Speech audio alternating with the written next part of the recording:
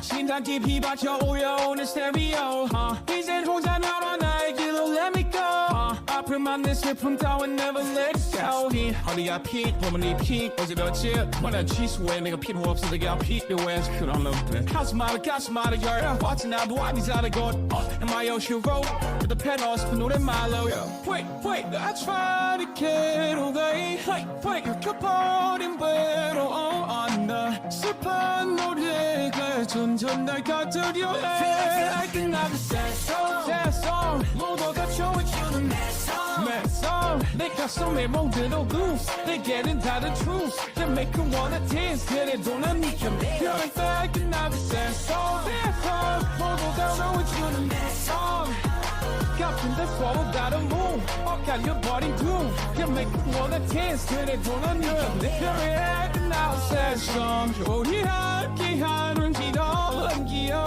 And miss the times we had It's just so I'll be all that 그리워하는 그때가 오겠지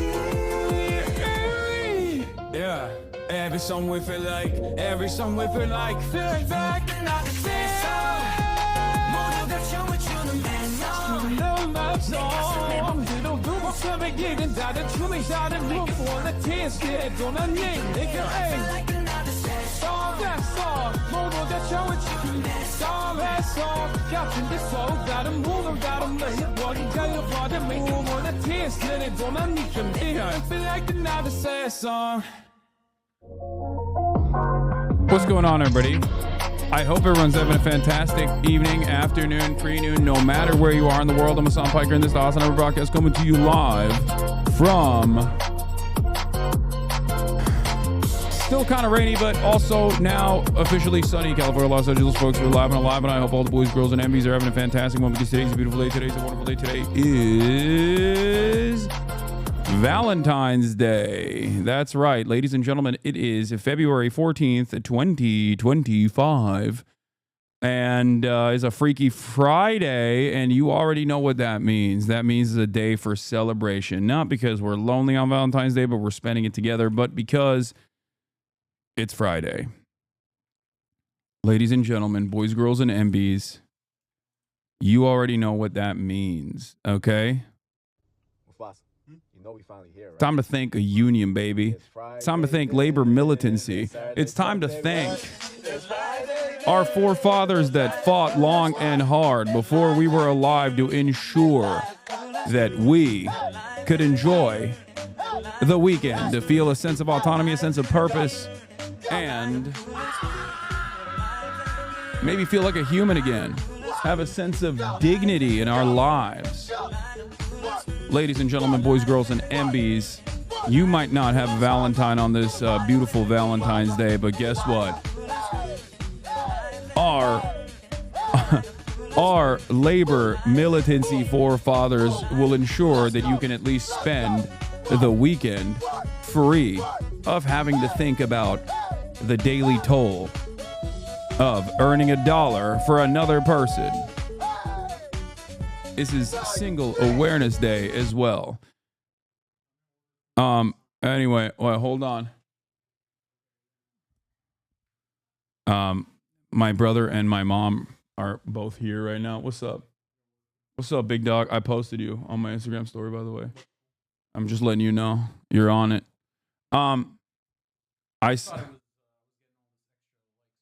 Yeah. Oh, yeah. Hold on. Where's Kaya? She's just chilling with my mom right now. She's outside. I signed up for one of those international Yums packages where you get snacks from each country, and this month I got turkey. Hell yeah. What did you get from Turkey, Chatter? Show me. But hold on one second. My brother wants to order food, and I also was putting up a risque Instagram post right as I started. A risque IG post.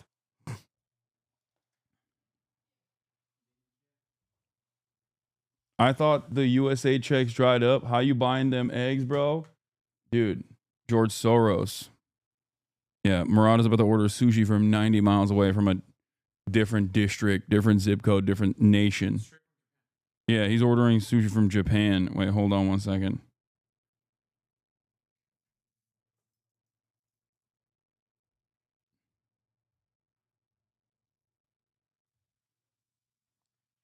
Anyway, hold on. Bro, my mom follows you on IG. Well, she's about to see a completely naked photo of me. This is true. I'm literally going full naked this time.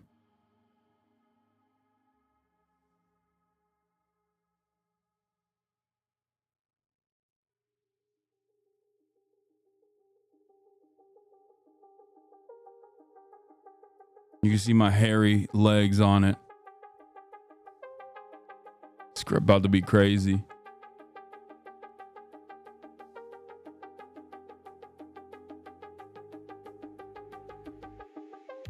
Boom. Posted. Did you see this Jon Stewart versus Jen Psaki? He almost sounds like a leftist. No, I haven't. I don't really listen to a lot of the Jon Stewart stuff. I don't know. It just like frustrates me. Fuck the 14th. The 15th is where you find your true love. Is your butt hairy? Yes.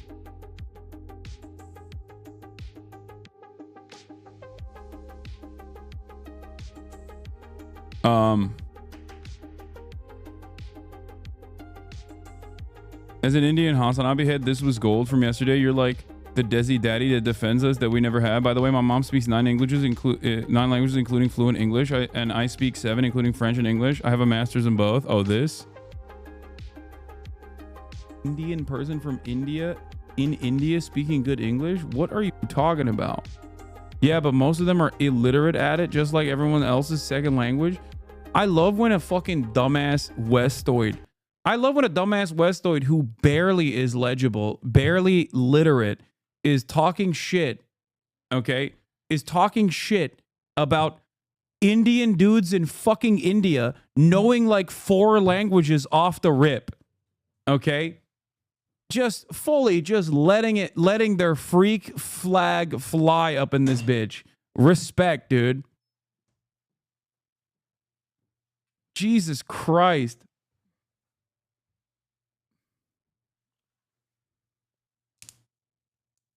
Oh, do they have an accent? I guess they're not literate then. That's what he means, by the way. It's that the dudes have an accent. So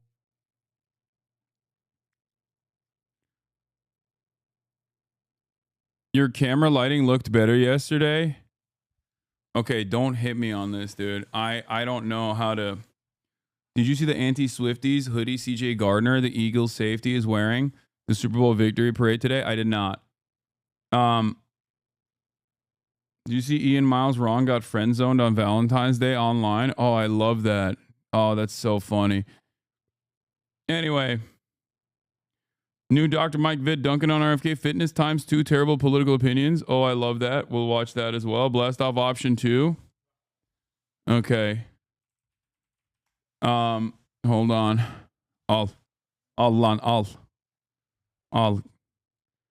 Your camera lighting was best in your Japanese hotel? Not really. It was best when it was like when my background was blown out though. So yeah. I was looking at some nice some of the pieces from that clothing brand you mentioned, Entire Studios, really nice stuff. Yes. I think they're they're expensive for sure, but they're nowhere near as expensive as like real high tier luxury brands. But I do think that it's pretty good. It's as good as it's gonna get. Anyway, I'm gonna fix the lighting and stuff. Don't worry. We're gonna work on it this weekend and we're gonna fix it. Where's this jacket from? It's from Japan.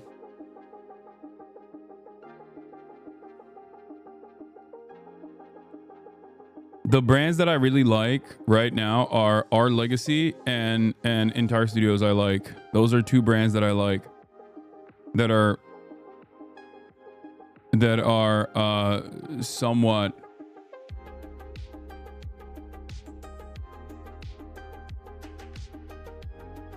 good priced. They're expensive though, for sure. La Mer is fucking fire too.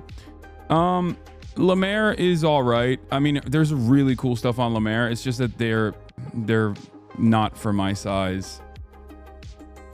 You know what I mean? They're just not great for my size.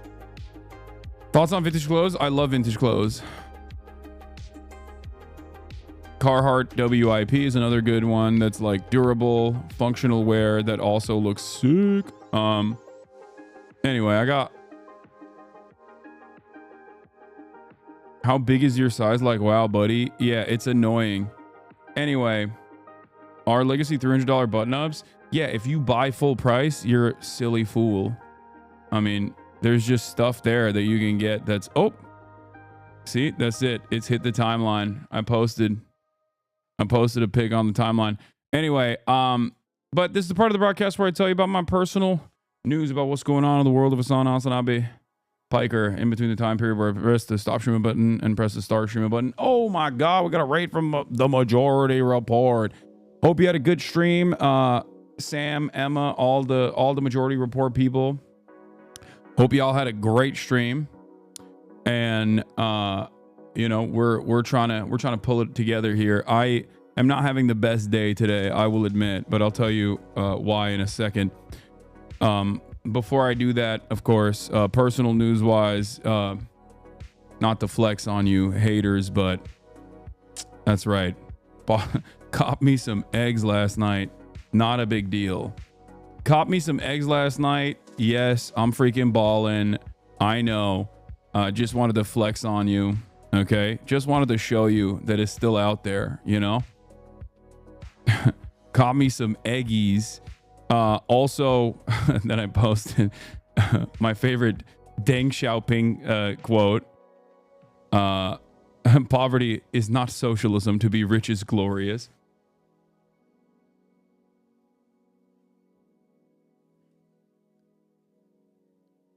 But did you get the AJ1 breads? Air Jordan 1 breads? No.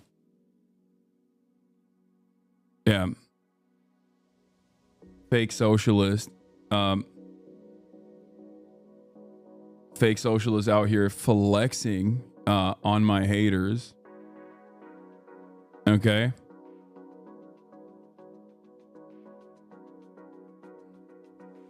Anyway, did you poop today? Yes, multiple times. I'll get to that in a second too.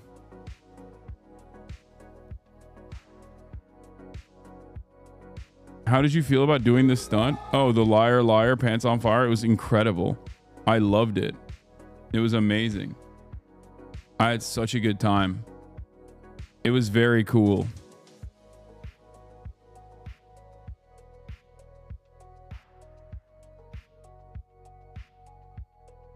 Found some appreciation for your dancing skills. Yeah. Anyway, where was I? Oh yeah. I am really invested in Orb.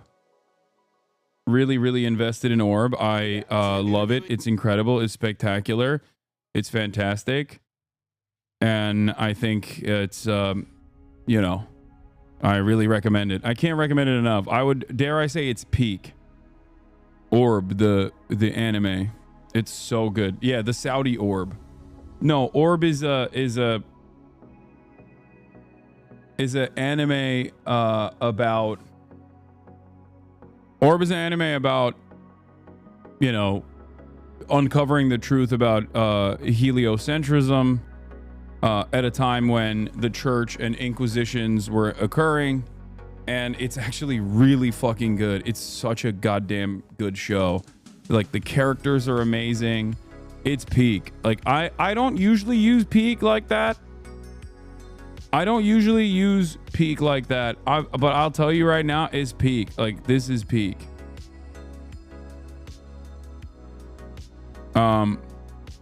Also did some self-care last night, but let me tell you, okay? I brought back some face masks from Japan. And I did some self-care on those bad boys. But having said that,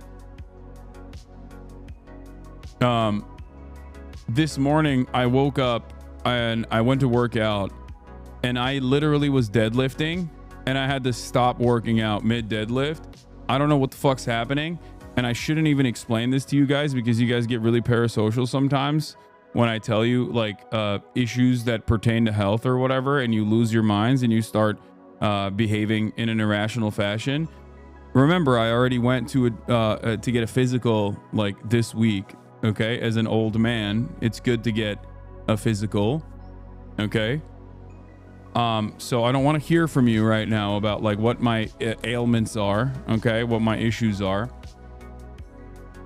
But while I was deadlifting, I literally had such a massive headache that I had to stop. And I think it's like, I think it's like, I don't know. It's just probably blood pressure related, I suspect. I don't know. But, and I had another interview that I was doing with an outlet. So I just, I don't know what it was, but it just like, it fucking killed me a little bit. But then I did the interview. That's why I'm late though.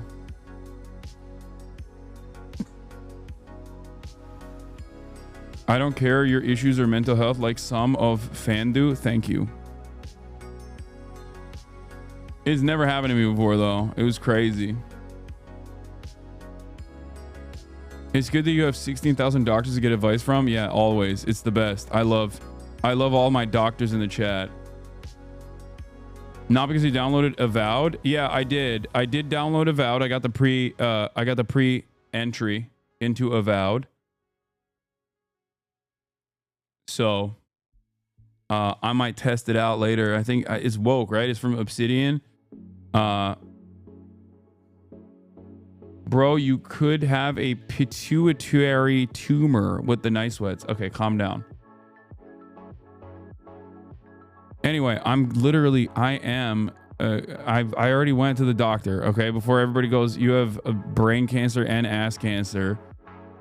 Okay, calm down. I went to the doctor already before this happened. So, are you gonna try the Elden Ring Night Rain test tomorrow? I could try it tonight. It's just at 7 p.m.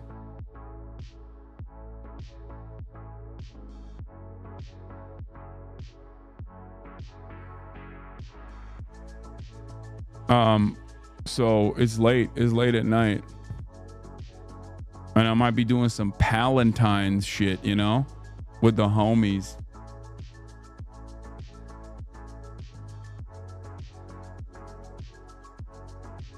But in any case, I've been jugging water, just chugging it and jugging it.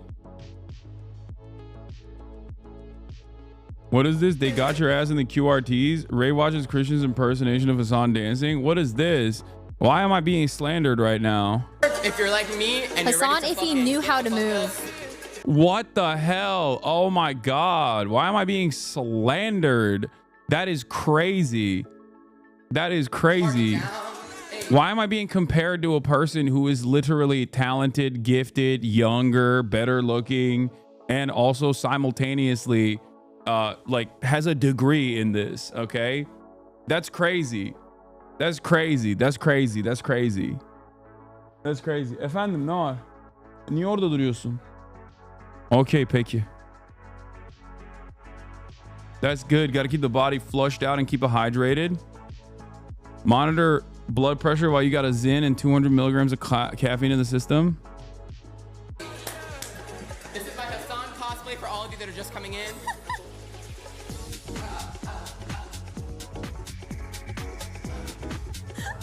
I wish I could dance like that. Oh my God, that's crazy. Oh my God, he's so good. He's so good. That's crazy. That's crazy. That is. Okay. I love I don't want to get too him. carried away, girls, because we got a whole stream ahead of us. Christian is so funny. He's so funny. Yeah, no. What I learned about Hasan while we were in Japan is that he definitely, I mean, I mentioned it the other day, but he definitely lacks a little rhythm. It's true. I mean, it is. It's true. You can't have it all. You can't have it all, chat. You can't. You can't be a fucking stud. Okay? You can't be a goddamn stud. Dress well. Have all the political knowledge. Okay? And be a incredible streamer and also simultaneously be able to dance too. Okay? You can't have it all. Too insecure. No, I don't have rhythm. I know I don't have rhythm. You know what's really interesting? When I was younger, I always I was so jealous, like especially before I started playing basketball, I was always so envious of my friends who just like had smooth, like who just moved good. I don't know how else to describe it. Both on the court, and people who were very smooth on the court were smooth off the court as well. They just had a natural rhythm to the way that they move, and I just never have had that. I've always been tall, bulky, like no rhythm having, uncoordinated guy. And brother, you are going to die from a self-suck accident. I'm explaining things, okay? I'm explaining things. That's called athleticism law. Exactly. I don't have it. And this is something that I've actually mentioned quite a bit. You know, you guys have probably heard me say this a lot if you've been in here a lot, is that like I'm not good at anything. I'm not naturally good at anything. I simply work really hard. Okay? If you see me decent, like halfway decent at anything, it is because I've tried really, really, really hard to get to that level of halfway decent competency. And that's it. And I think it's not good to just never try things because you're afraid that you're just going to fail. That's not something that I have that's not something that has ever like stopped me from trying shit. You know? But one other thing that I will mention, of course, is that not only am I not very good at things, but like I think being able to accomplish certain goals that I've set out for myself throughout my life has given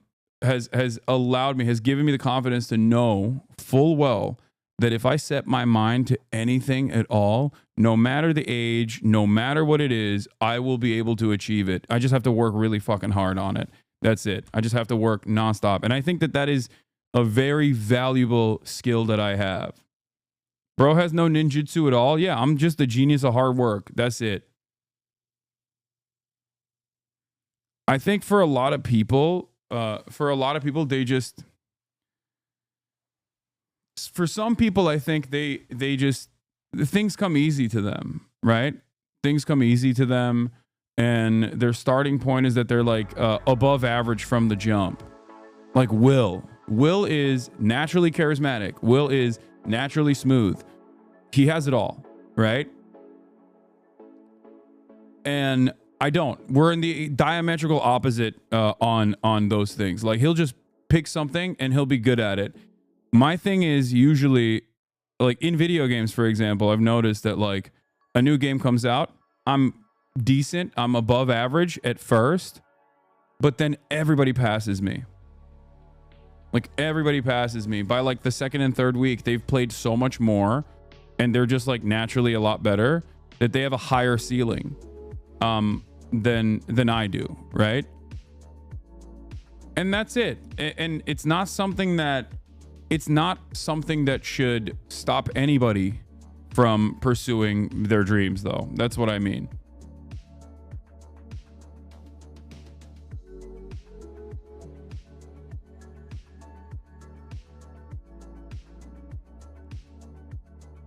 It's literally just because you stop playing and get mad. If you played more, you would get better. No, there's some games I'm decently good at, and it's like From Software style games. That's the one pocket of gaming that I'm decent at. That's why I was able to like rip through Wukong. But even then, there are millions of people that are so much better than me in those games. People play those games with like saxophones and shit. You know what I mean? It's still a relatively hard task for me. I'm just above average on that. That's it.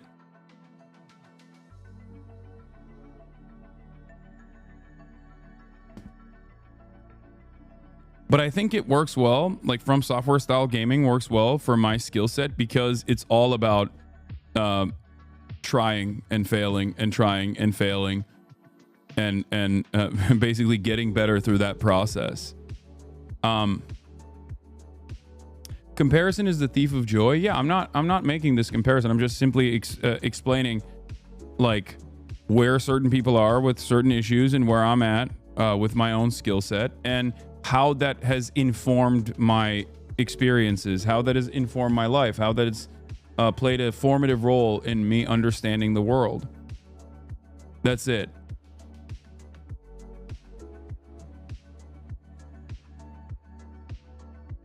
Almost like you're always doing politics. I would say you're a master tier commentator. I'd like to see more gaming and fun reactions out of politics. I remember you would do 4 hours of politics, 4 hours of fun. Then I started watching. I really missed that. Yeah. I don't let comparison hold me back. I'm just simply telling you how it is. A monkey like you who can't even use curse techniques.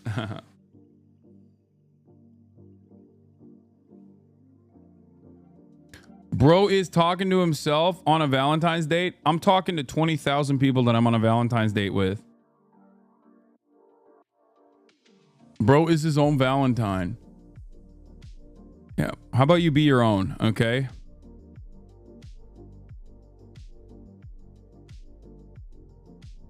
Anyway, let's blast off. Happy Valentine's Day. Federal layoffs incoming.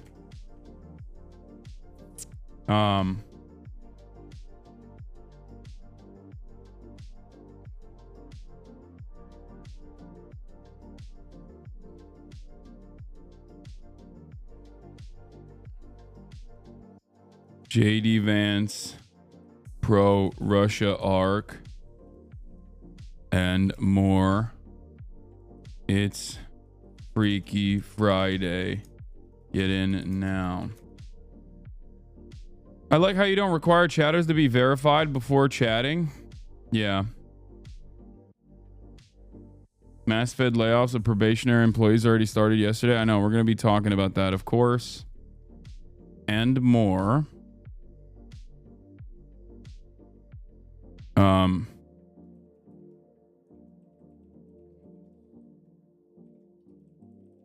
I live in Alaska and half of my friends were fired by the Trump admin today. Yeah, Alaska as a state is uninhabitable. It's entirely propped up by federal grants and also high degrees of socialization, including oil, including oil revenues that literally feed back into a pay structure for people to live there. It's ridiculous. These guys are, I mean, it's one of the many different ways in which the federal government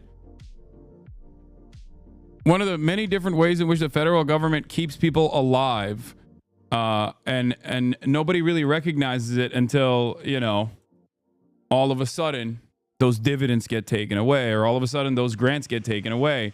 It's the same reason why I'm always actively yelling about the U.S. Postal Service, telling people, like, don't fuck around with that. You know what I mean? Because if it goes away, you're cooked. Like, people don't understand it. They have no capacity to comprehend that they are completely cooked without the U.S. Postal Service. Oh, it's not profitable. It's like, it's not supposed to be, dumbass. I don't think people understand how much the federal government plays an active role in their lives in, you know, making sure that, again, they purchase meat without fear that they might be poisoned by it, right? Things like that, all the way to direct grants that they get that normalize their energy prices. It's very frustrating. The libertarian paradise that people wanted is closer than ever before. Okay, what is this? I'll buy your bath water. Okay, guys, I need to start doing shit like this. What the heck? I'll buy your bath water is the first comment I read. I work for a congressional committee, and all my friends and family have been texting me asking me if my job is safe, and I have to explain to them that when they say federal employees, they really mean executive branch employees. The USPS has been self-funding for a long time. It isn't easy to turn profits when you're self-reliant and operate 7 days a week to make more money.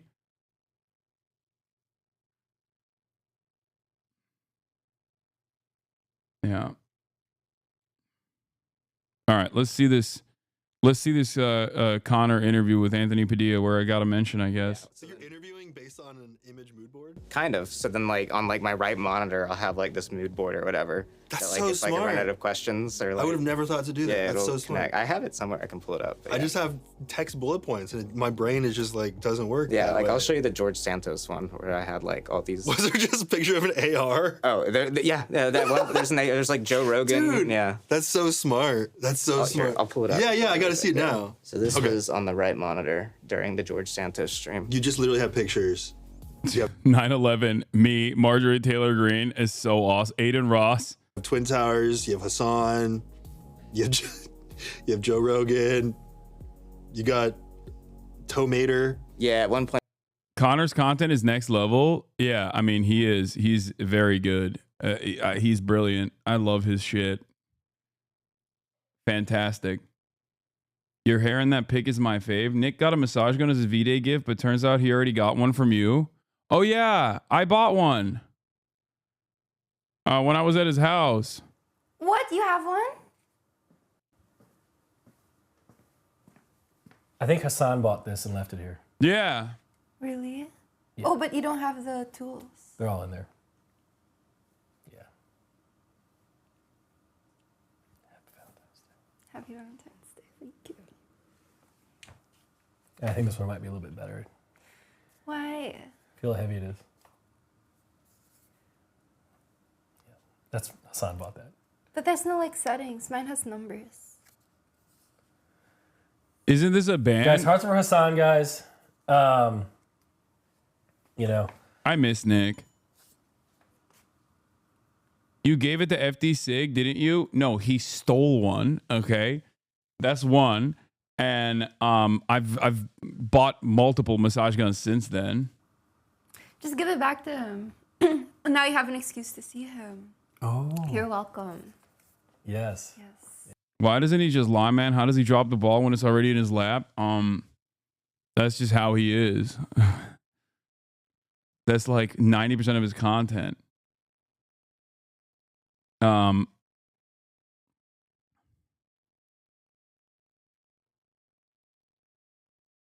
It's Black History Month. You can't say he stole it. Bill Burr on Billionaires, so based as usual. I've heard he said Bill Burr is awesome. He's on the exact opposite tip of whatever the fuck these like wealthy out of touch asshole comedians are on. He is fully leaning into his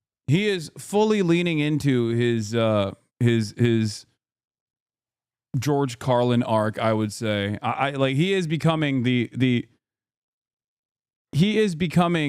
only the only comedian that I can think of from my generation of like all-time greats, all-time goats that didn't turn into like a weird cancel culture warrior that is incredibly annoying. Trump is talking nonsense about Europe Live. My goat. Let's see what kind of brilliant things he has to say.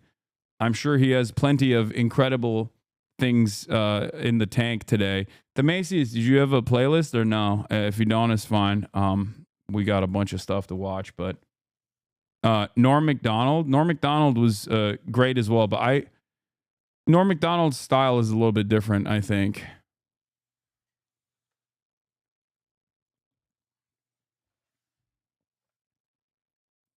Sometime maybe around April 2nd. He is. My goat is I would have live. done them on April 1st.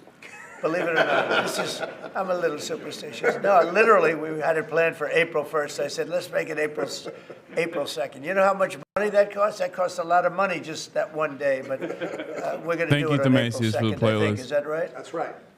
Okay, thank you. The lead prosecutor in Eric Adams' case resigned today, saying anyone who didn't press forward would be a coward. What's your reaction to that and to the overall implication that politics were at play here? Well, I don't know about it. I mean, obviously, I'm not involved in that. But I would say this, that if they had a problem, and these are mostly people from the previous administration, you understand, so they weren't going to be there anyway. They were going to all be gone or dismissed. If not, they know on Tuesday they're all being dismissed. You know, the whole country is being, because what you do is you come in and you put new people in. So when you say resign, they're going to be gone anyway. But I know nothing about the individual case. I know that they didn't feel it was much of a case. They also felt that it was unfair with the election. Look, I would know that better than anybody because I was weaponized more than any human being in the history probably of the world. And I won the election in a landslide, winning all 7 swing states, winning the popular vote and everything else because the people got it. It was weaponized. And I was weaponized literally weeks before the election. But I think there's also something to be said. I read that. There's something to be said for what they were doing. It looked to me to be very political. But why didn't they bring this up like 4 or 5 weeks ago, 6 weeks ago, or whenever it happened? You know, they just sat around and didn't complain. Then all of a sudden they complain, and they know they're all being dismissed anyway. So, you know, that's the way it is. That's called politics, I guess. Yeah, please. Earlier this week, you predicted that all hell would break loose if Hamas didn't hand over all of their hostages. What do you expect to happen tomorrow in terms of I don't know what's going to happen tomorrow at 12 o'clock. It was up to me. I'd take a very hard stance. I can't tell you what Israel's going to do. But I watched the last people come out, and I looked at a before and an after picture. One guy was a big, strong, healthy guy. Could say he was a little bit overweight. He's not overweight anymore. He looks like he just came out of the Holocaust. It looks like a Holocaust picture. I've looked at him for a long time. Bro. And they've been treated very badly. Bro, The young lady one of the came out craziest last week, her parts hand was blown about the American president saying this is the other side is completely, the other side is never reported on. Like, you literally saw for months, okay, Palestinian prisoners being released that looked incredibly in dire conditions, in horrifying conditions, because they were directly tortured, okay? And now that, like, Israel decided to do counter-propaganda on that front, it's over. There's not a mention of that at all, and virtually every single person is just, like, talking about the last 3 people that were released. They were in horrible conditions because of Israel. Like, what are we talking about? They said, no, we've decided we're going to release the hostages. So, but I actually think they should release all of the hostages. Remember, they're probably as bad as they looked. I mean, I don't like to say that, but they looked real bad 4 days ago, 5 days ago when I saw them. And the young ladies that came out were treated really badly. You don't know what happened, but I do. They were treated really badly. But as bad as they look, the ones that follow probably will look a lot worse. I think they're sending out their most healthy. And they've been hit hard on that, Hamas. So they probably didn't want to release. But they changed their mind. I said 12 o'clock tomorrow, and all of a sudden 2 days ago, yesterday, they said they're going back to releasing. But this all started by them saying, we are not going to release any more hostages. And then yesterday they said they are going to release the hostages. But I think they should release all of the hostages. About 75,000 workers took this deferred resignation. It's a little bit short of the 5 to 10% goal you were hoping to hit. Do you think you'll have to make up the rest of that number in layoffs? No, look, that's 75,000 more than we would have had. And nobody knows what that final number is because in the end, I think a lot of people aren't going to show up to work. A lot of people, they got used to staying home and quote, working.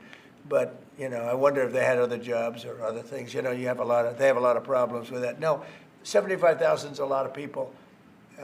And we paid them well. You know, we gave them a lot of months of severance pay, if you call it that. But no, I think you'll probably have some more, too, in addition. It's a big, tremendous saving for us. We want to downsize government, but make it better. Run it better, but downsize. Yeah, please. So, can I ask about the UK? I understand that you had a phone call with Keir Starmer yesterday. I did. I just signed a letter to him.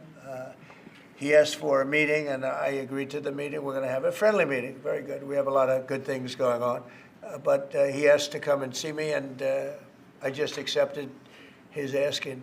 Do you have a date for that, sir? And what do you hope to Very soon. I think he wants to come next week or the week after. And what do you hope to discuss? I don't know. It was his request, not mine. But You know, I've met him twice already. We get along very well. He's a very nice guy. Thank you very much, everybody. Thank you. Thank you very much. Appreciate it. Thank you, Brian. Thank you, press. Thank you. Thank you, press. Thank you, press. Do we deserve this? Is that what America deserves for its crimes? I mean, I don't think anybody deserves this. I think, ironically enough, these are the same crimes that America was committing around the globe, but now is committing to itself.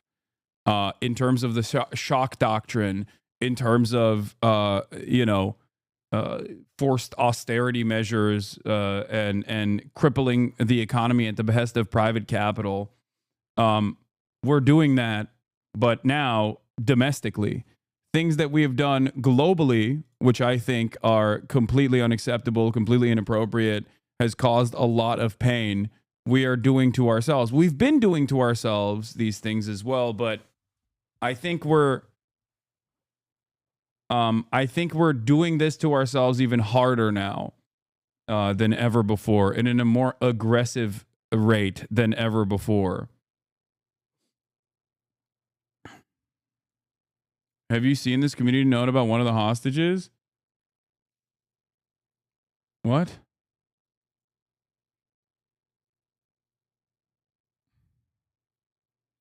Okay, I don't want to look at that. That seems insane. Okay. That seems like a crazy community note. All right.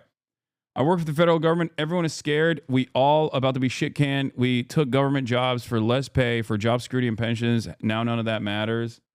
Yeah. This was the executive order that Trump signed before the. Oh yeah, this is the new incredible executive order from Donald Trump. You know, saving the American population. President Trump signs an executive order halting federal funding for schools that mandate the COVID vaccine. It's his COVID vaccine. He took credit for it. Okay? He talked about Operation Warp Speed. And now he's like, oh, if you take it, if you make it mandatory, yeah, you don't get federal funding. What an insane set of circumstances, dude. I mean, what is happening, dude?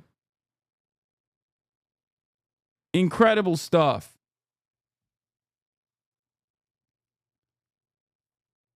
Constantly in this weird dynamic where on the one hand he's like, remember when I did the COVID vaccine and it was awesome and it was so sick and I saved so many lives? Biden could never.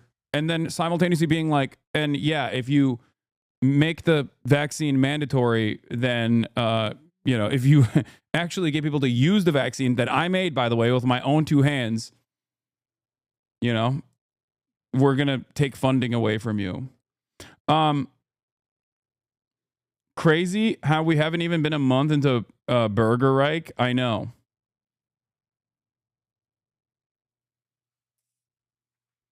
They're intentionally tanking the economy. I think they are just following through on the libertarian dreams that many wealthy people have fantasized about, purposely dismantling the federal regulatory state piece by piece, at the behest of tech giants and CEOs and the executive class, so that they can make more profits off of all of these previously government-controlled sectors, and also simultaneously destroy the regulatory state.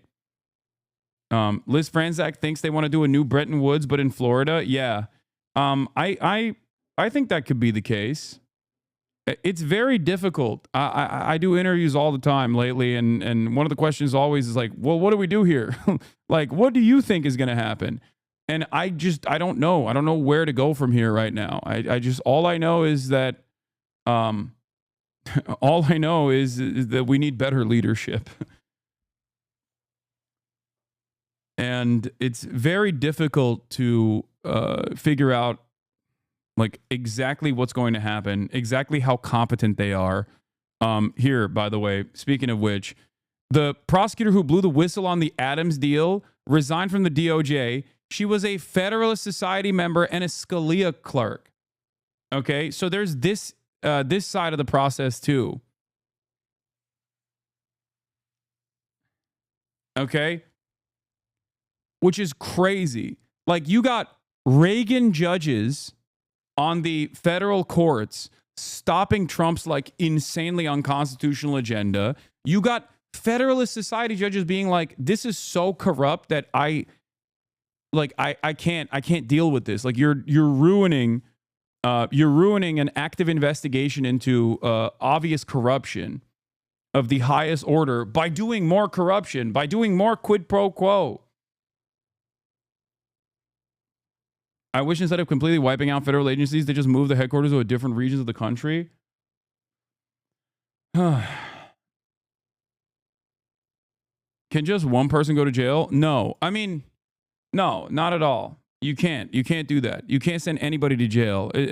God forbid you send even a Democrat to jail. That means a powerful person in a position of that means a person in a position of power can ever get legal scrutiny, and that's a dangerous precedent to set. Okay?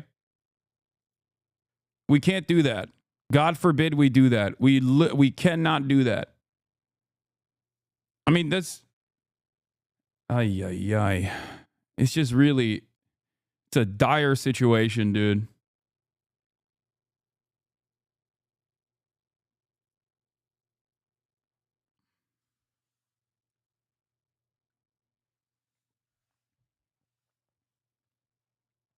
What is most demoralizing is that my normie friends are like, yeah, man, that's awful. Anyway, these are college-educated resistance libs. Yeah,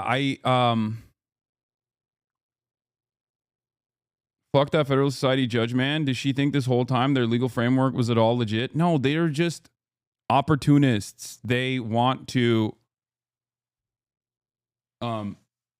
advance their careers. Some of them are naturally conservative. Some of them basically lean into that kind of politics. But it doesn't really matter. Like, what's the difference between Asmongold and Matt Walsh? Asmongold doesn't fully believe the things that he's saying, but he knows that it's like getting him a lot of views, so he's saying them, right? Matt Walsh does believe the shit that he's saying. Bro, where in the fuck in LA can you buy wintergreen Zins? Nowhere. I'm still holding on to every time I'm like running out of flavored Zins, someone just sends me a care package. How long till riots? I doubt that riots will happen in this country. We are very sedated. We are a servile people. We fancy ourselves to be revolutionary people, but we are very docile people, I think.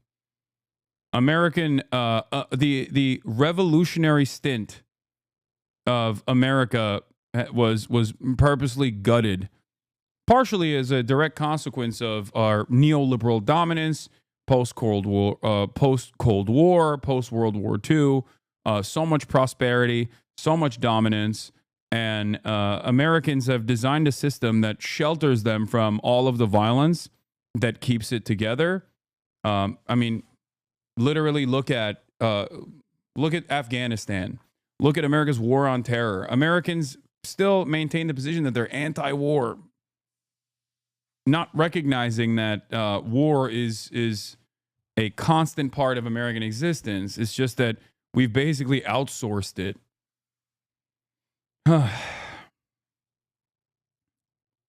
This was amazing, by the way. This is the new Secretary of Health and Human Services, ladies and gentlemen. Remember this? Just got married. Homosexuality was a phase, says Tim Dillon. She's a beautiful angel, Tim. Easy to see how she ungayed you. Is this real? Yeah, no, it was real. This is not a fake tweet. I think he might have deleted it, but I remember seeing it in real time, live when this tweet was out. We'll do the RFK Jr. compilation of all of the insane things that he said about vaccines and the like in a little bit. But, you know, awesome stuff overall. Brilliant minds in charge of all of these departments. It's a really interesting predicament because, like, on the one hand, you think about like Pete Hegseth or Tulsi Gabbard, right? But their positions in government are already like positions that require you to be very violent and also if you're incompetent, that's not necessarily the worst thing, right? Like if the American war machine and the person most responsible for the American war machine is an incompetent drunk asshole, maybe that's not the worst thing. But the Department of Health and Human Services requires competent leadership because it actually does touch the lives of many Americans in a very meaningful way. It is supposed to be the umbrella organization that controls so much of the regulatory space in terms of health and wellness. And the fact that you have a guy who is antagonistic to medicine, modern medicine in general, leading the charge there is truly terrifying. And one of the first initiatives that they put forth was, of course, taking out mood stabilizers and antipsychotics. Assess the prevalence of and threat posed by the prescription of selective serotonin reuptake inhibitors, antipsychotics, and mood stabilizers, stimulants, and weight loss drugs. Incredible stuff for them to come out and just be like, you know what we need to do at a time when seemingly week after week there is another dude with a lithium prescription that is off the medication or just never really got the medication necessary to combat whatever is going on up there, has ease of access to an arsenal of weapons and just goes into a fucking school and lights it up. What we should do is make sure that there are less mood stabilizers. Okay?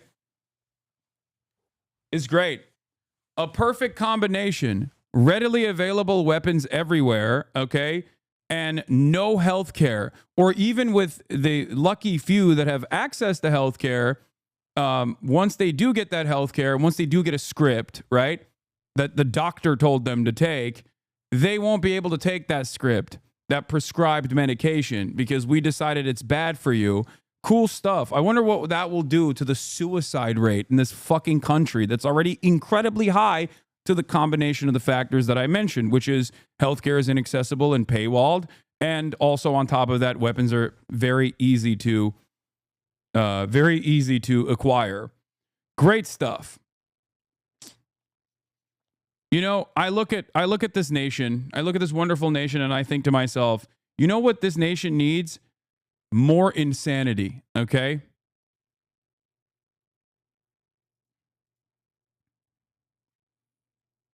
Yeah, Republicans love talking about how gun violence is a mental health problem, and then also turn around and go, we are not doing anything about mental health. As a matter of fact, we are not going to improve mental health in this country. We're going to make it worse. Oh, I honestly don't get how people can hear you say these things and just be like, this guy's an idiot. I mean, it's pretty easy. I think people just say that because of partisan perspectives. They're not applying reason or logic to the equation at all.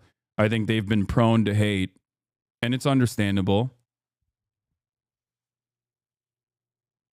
That's it. That's where it comes from. It's not about personally thinking about what I'm saying and maybe thinking, all right, well, there's some truth to all of this. I get it.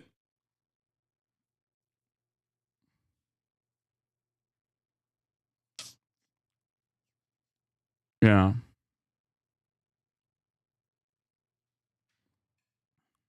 Has Hasan been streaming for 4 hours? No, I've been streaming for 1 hour and 3 minutes. I've only been streaming for an hour so far. A lot of suicide talk happening now on the CPTSD forums because of that from the White House. Yeah, that's the other side. Like, there's CPTSD, but then there's also PTSD for veterans. There's also that too. Like, what do you think will happen to the veterans when they don't have access to the SSRIs? Great stuff. Definitely. Like, Americans medicate not because they, I don't know, are predisposed to insane levels of consumption and everything is burger. Every solution is just like consume more product, consume more commodities. There's kind of a reason for why a lot of Americans require this medication. you know? I like that there are a lot of things that require a multi-pronged approach. There are a lot of issues in this country. Virtually every issue in this country requires a multi-pronged approach. But instead of trying to address all of those problems individually and then fix virtually every aspect of society that is that is designed in a way to make sure that you're maximizing profits for shareholders, instead of undermining that structure and fixing it at the behest of the citizenry, we've decided to make things worse, okay? And take away all of the remaining the remaining SSRIs is not the end, you fucking ape. Zero, everything is about you. Zero. Yes. I think this existence, like your existence this way, is certainly proving that medication is bad to take.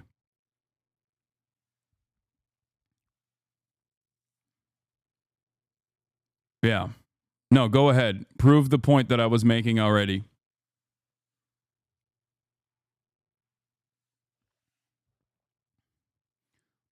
I also never said SSRIs is the end all be all. I said that for a lot of the problems that Americans face, the solutions are complex. It's multifaceted. Okay, I'm drunk right now, but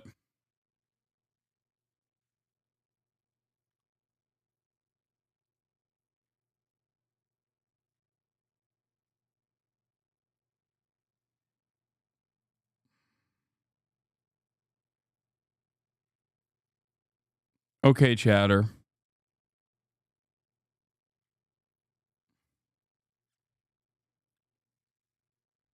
I mean, it's 12:44 here in California, so I don't know where you're at, but goddamn. Okay. Don't check logs on stream, but the last day they logged in here says a lot. Oh, Jesus Christ. Okay. Virtually everyone's lives would be better if they had ease of access to mental health treatment. Okay. That's all I'm going to say. All right.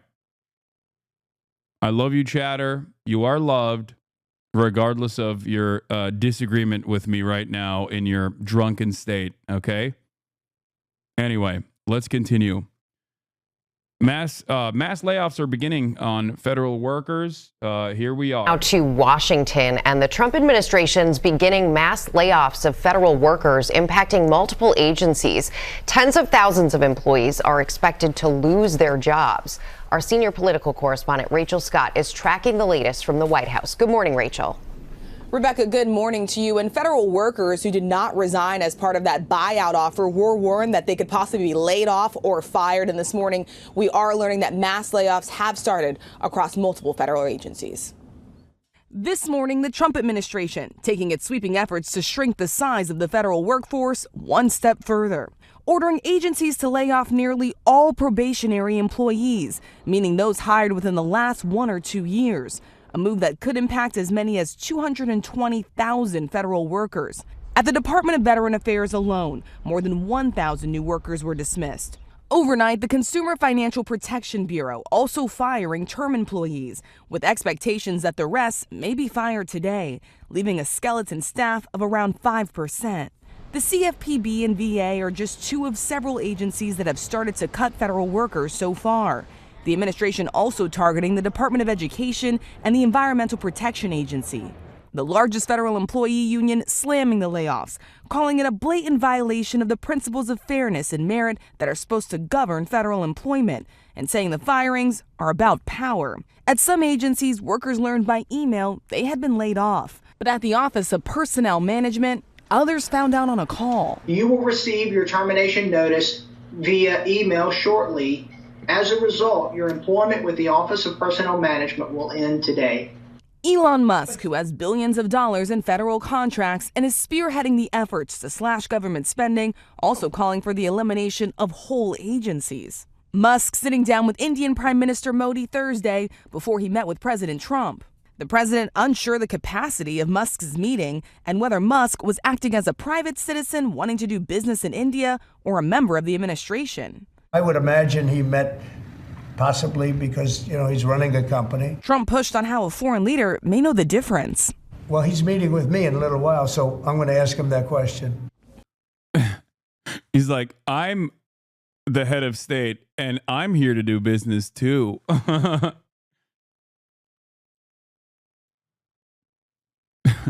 I personally am also, I personally am basically like the reverse of Elon Musk, Someone who was elected as the head of state who also wants to do business deals.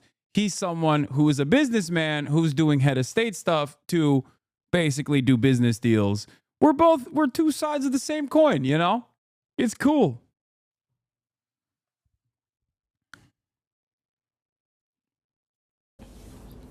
So the Indian Prime Minister was also asked if they discussed any business. He would only say that he has known Elon Musk for a very long time, guys. All right, Rachel, thank you so much for your reporting. The Department of Education canceled more than $350 million.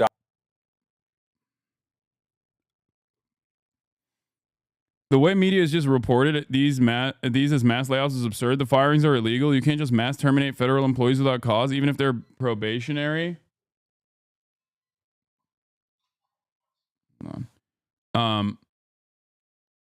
Even if they're probationary, people are losing their health care and lives are being torn apart. It's so fucking upsetting. Yeah, remember the 23% underemployment statistic that we looked at yesterday? 23% of the current existing workforce is either doing part-time jobs or basically makes less than $25,000, which is a poverty wage. Okay.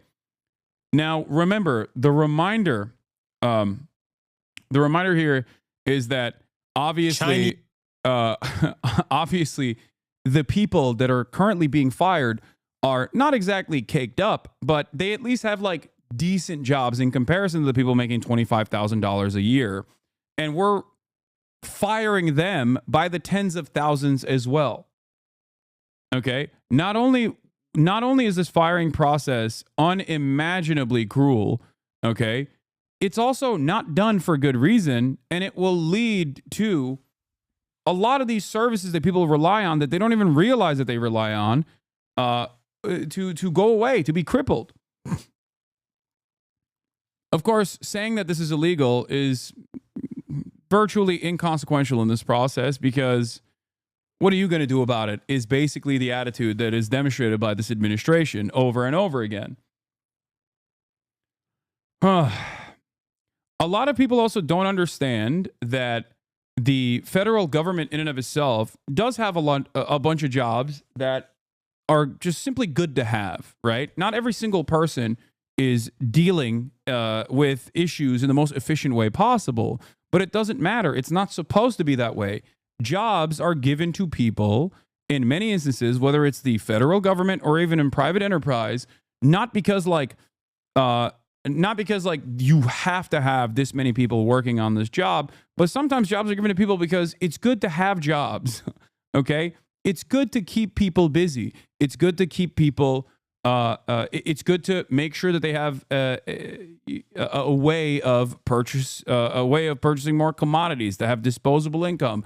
It's an important facet of the federal government, okay? And in many circumstances, considering, especially on the private sector, how much these guys engage in layoffs, most of the jobs that were previously done by 5 people, 6 people are now being done by 1 person or 2 people as a consequence of technological improvements that make the workforce more productive. But that also means that there are less people making an honest living in that process. And that's a bad thing for the economy. Okay? Saying that helps the conservatives' points that these people don't do shit and should be fired. Yes, because conservatives are stupid. Conservatives are stupid and live in a fantasy world where they think every single person on the job site is maximizing their efficiency at every point, not recognizing that they themselves in their own immediate workplaces are probably playing that very same role. Okay, whether it's a blue collar job or a white collar job, whether you're on the assembly line of some sort, you are not maxing out your efficiency at every given point. And it's understandable that you're not doing that. You're not supposed to do that. It's ridiculous to do that, especially if you're working for somebody else. Okay?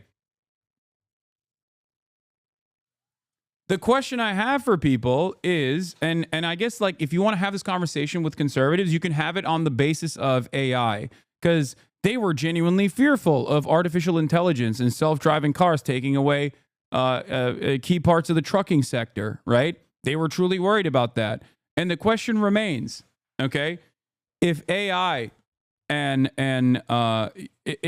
self-driving cars are going to eradicate the trucking sector, is that the best possible thing to do when we're moving forward?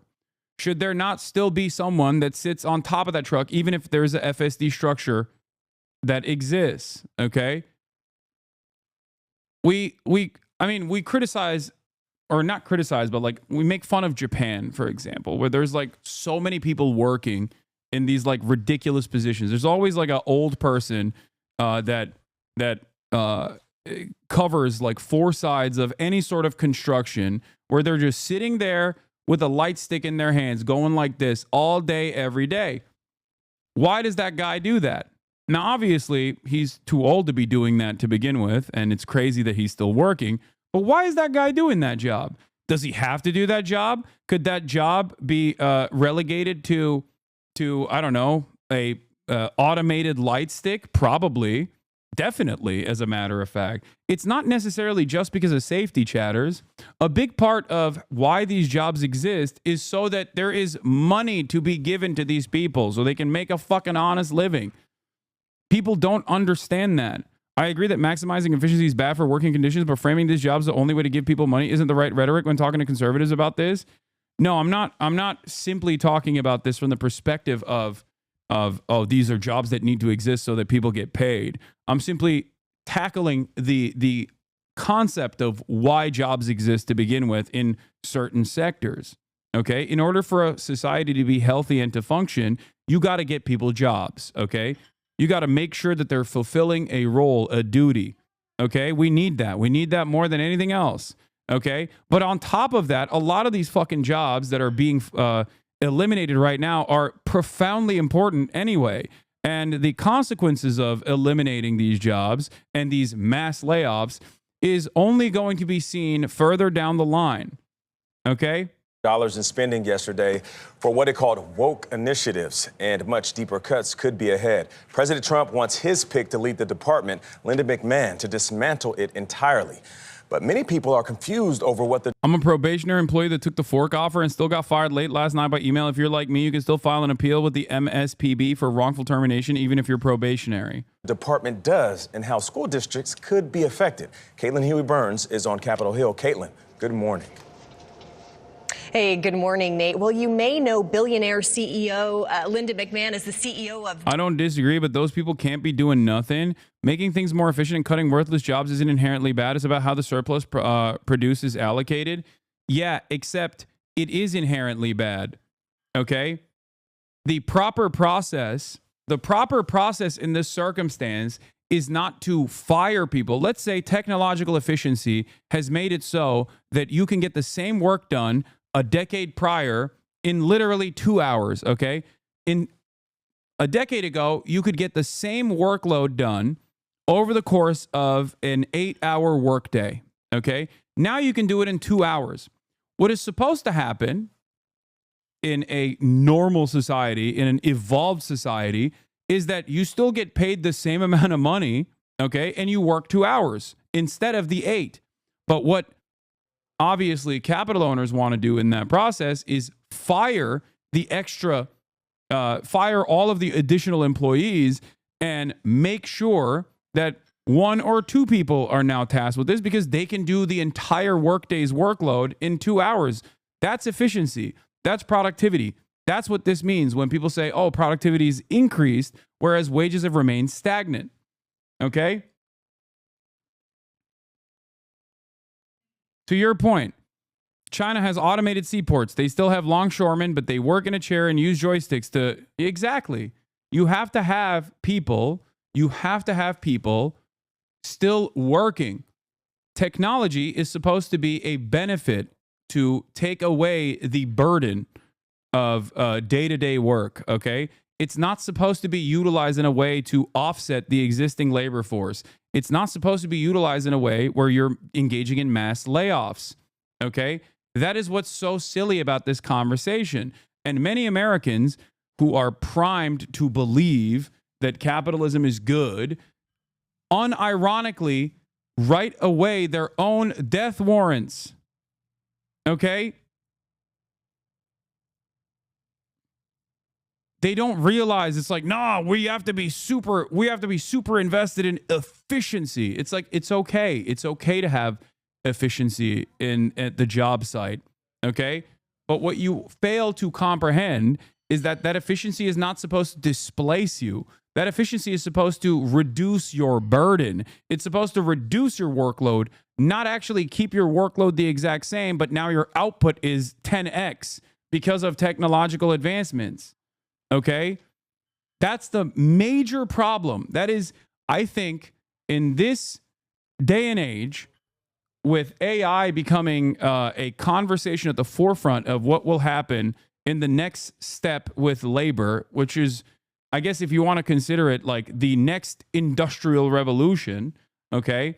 A lot of people who are so brain broken by capitalism being the only game in town, so fearful of the alternatives, have refused to reckon with what will happen once so much of the labor force is displaced.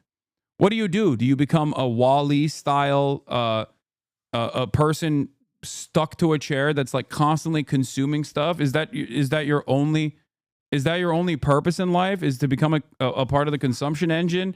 And then those who are not a part of that consumption engine are working the assembly lines and working for meager wages and dire conditions and worse conditions as we supercharge the exploitation? Is that what we're supposed to be doing? Is that the perfect future? Is that the utopian future that technology and all of its endless bounty was supposed to offer us? It's crazy. It's crazy that so many people do unironically feel like, well, I guess that's just the way things are.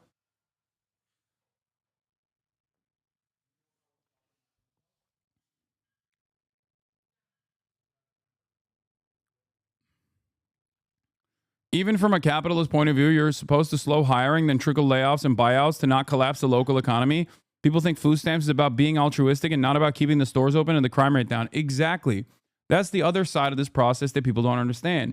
Wealthy libertarians used to call welfare the riot tax because they understood that without any social safety nets, there would be too much chaos and too much instability. But these guys forgot that aspect. Okay? Or at the very least, they're stress testing how much they can destroy the working poor without ever having to deal with the violent consequences that are inevitable. Okay? I thought food stamps were subsidizing farmers. It subsidizes everything. Food stamps are there to subsidize Walmart paying very little to its workforce.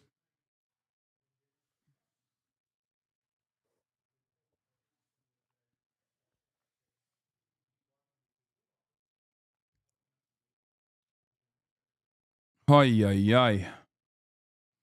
I manage a team in corporate America. I've been put on notice that if I do not train the new skills into my team and their work can be done with AI or automation, then I have to lay them off. It's insane. I don't understand how people can't comprehend what future we are leading, what future we're like bouldering towards, like a very negative one, not a positive one at all. Okay. How do people not see that? Meanwhile, as I'm talking about the dire situation, what terrorists are we platforming today? I'd love to see some Al-Qaeda old-timers getting some W's in the chat and telling how pog it was to do 9/11. Yeah, dude. Big fan of 9/11 is it me. I'm a big fan of 9/11. Dog, you've been in this community since 20... well, you unfollowed and refollowed, but you've been in this community since 2021, okay? Like, I said America deserved 9/11 in 2019. What happened? Did you rewrite your fucking brain in the process? Like, what happened? For years and years, you were in here, okay, as a fan. Subscribe for 2 months in the past. Like, how did you forget your previous assumptions that you had made about me only with, I don't know. Like, how do you go from have a wonderful Saturday, buddy, to, oh, you love terrorism? Like, you were in here, okay? You were literally in here under the assumption that maybe I don't love terrorism. That person had fun here. That's what I mean. It's crazy. Like, how do you lose? How? This RP shit is the tits. I mean, fuck politics. Give me more of this, Lamau. How do you lose sight of like who you were and what your previous positions were? That's truly shocking to me. Read his comment about America. Yeah, America will be taken over by Nazis within 5 years. You heard it here first. My man literally called out the current state of affairs in 2021. Okay? Like, he was right. You were right in 2021. When you were a fan, you were right. Now this is the type of insane shit that you're saying. How did this happen? How did you get here? Okay? What steps did you take in your life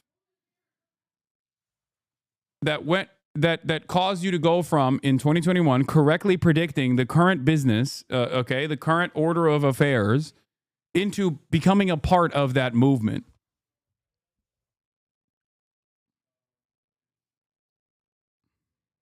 Think about that.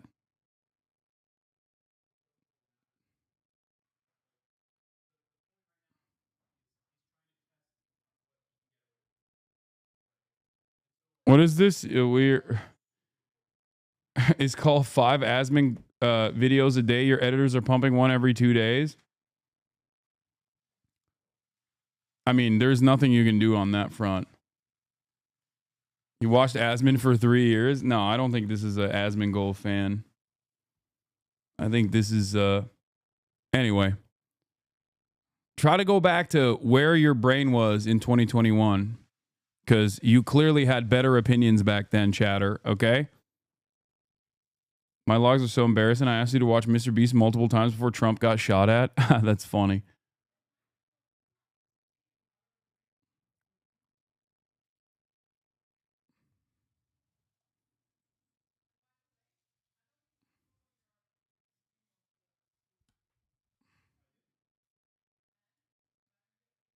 Maybe it's because I didn't game. No, he unfollowed in like somewhere along 2022, it seems, and then came back just now to say, what terrorism are we watching today? Hasan hates Jews. Nice, dude. Yeah, maybe if you keep writing that in the chat over and over again, it'll become true. It's not. It's never going to be true, but it's okay. You can keep fantasizing. Weirdo. WWE, the former CEO, and she also served in the cabinet in Trump's first term. But now she's in the unique position of trying to lead an agency that President Trump wants to get rid of. I mean, there's a certain group right now that's going insane over your chair and the cost it has. Yeah, ironically enough, I got it for free. Logitech sent it to me for free. But of course I would pay for it. And I am really all for the president's... Now let's talk about what actually matters, okay? the fucking Department of Education being abolished. Okay? Eyes on the prize, everybody. If you're coming in here to be like, I am going to advance the agenda of my favorite content creator online by, sparking the flames of drama at a time when the fucking Department of Education is slated to be abolished, when tens of thousands of federal employees are being laid off, and this is what you care about. I'm sorry, you are a very unserious person. I know that this sounds like fun stuff to focus on. I get it. I totally get it, especially because it keeps your brain occupied at a time when change seems so far away, okay? But goddamn, please. I don't want to yuck your yum. Okay? I do not want to yuck your yum. If this is what you fancy, if this is what you like to do, great. More power to you, okay?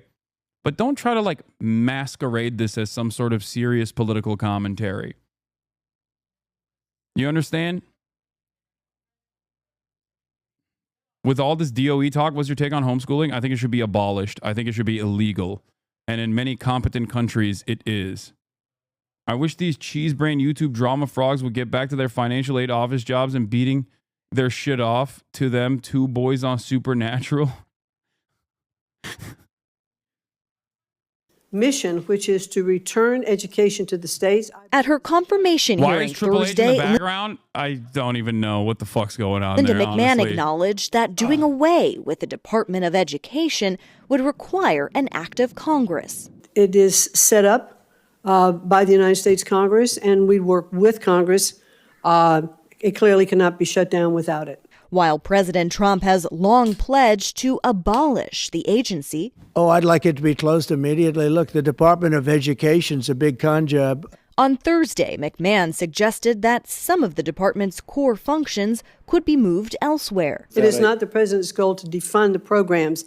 It is only to have it operate more efficiently. Established by Congress in 1979, the Department of Education has an $80 billion budget. But most of the funding for education comes from state and local governments, with the federal government contributing only about 13%. The agency provides financial assistance to low-income schools, administers Pell Grants, oversees federal student loans, and enforces rules around civil rights and students with disabilities. Arne Duncan ran the Department of Education under President Obama and says states are already in charge. What the Department of Education does is adds additional resources to make sure children with special needs have access to public education. Children who need access to food have that. Children who need access to pre-K has that. So to somehow act like the U.S. Department of Education is in charge of education in America is beyond dishonest. Now, the Trump administration is considering executive action that would direct the Department of Education secretary to put forward a plan. Remember, guys, Biden could never possibly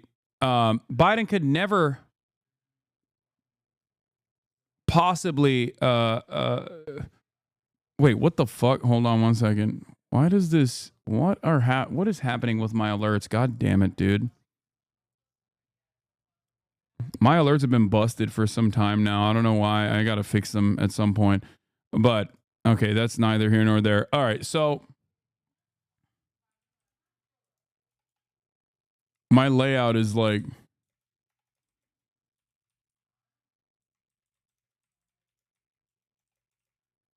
that...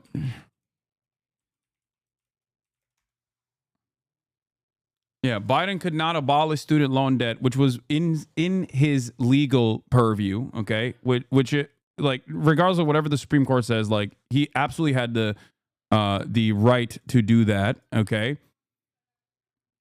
Meanwhile, Donald Trump is literally abolishing the Department of Education in its entirety. Oh my God. What a ridiculous situation we're in, dude. What a crock of shit this is. How did you predict this? What is this? Oh, shut up. That's... What? What? Yeah, Mankind. No. Undertaker throws Mankind off top of Hell in the Cell. Oh my God, you got me. You got me. I watched the clip. I watched your clip. Bergamania strikes again. I'm pretty sure he just got Trump to nominate our North Dakota State superintendent as the new assistant director of the Department of Education. In her statement, I'm excited to support over 49 million students in America.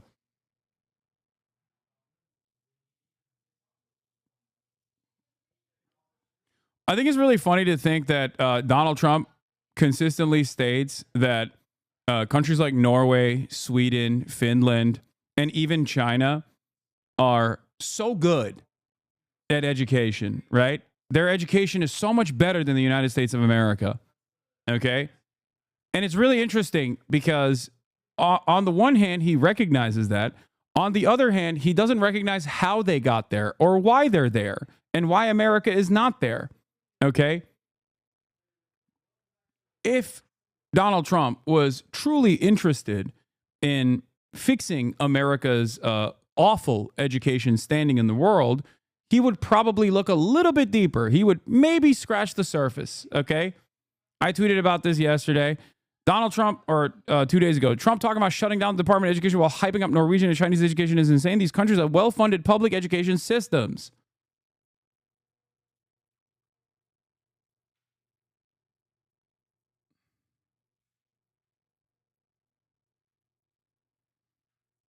I know you're covering important stuff right now, but how are people making videos that get 160,000 views about you going to jail? Why is this a thing? Some guy named Nuxanor got in my feed. It's so weird. Happy Valentine's. Wait, what? People are making videos about me possibly going to jail? Oh, because of my pro-Palestinian commentary? Is that what it is? I'm going to go to jail for being pro-Palestine? Love that. Isn't that the lolly pedo guy? Yeah, I think so. Yeah. I mean, it could happen. I think it's wild to fantasize about that and act like that is a good thing. But, you know.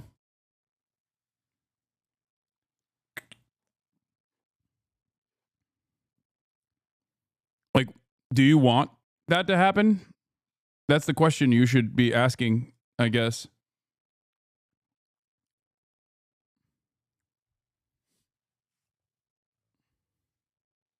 What if they want you to go to a cool Norwegian prison? Yeah, I don't think so.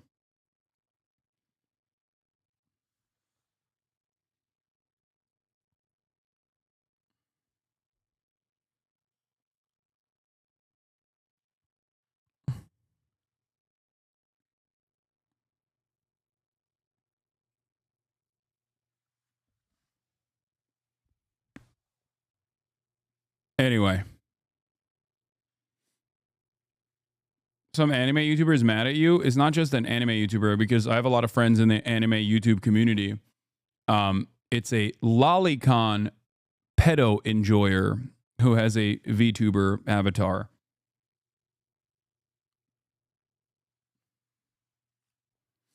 And he is unimaginably pro-Israel. Shockingly. Shockingly, he is incredibly pro-Israel and has lost his fucking mind.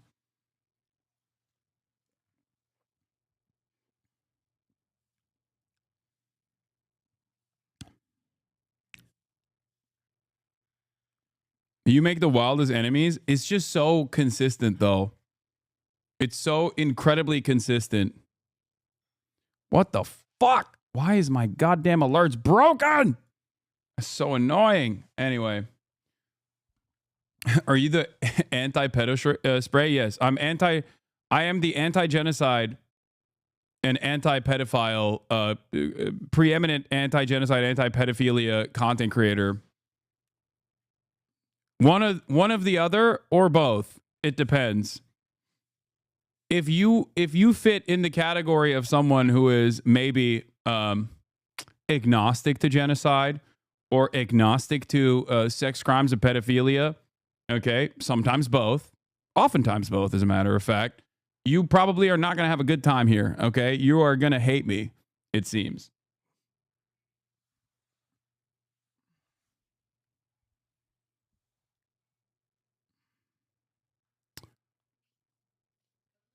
Anyway.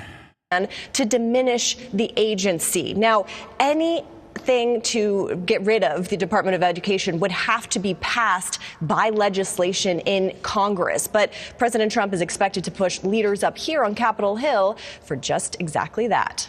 Tony? Reagan tried it, couldn't do it. Maybe Trump will accomplish it. Caitlin, thank you very much. Appreciate it. We'll keep following it. Other developments in Washington, mass firings of federal workers are underway this morning, part of the Trump administration's effort to dramatically cut back on the government overall. The firings could only number in the hundreds of thousands. And in another dramatic change, the president is promising more tariffs, this time on any country that has a tariff on us. He says basically, if they charge us, we're going to charge them right back. Nancy Cordes is at the White House with more on what all this means. Nancy, good morning. Good morning, Tony. This can be confusing, so here it is in a nutshell. Currently, National Institute of Health News. My girlfriend just told me that they just fired all of the staff scientists and senior postdocs within her branch of the Neuroscience Research Program Department. Sorry for spam. Last message about it. I mean, who needs neuroscientists, dude? At the National Institute of Health. That's not necessary research, dude.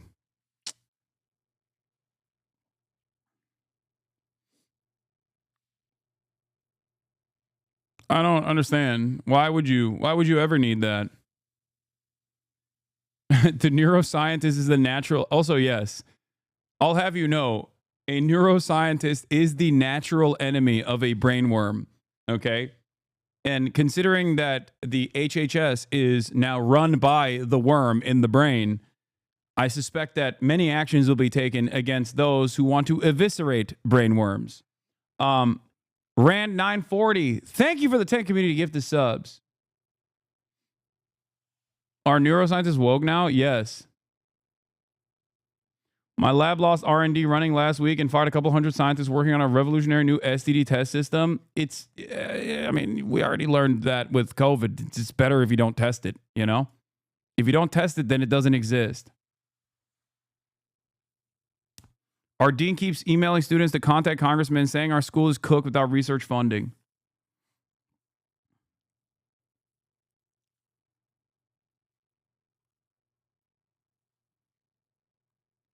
Wonder Gal 96, thank you for the fire gifted. many countries place higher tariffs or taxes on U.S. goods than the U.S. imposes on theirs. President Trump is directing his advisors to now even think. Guys, neuroscientists are bad because, one, they're anti-brainworm, okay, and that's an untenable position. And two, okay, and perhaps more importantly, they say stuff like, you know, blue chemical dye is probably not healthy to consume. Or gay and woke things like, we don't have enough research on whether or not blue chemical dye could actually help with any of your medical complications. When you hear stuff like that from a gay and woke neuroscientist, obviously, immediately, if you're a blue chemical dye kind of guy, you're going to go, okay, well, you're fired. Okay?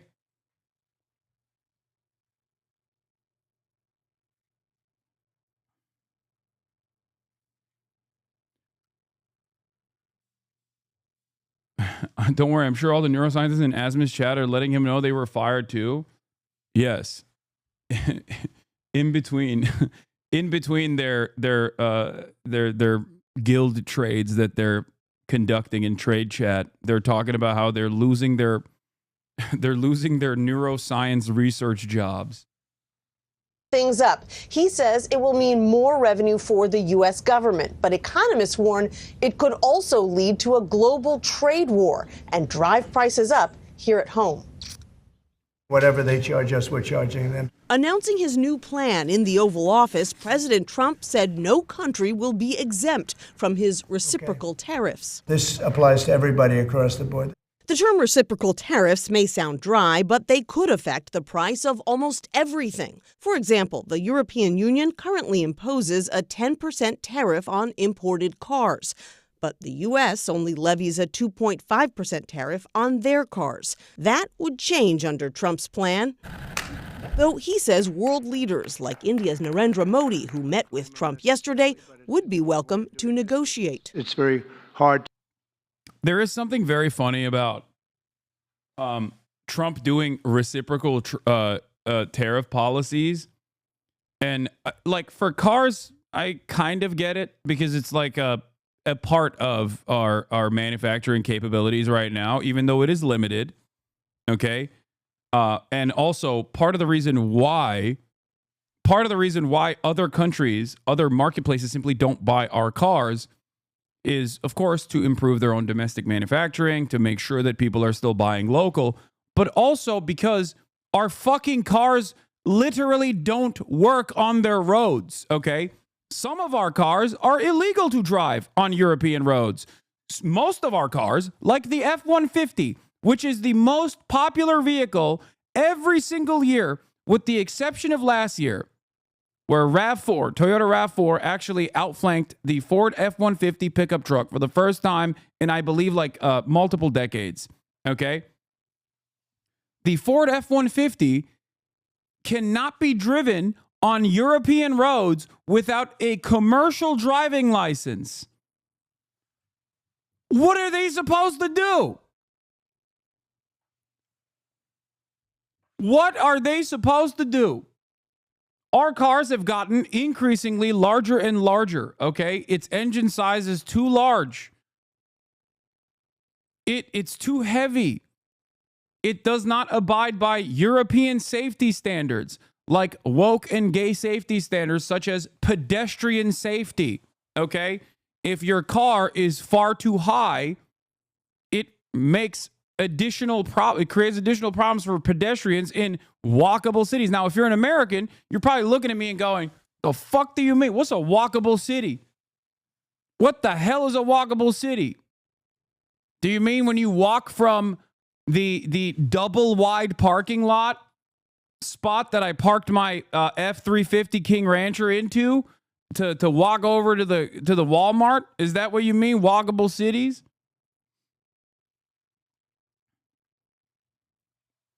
15-minute cities? That's a part of the problem.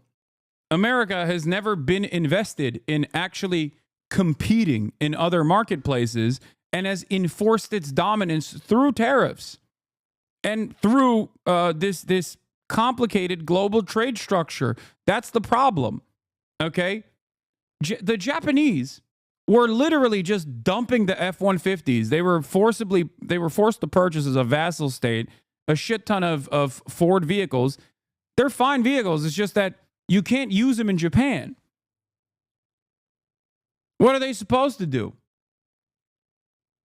Now we're treating every country like we did Japan in the 90s when they were popping off too hard.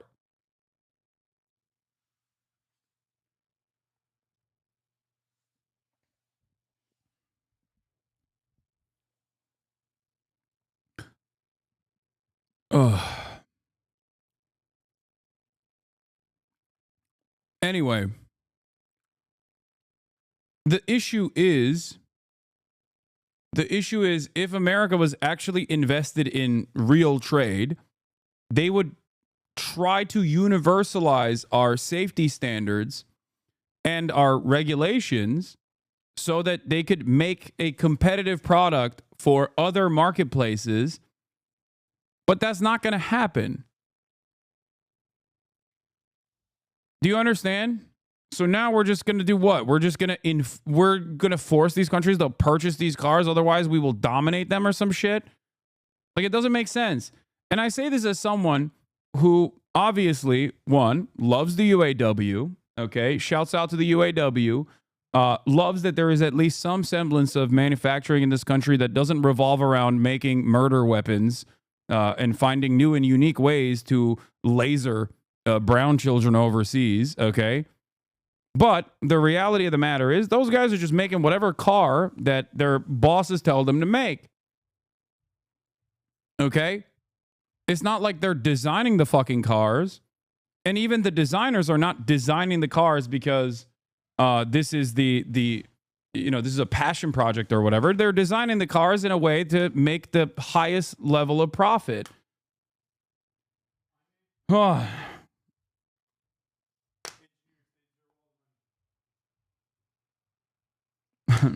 Mirage just walked by and said, engineers deserve all the money.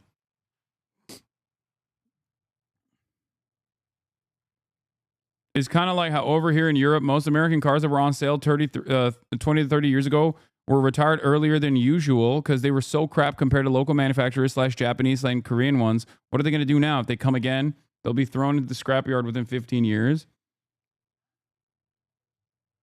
That Ford F-150 didn't lose to no dadgum Toyota, brother. You're lying. Yeah. One must ask. Ran 940. Thank you for the 35 community gifted subs. And Ave Satana. Thank you for the 10 gifted subs. Okay. Peace.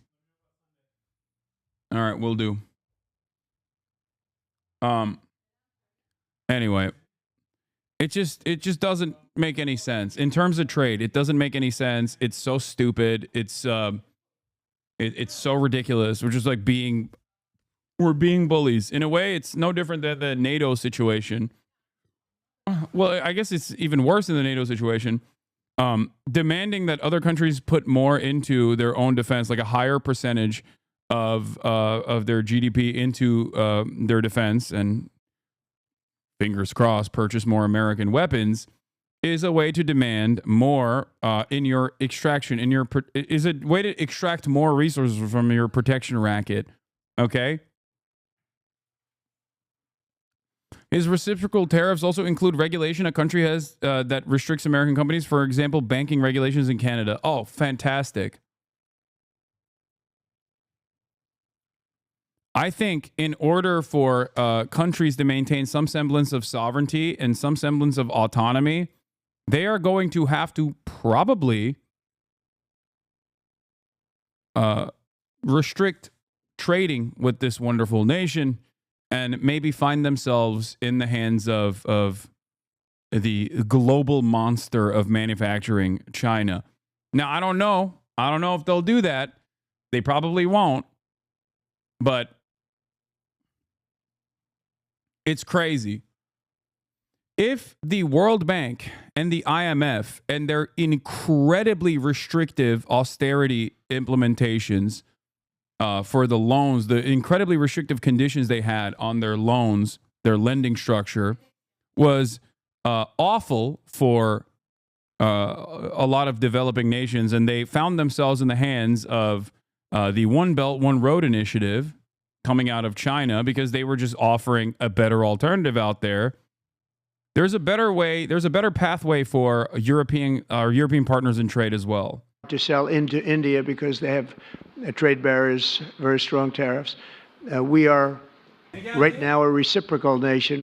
Deutsche Bank warned this week that reciprocal tariffs pose additional upside risks to the inflation outlook. Trump claims the pain would be temporary. Well, I think what's going to go up is jobs are going to go up, and prices could go up somewhat short term, but prices will also go down.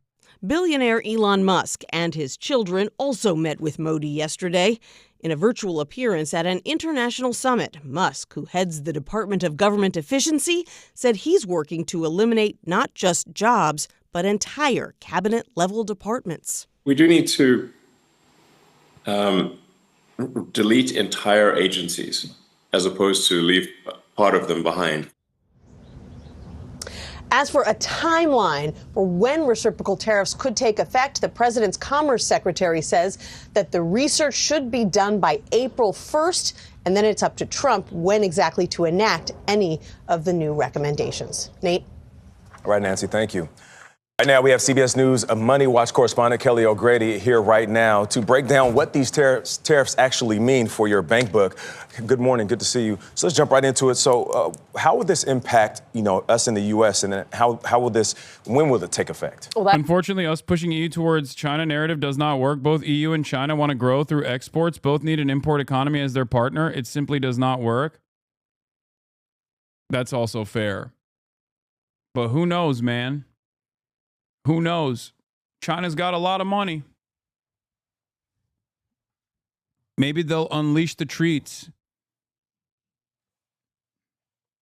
Access to the Chinese marketplace is safeguarded by the government.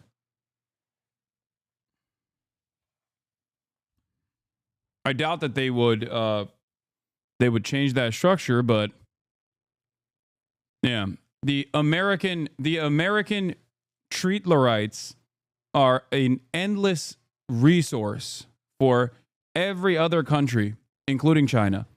Okay? This is part of the reason why the One Belt, One Road initiative is so important for the future of China. They want to develop secondary markets so that they can make up for the loss that the loss of access to the American treat-the-right consumer base.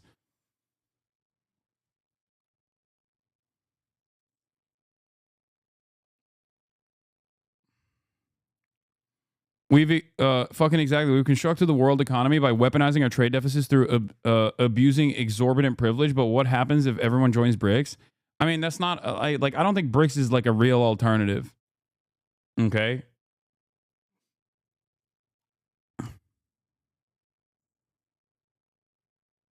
Can we just sell California to the Dutch yet? China should move on from the consumerist model to a degrowth model. Yeah, I doubt that that's going to happen. That's crazy.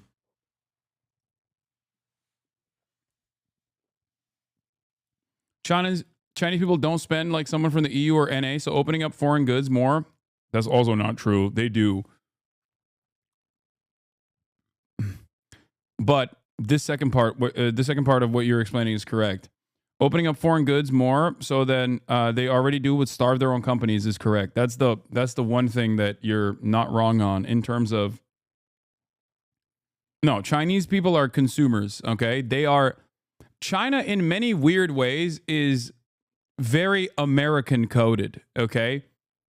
They have affordable public transit, okay, that is readily available, but they also have mega cities with massive highways and a lot of fucking cars. I try to explain this to people and they don't understand.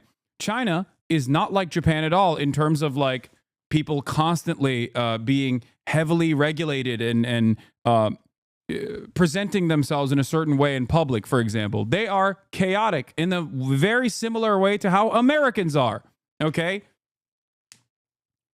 They love their treats just like Americans do. There are a lot of similarities between Americans and Chinese culture in that regard. They're hyper consumerists. It's just that they're held together by a competent administrative state. Okay?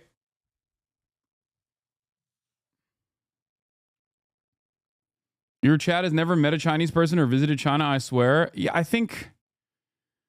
I mean, yes, they probably never visited China. I've never visited China either, but, you know. Aren't they also way less individualistic? I mean, yes, I think like there's obviously a lot of cultural remnants that play a role here, but I think what's more important is the actual government, is the way that the government operates.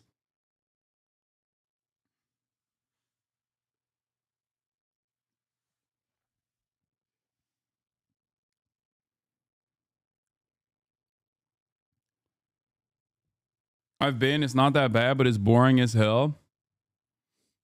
We do buy a lot. We just stopped buying Western goods. Why buy from countries that actively demonize China? We buy locally now, and the products are much more competitively priced. Top G is back with another banger.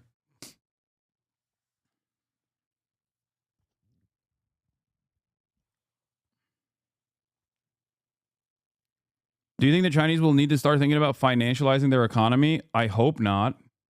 I mean, it's already led to a bunch of issues, a bunch of bubbles that they had to deal with recently. I think financialization of the economy is suicide. Look at the United States of America. You know what financializing your economy does? First of all, it's the exact opposite. Even if there is any degree of financialization, it is done with a broader vision from the government. Okay. But as far as financialization in the United States of America goes, virtually every single company that was tasked with manufacturing, even those within the defense sector, even, incredibly important companies like Boeing, have turned into banks, okay? That's what happens when you financialize every sector. every single company turns into a fucking bank. They don't make moves. They don't actually manufacture new goods. They don't actually invest enough in R&D in terms of like actual new competitive products or things that actually improve people's lives, okay? Faster planes or whatever. They use all of their resources, all of the existing additional resources that they have to make financial manipulation, to engage in financial manipulation so that they can keep increasing their stock prices. That's it. That's what happens when you turn into a bank. And obviously, in that process, there are a lot of cost-cutting initiatives that come in. There's a lot of harm done to the labor sector in the process because you're engaging in layoffs. Okay? And then a decade later, the outsourcing of manufacturing and the gutting of the regulatory state play a role in planes fucking falling out of the sky sometimes. And then we just go, how did this happen?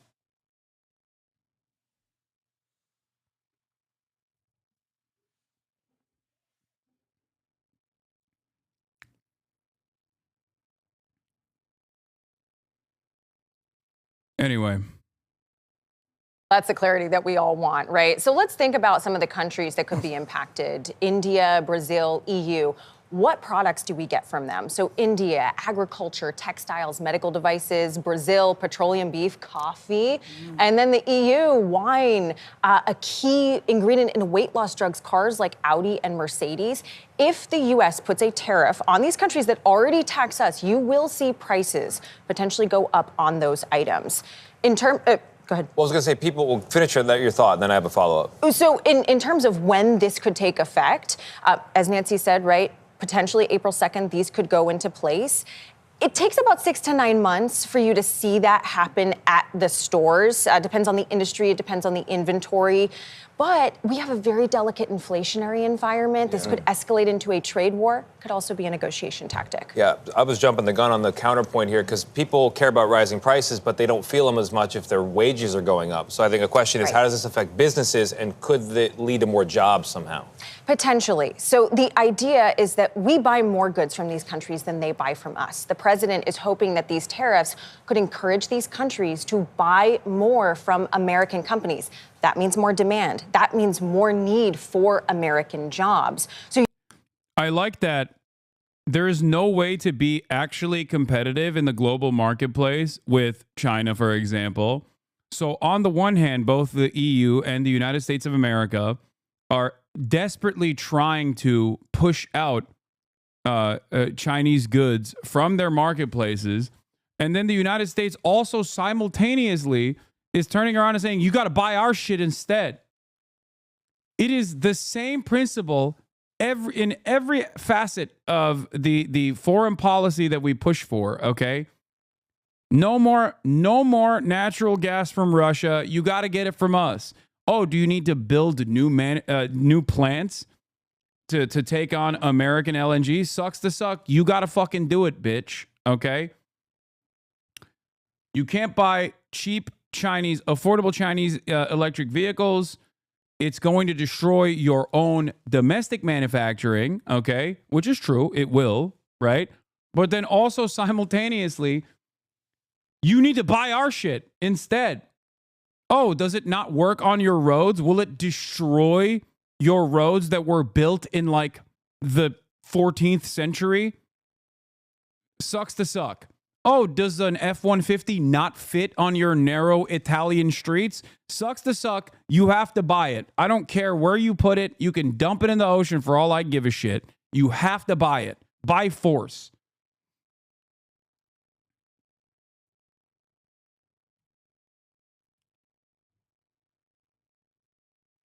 It's great. It's wonderful. It's fantastic. Seems great.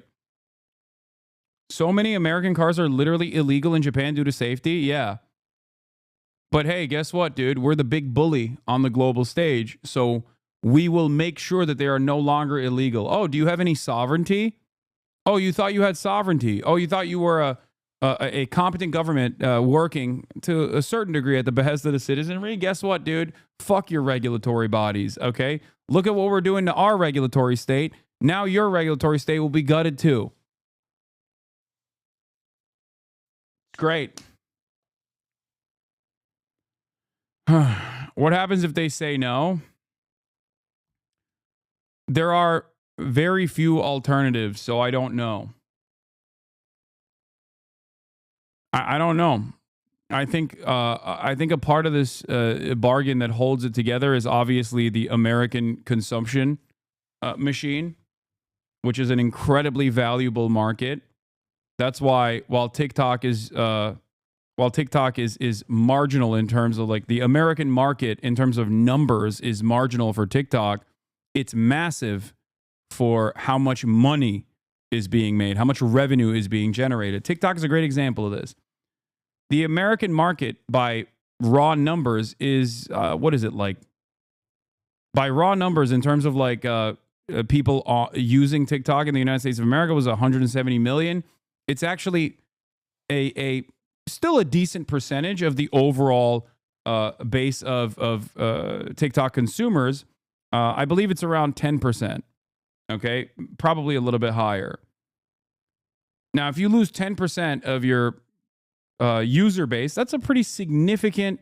That's a pretty significant number of people, but it's not like dire. But what you're actually losing is the revenue.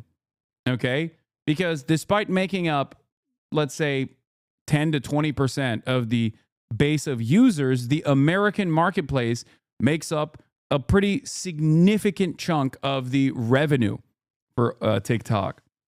Because America has a lot of money. America is a very wealthy country. That's why even the average American in comparison to the average European person has a shit ton more money in the global marketplace.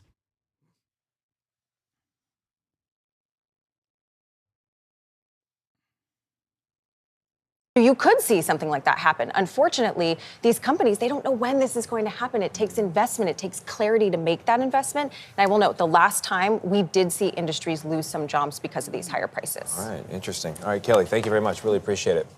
Now to a number of sudden resignations of the top federal prosecutors who allege the Trump administration is playing politics with the Justice Department. It's not that we have less money. We are much less likely to spend. No, that's not true.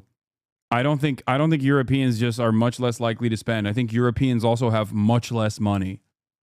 Like when you look at the entirety of the when you look at like the English economy, right? Like their living standards are fairly decent, I would say. Having said that, however, if you were to put like the average Euro poor living in England, okay, next to the average Ameripoor living in fucking Alabama, the average Ameripoor living in Alabama has infinitely more wealth in the eyes of the global marketplace. Like, not even a comparison. The living standards for the average Euro poor is still better than the living standards for the Ameripoor, for sure, because there's like at least some semblance of safety nets, healthcare, you know what I mean? There's a lot of stuff that the government takes care of. Yeah, the average wage in England outside of London is lower than Mississippi. Yeah, for sure. For sure.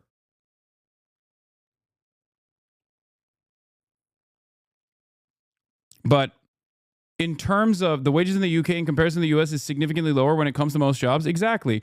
But what you fail to consider in that equation is, in the eyes of international trade, it doesn't matter. Your living standards don't matter. It's negligible. It's irrelevant. So if you're just looking at pure money, like if you're looking at different marketplaces to enter and selling to different marketplaces, yes, the American marketplace is still, by and large, the most important marketplace out there. Americans have a lot more buying power, regardless of the dire economic situation, regardless of the the insane levels of wealth and income inequality in this country. Okay?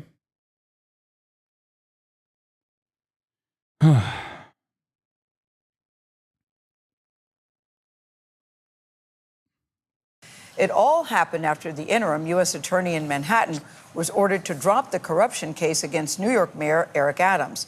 That prosecutor, Danielle Sassoon, chose to resign instead. She alleges that Adams agreed to help the president carry out his immigration agenda in exchange for the case to be dropped.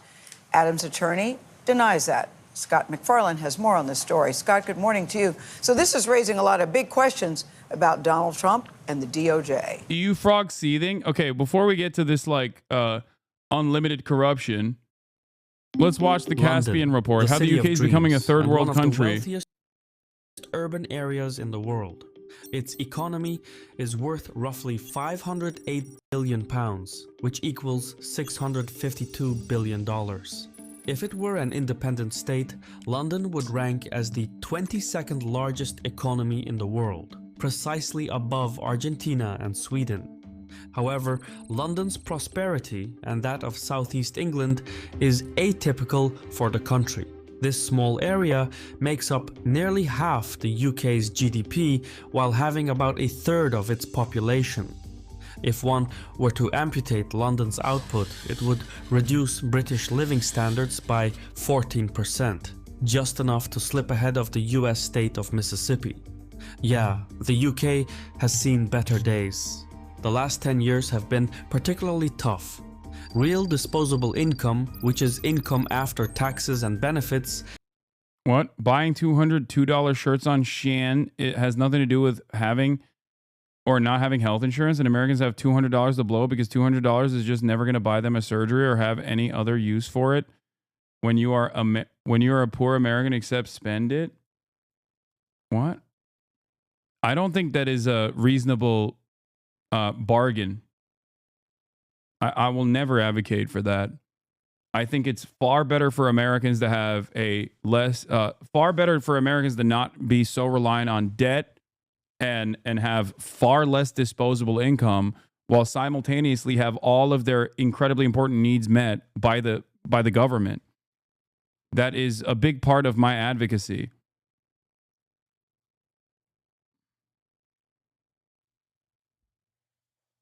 Yeah.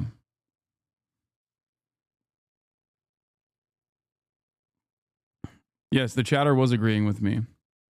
Having lived in California, Hong Kong, London, and Northern England, my quality of life was actually best in Northern England, surprisingly. Has remained almost unchanged. The cost of goods and services has gone up. Compared to a decade ago, people can buy less with their income. Meanwhile, productivity is low. But yeah, I don't think that it's because $400 won't buy you good healthcare here. There's nothing to spend it on but dumb shit like TVs. I don't think it's a one-to-one comparison. I think the government doesn't circulate money better in this country in terms of taxes. That's for sure. Taxes that would then fund very important social safety nets, because if you fund social safety nets and the government controls them, at most, it is going to be a depressive force on the profits that the private sector can make. And at best, it would eradicate the private sector in its entirety.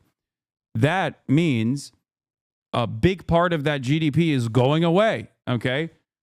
Health insurance is the greatest example of this. I talked about it extensively with the Luigi Mangione saga, if you recall. Healthcare, for-profit healthcare insurance in this country is a ginormous part of the American American output, okay? American wealth. There are hundreds of thousands, if not millions of people hired by this industry. And also on top of that, there are trillions of dollars of wealth being generated. Now, how is that money being generated is the important question to ask, okay? It plays a fairly significant role in our GDP. Why? It should not exist. How does it make this money?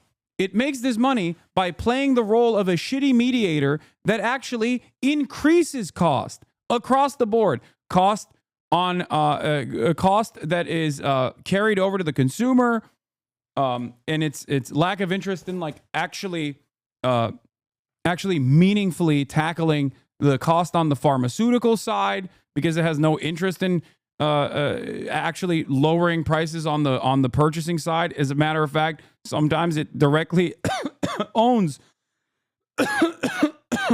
the pharmaceutical providers, or at least has like an additional revenue opportunity on the pharmaceutical side with the pharmacy benefit managers, as we've talked about as well.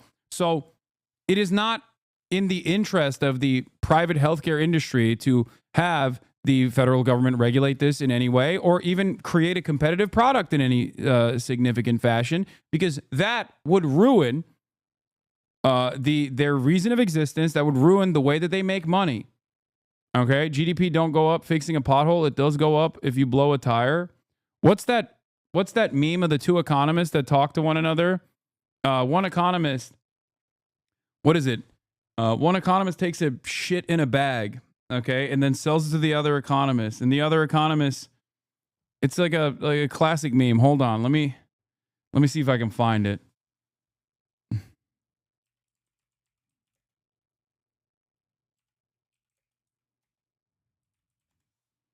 It's a classic. Oh, here. Okay.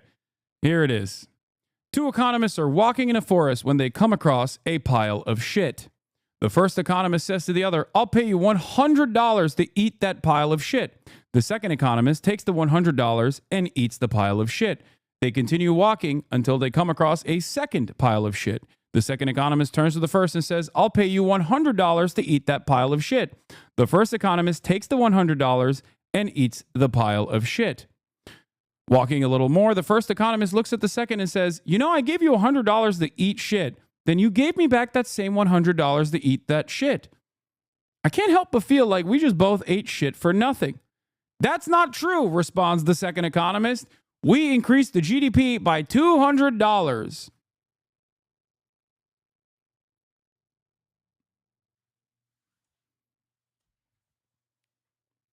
So a lot of the stuff that you consider to be completely unproductive and maybe directly at odds with the flourishing of the working class of the United States of America are actually making a lot of money. A number is going up somewhere. The healthcare industry is profoundly important for our GDP, even though it should not exist.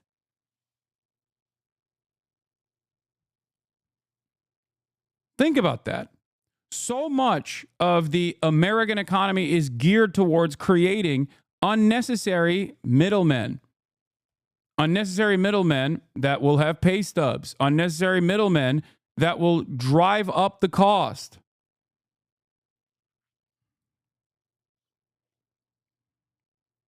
This hypothetical excludes the existence of coprophile economists. This is erasure? Okay.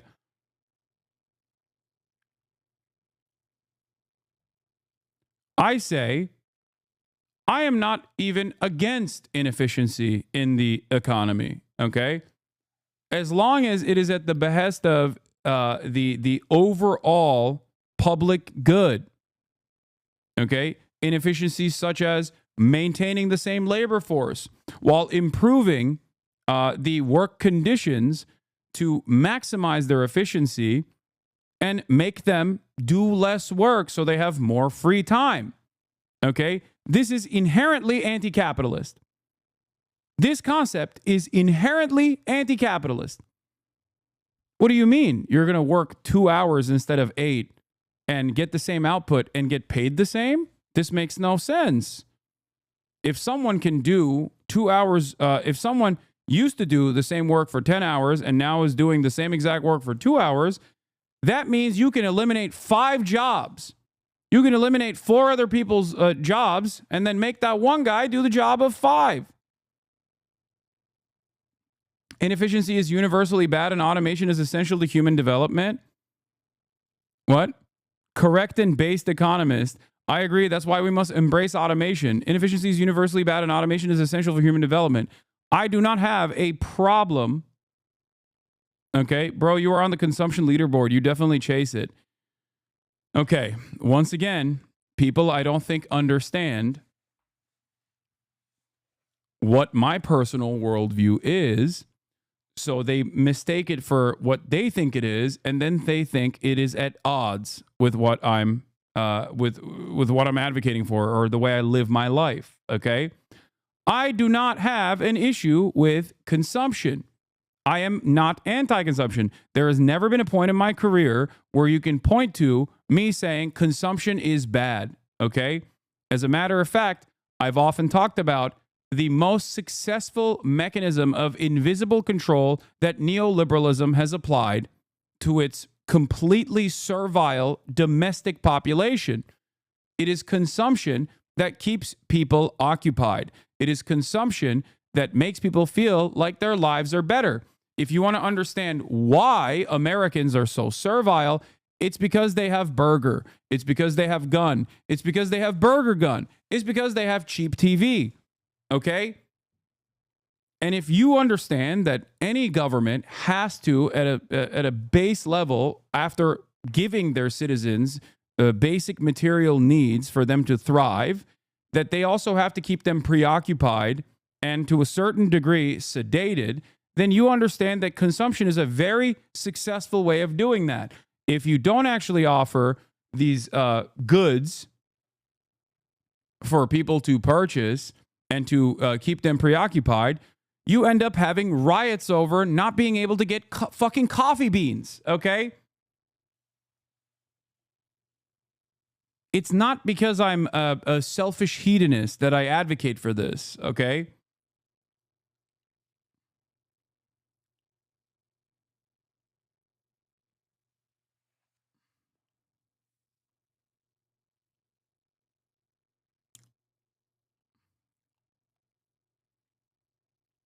Inefficiency is bad, law.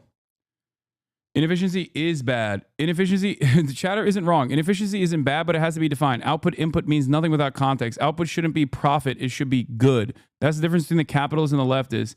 Yes, inefficiency of that sort, if you set the standard of what it means for inefficiency, then yes.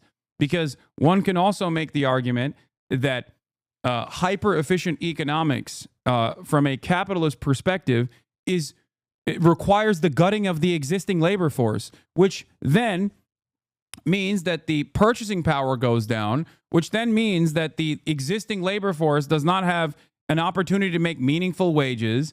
And yes, if you compare it to like a Sudanese person, the American purchasing power is significantly fucking higher, but year over year, their purchasing power goes down as well, and their quality of life goes down as well. That is inherently inefficient. Unless you are hyper-focusing on short-term profits. That's it. Short-term profits for a select few. Inefficiency is bad, said the middle manager whose boss, another middle manager, was telling him to cut costs by laying off 4 more workers and dividing the work between the rest at no extra pay. Exactly.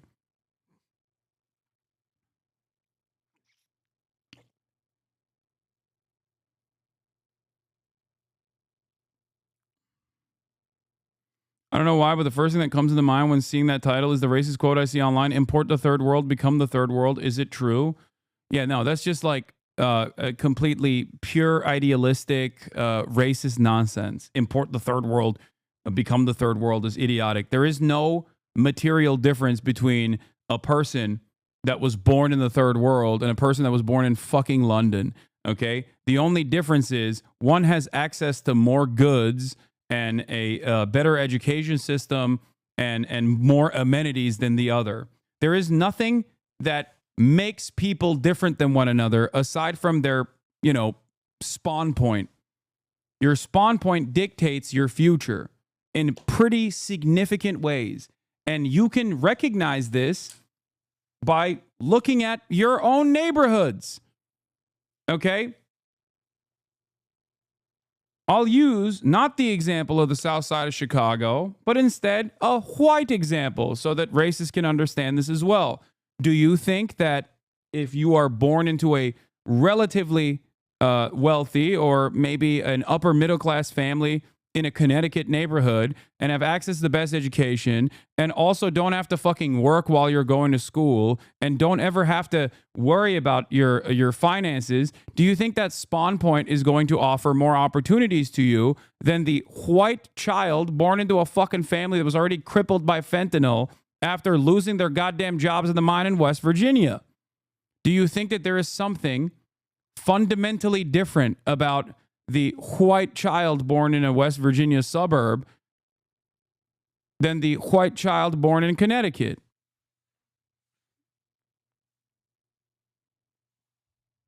Well, J.D. Vance thinks so. He thinks that the Appalachian mind is simply primitive, but I don't.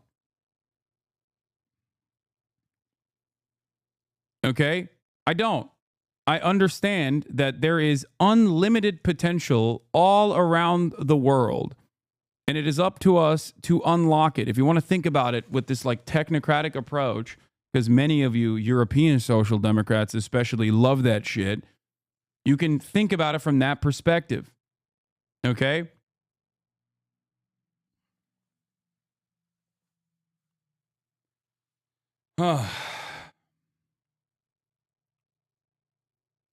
Hot take here, don't ban me, dude, but I think if jobs are automated, wouldn't that cause some sort of Darwinist selection of the population? I might be wrong. It's a new thought.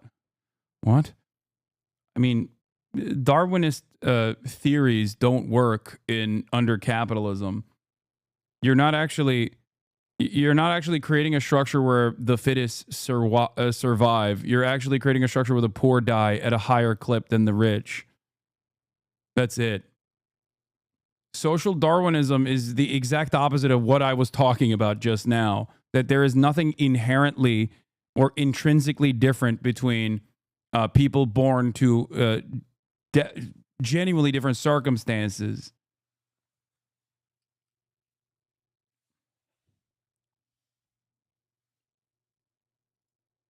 One of the lowest of any major economy, and housing has become nearly unaffordable, with the UK holding the record for the highest number of homeless people in the developed world. Yeah, I wonder why that... Perhaps the London economy has something to do with that. Okay? And that is true. Okay? The reason why London experiences incredibly high rates of homelessness and also pretty decently high rates of poverty and crime is because the housing market is dog shit. And when the housing market is dog shit, the London economy, in theory, thrives. Okay? The cost of the average house goes up. Higher number. Better looking on the graph. But people suffer as a direct consequence of that because they get priced out of the housing market. The cause for these issues is rooted in past political decisions. Britain has slumbered and stumbled its way through a number of setbacks. Now, the crisis has become endemic with no quick fix in sight.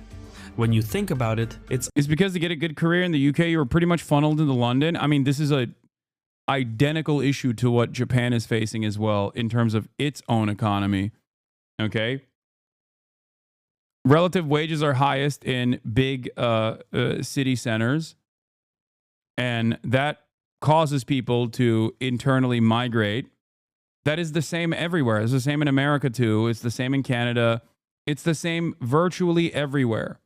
Well, with the exception of countries that don't treat housing as a speculative asset, but instead thinks about housing as a necessity for survival. It's ironic. The UK was the first country to industrialize. Now, it happens in every developed country except for one. Don't make me say it. Don't make me say it. There's another country that is in the heart of Europe that also has been able to overcome these issues. That country is, of course, Austria, at least Vienna. But that's because 65% of their housing is public. There's a couple other countries that also have been able to overcome these issues despite developing, but their understanding of like a land lease agreement is diametrically the opposite of Western capitalist nations.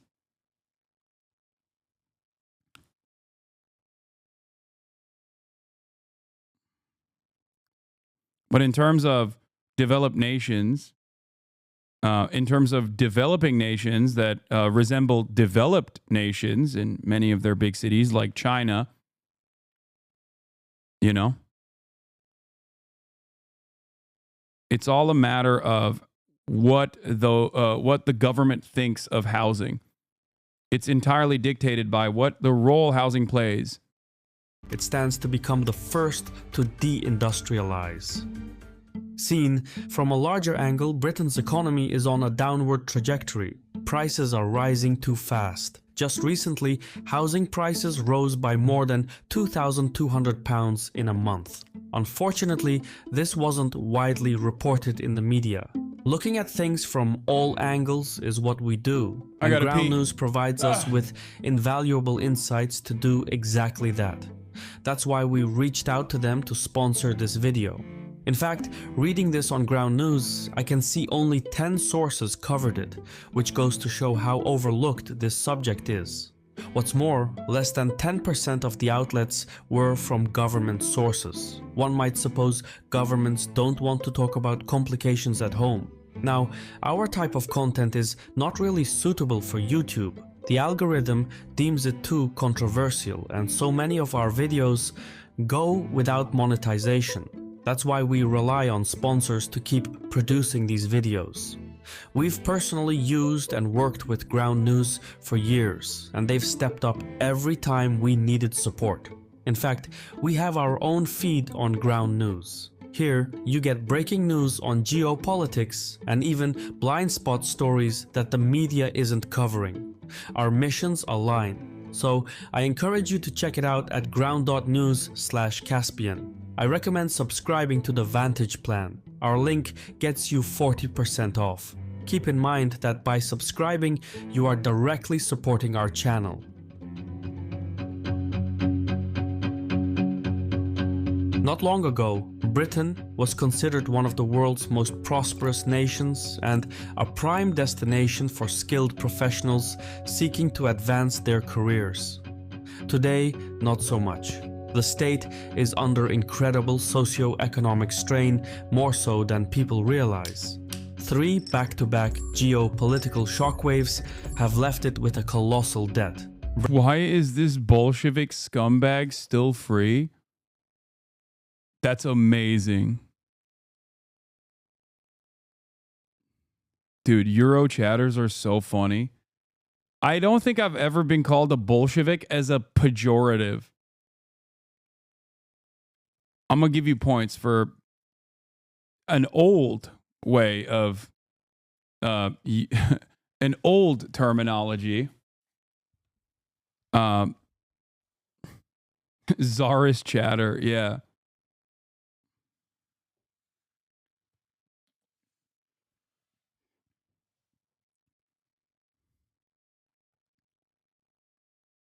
Gary's Economics, a former trader from London, describes the problem perfectly. Can I post a link to his video? Do you know Gary's Economics? No.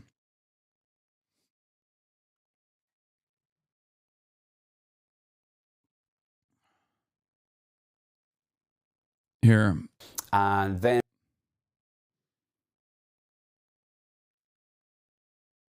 He's also made Gary's mod. Wait, really? He's about to call you a pinko? That is a... Using Bolshevik as a pejorative is so old school that saying you're a pinko commie would be infinitely more modernized as an insult in comparison, even though that is also a very old school term to use. Okay? One is like half a century old. The other is like a century old. More than a century old.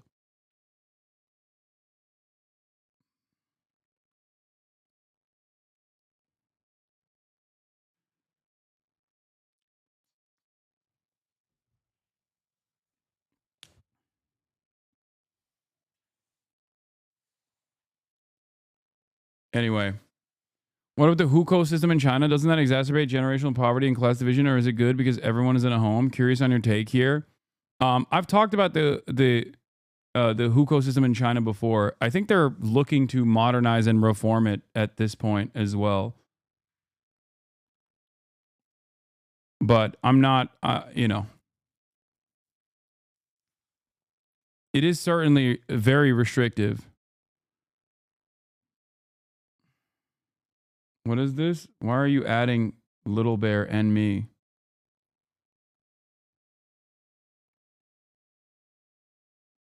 If not as pejorative, then it would be accurate-ish.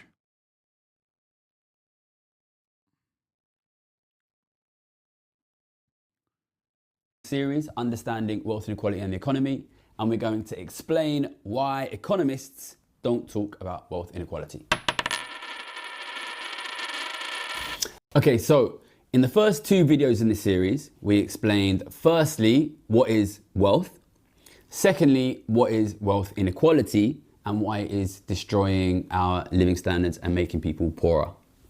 Today's video, we're going to explain if wealth inequality is so important, why is it that other economists don't talk about it? Okay, so the first reason economists don't talk about inequality is because of the way economics is taught at universities. So for those who don't know, I studied maths and economics at the London School of Economics for 3 years for my undergrad. And then I did a 2-year master's in economics at Oxford. So I've spent 5 years at elite economics departments learning economics. And I think it's important to understand the way that economics is taught at universities nowadays. So the first thing to say is, and I think this will surprise a lot of people, in economics departments, we don't talk about the housing crisis. We don't talk about why housing is unaffordable. We don't talk about falling living standards. We don't talk about why wages are falling, why it's hard to get a good job, why big cities are expensive, why... Yeah, that's woke pussy shit. That's why. You got to think of lines and graphs, okay? You have to make sure that in the field, the entire study of economics, you can never actually think of human beings as human beings. You have to think of them as widget makers at the widget factory, okay? Because if you realize that, I don't know, like productive output and economic efficiency implies mass layoffs, for example, at the widget factory, if you start thinking about the people and their disposable income, their lives, their dreams, their children's futures, all of a sudden you're going to start arriving at a very gay and very woke conclusion that perhaps is not the best possible thing to do. Okay, they're economists, not sociologists. Okay, I'm just saying that it's a silly way to approach the problem. China says U.S. should lead Trump's proposed arms control effort. President Trump said China and Russia should have their military spending and limit nuclear weapons. You first, China said. Great. It's never going to happen. Things like energy and food are increasingly expensive. These kind of big economic problems of our time are basically not discussed at university. So what do we do at university? The main thing is Yeah, but the point of the graphs is so you can think objectively and make rational decisions. Yeah, the problem is those are not rational decisions. Okay? Is the point of a government or a social contract to improve everyone's lives, to improve the collective good, okay? Or is it to make sure that lines are constantly going up on a fucking graph? Yes, if you think that lines should constantly go up on a fucking graph and you believe in permanent growth of that sort, okay, then you arrive at this problem. And it's so funny because economists are wrong all the goddamn time. And then we never regard it in the same vein as like zodiac signs. We just like go, oh, well, I guess there was some issue. There was some fundamental problem that we didn't see, but it's okay. We'll just keep applying it over and over again. You know what it reminds me of? Okay. You know what it reminds me of? I've been watching Orb, right? And I think the way that capitalism and the way that we literally abide by capitalism being the norm reminds me of the fucking geocentric model in the anime orb, and the way that so many supposed scientists, whether because of repression from the church or because of their own sunk cost, right, into this wrong model of thinking, chose to overlook an alternative vision, okay, and arrive at the goddamn truth. It is literally the same shit. Orb is an analog for capitalism. Instead of the church, we now have, an entire system designed around constantly seeking profit. And as everything is falling apart, as everything falls apart, as the previous models that we've designed that are beautiful keep failing over and over again, people still turn around and go, we just got to go back to the drawing board. It's fine.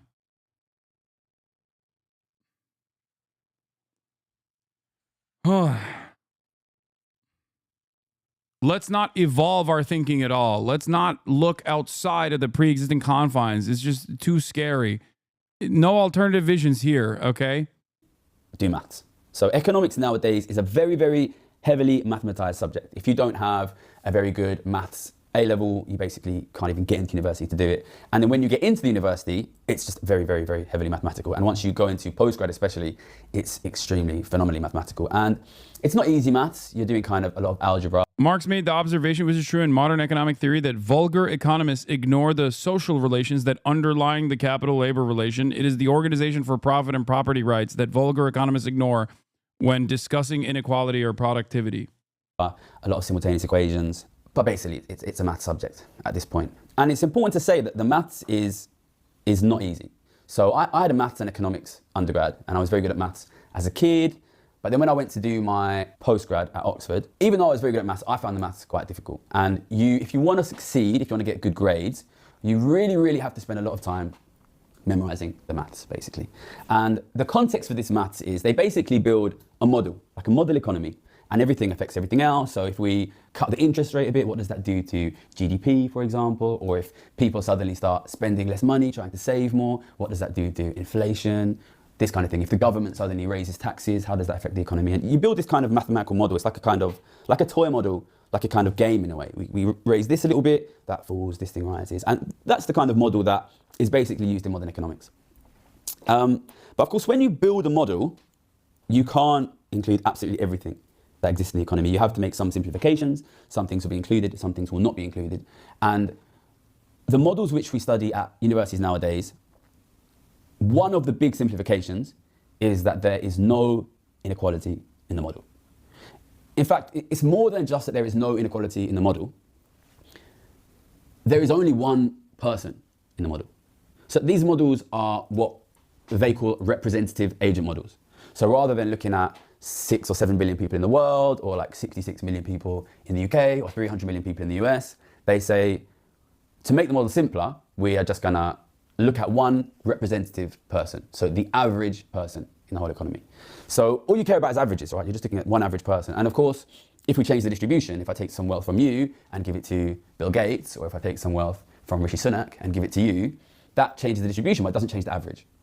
So basically, once you build this model, which only looks at the representative agent, which is the average, which is the aggregate, it's not only that there is no inequality in the model, there is not even any possibility for inequality in the model. These are models of averages, these are models of aggregates, which is why when modern economists who've been to these elite universities think about the economy, they tend to think about them in terms of averages or aggregates, so that they're obsessed with the big aggregate measurements of the economy. For example, GDP is of course the classic one, unemployment, inflation, central bank interest rates, level of government spending, level of government taxation. These are things which you can measure on an aggregate economy.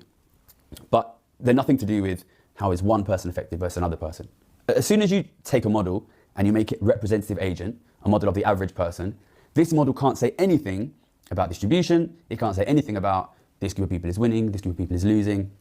We can't say anything like that in these models. So I think this is really interesting, right? Because if you want to be like an influential economist in the world of policy or academia, you are going to have a PhD, right? So you're going to have 3 years undergrad, 1 year, I did 2 years master. you're going to be doing a PhD for like 3, 4, 5 years. In the US, a PhD is like 7 years. You're going to have to do like some postdoc work, and then you're going to, if you're You are indoctrinated into the structure, and you have an almost religious zealotry associated with defending capitalism in this process. You are indoctrinated into a pre-existing model, the one that dominates the planet, as the only way to continue. Okay? That's it. That's what it is. And I'm not like a, abolish college, it's bad for you, don't learn, don't read type of person. But yes, there is not a lot of diversity in terms of the readily available economic models out there beyond capitalism. The most, like, I guess, quote unquote, progressive or woke version of this that you can get at the entry level is Keynesian economics. That's it. And that is still firmly within the confines of capitalism. It's crazy. No alternative vision unless you go beyond, unless you go beyond the introductory courses and specifically focus on that.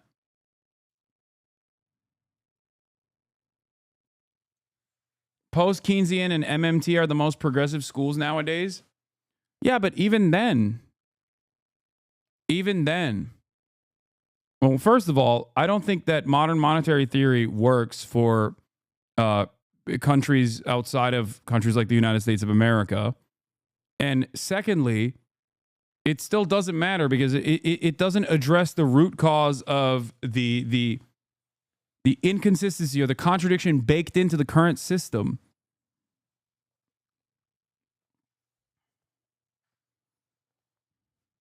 Okay?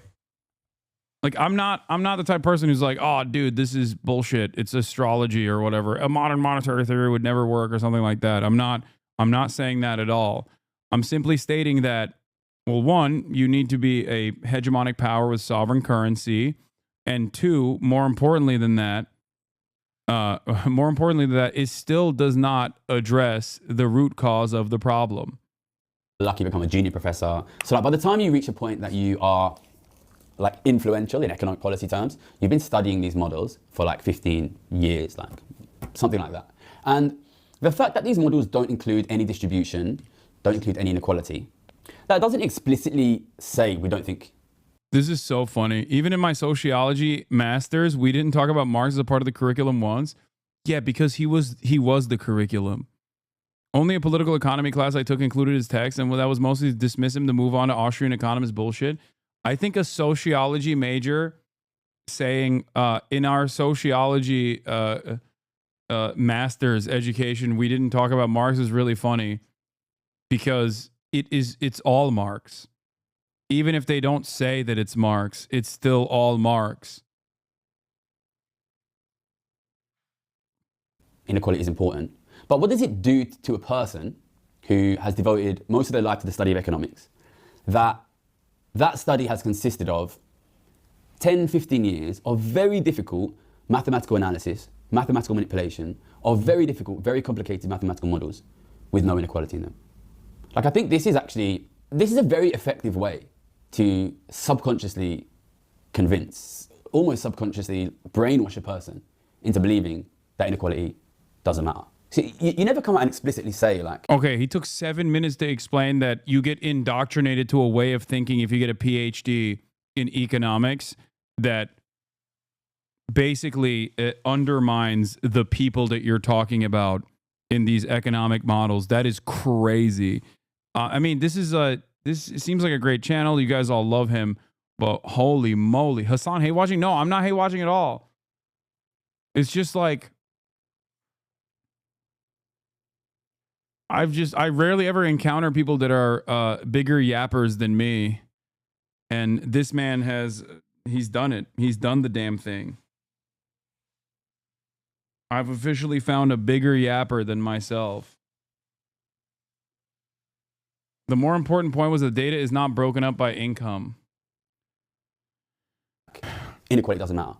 But you say, like, here's a really, really complicated game. Here's a really, really complicated mathematical model that you're going to have to spend 15, 20 years of your life understanding in absolute fine detail.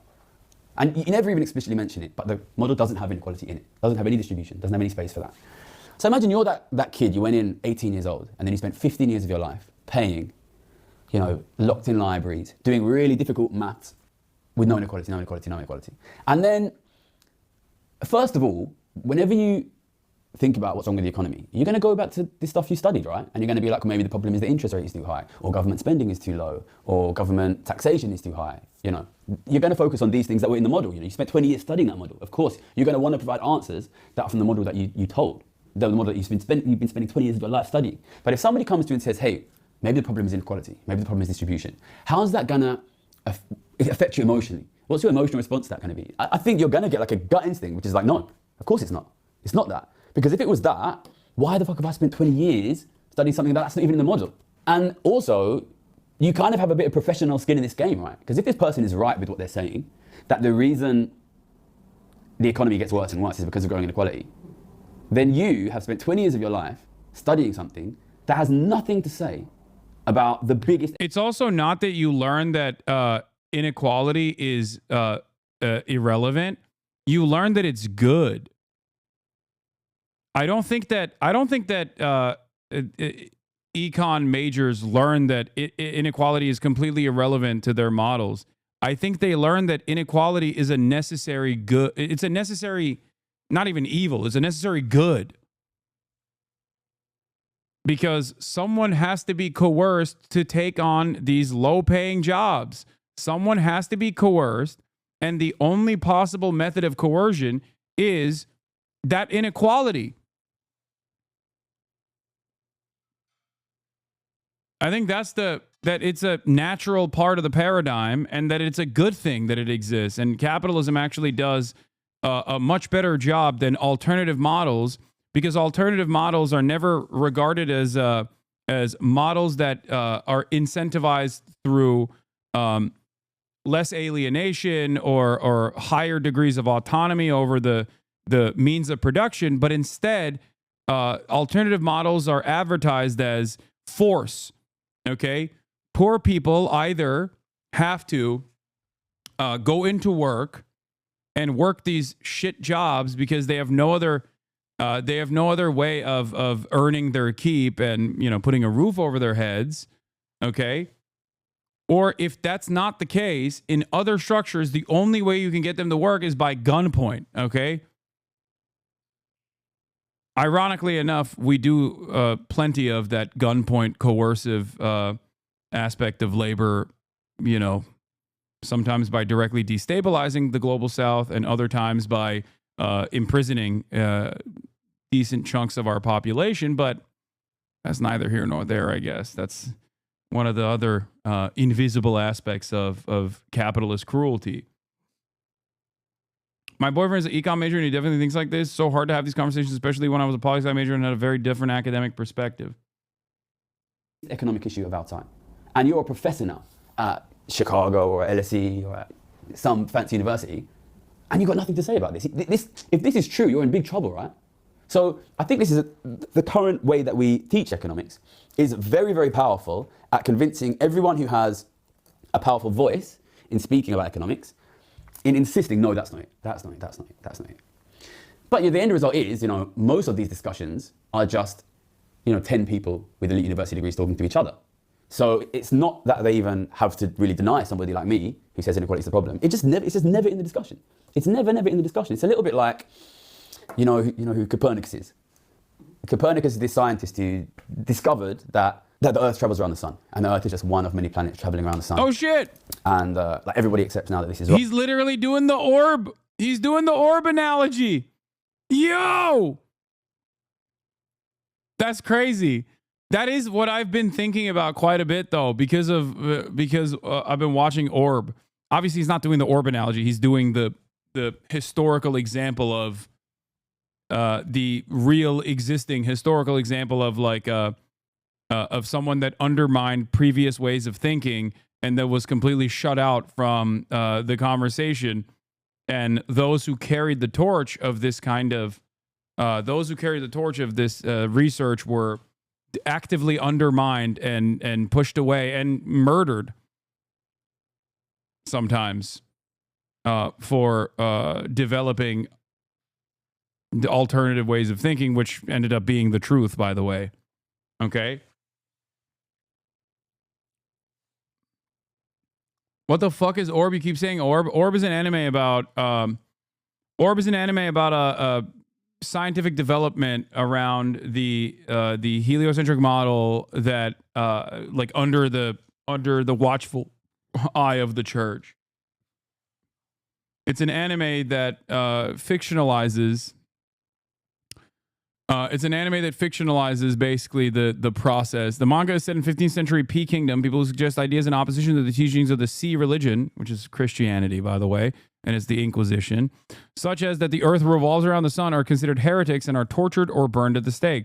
Rafal, a child prodigy with an interest in astronomy, is forced by Hubert, a scholar and heretic, to assist him in his research for the movement of the earth theory. Okay? When Nowak, an inquisitor, finds a diagram drawn by Rafal showing a heliocentric model, Hubert claims responsibility and is executed. It's one of the things that Hubert says that I really love is that there are no wrong answers, right? Like a wrong answer can still lead you to the truth. And I think that's a wonderful way to approach both the rest of this anime, and I'm not going to spoil the rest of it. This is like first and second episode shit, so shut the fuck up, chatters. But yeah, it's about how difficult it is to shatter dogmatic approaches.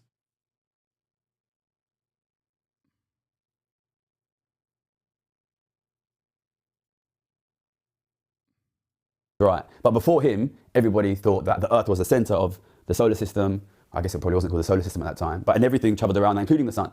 And they had developed these really complicated mathematical systems of making that work. And the way that works is that all the other planets, they have to do like loop the loops and spinning around. It's the only way that it works to make sense.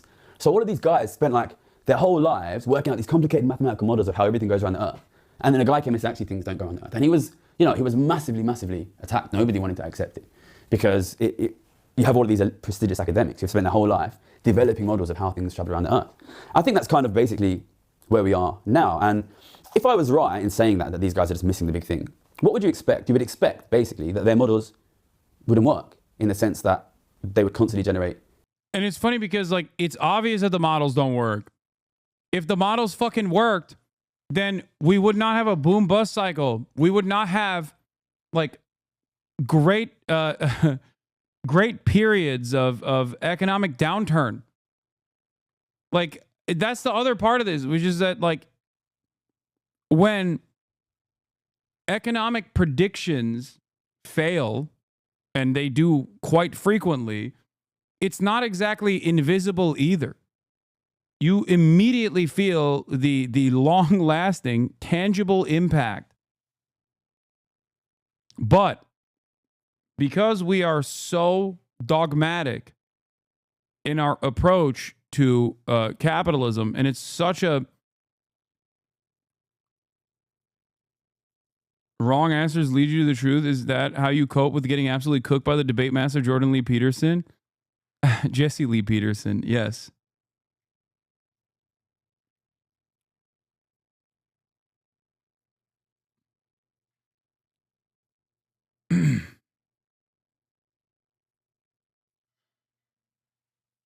Anyway.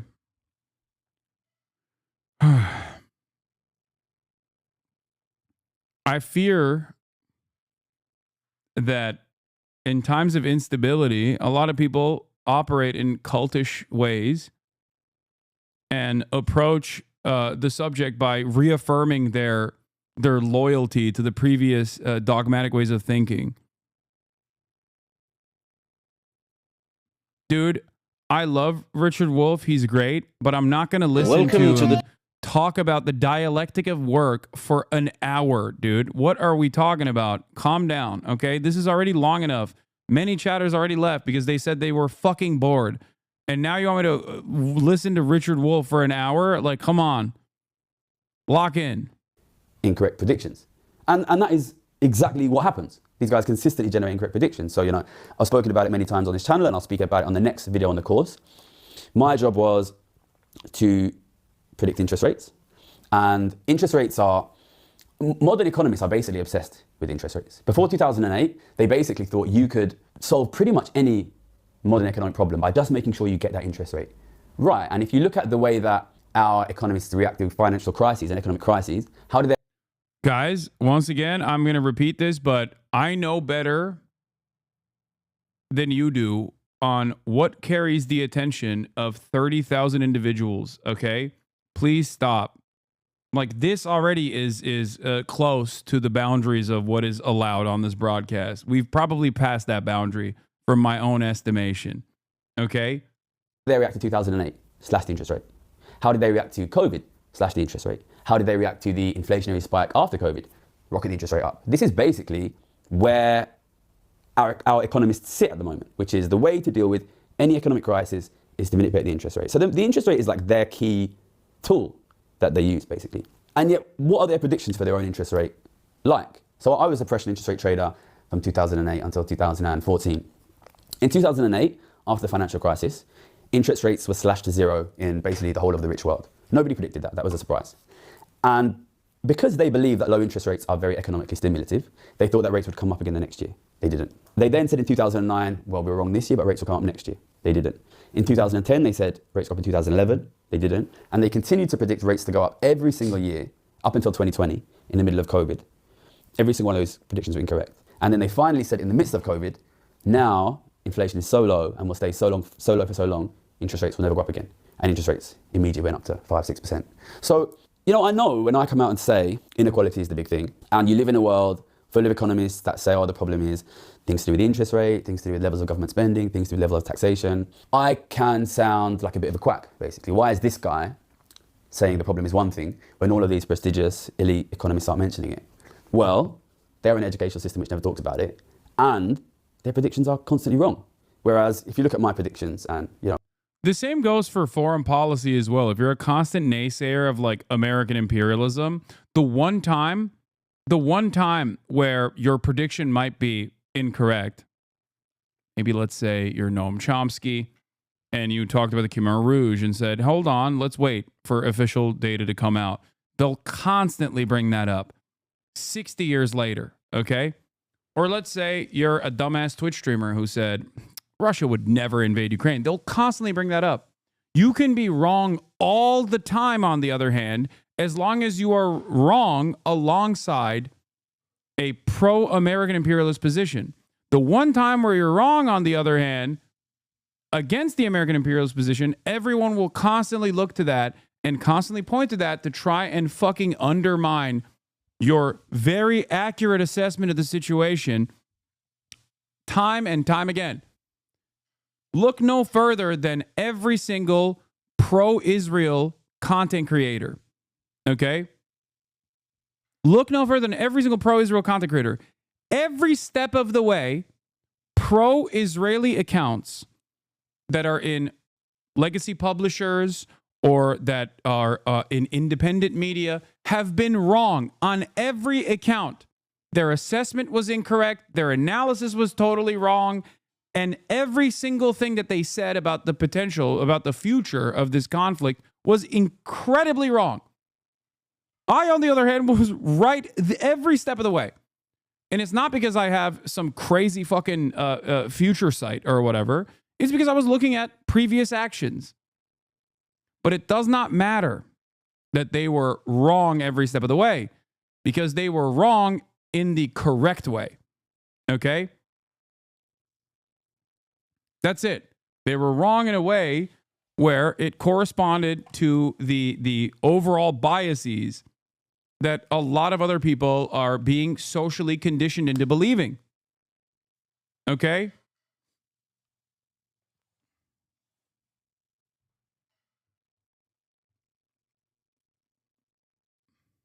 That's it.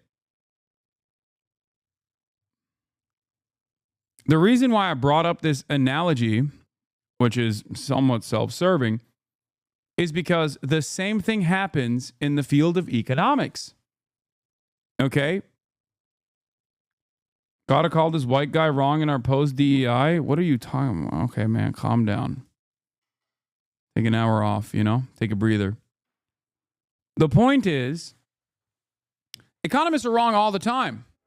They're wrong so consistently, but they're wrong within the confines of permissible, the permissible concepts. They're wrong within the confines of, they're wrong in favor of being pro-capitalism. And if you're wrong when you're pro-capitalism, then that's fine. It's, some people get stuff wrong all the time. They're a part of the in-group. Okay? That's it. I correctly predicted interest rates after the 2008 crisis, but I've also correctly predicted things on this channel. If you go back and look at the first video on this channel, which we'll link in the description, I predicted in the beginning of COVID there would be an inflationary crisis, cost of living crisis, a huge spike in the stock price, the gold price, house prices, and a huge increase in inequality. I'll give you one example, okay? Famines under socialist developing nations that want to abide by a socialist model are considered death campaigns directly caused to kill as many people as possible, okay? Regardless of what the material conditions in that country looks like, regardless of famines being a widespread problem at that point in time all around the globe, okay? It's never simply mismanagement. Although we have an abundance of food now with technological improvements, okay, there are still 14 million people that die due to famine-related issues every single year under a global capitalist structure. But why do those people die? It's not because of the system. It's not because of mismanagement when we have abundance. It's actually the individual's fault. Okay? Even when famine is man-made, deliberately created to kill people with the intent to kill people, if it is done by a capitalist superpower, then it's still not the same degree of immorality that is mismanagement under a socialist form of governance. Okay?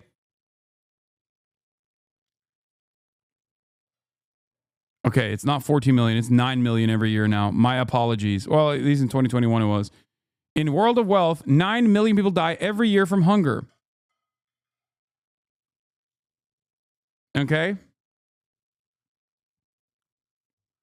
So what else is wrong? Science, history, academic fields filled with the smartest people in the world who have dedicated millions of hours to studying it. You sound like a right-winger denying experts. Wait, what? Brother, this is one field.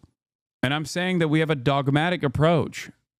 There are alternative models out there, and we purposefully refuse to look at it out of the fear that it would undermine the current order of business in a way that is not dissimilar to previous dogmatic approaches to ways of thinking that we now understand is wrong.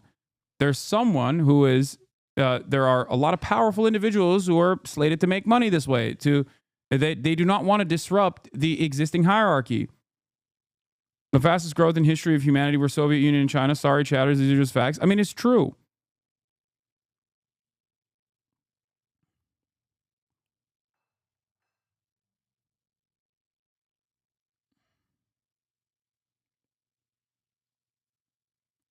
I'm also using analogies that pertain to your modern day existence that you can look at, because inequality exists everywhere. Okay? That's why I use the example of the neighborhood in West Virginia versus neighborhood in Connecticut. I'm using analogies that you can also comprehend.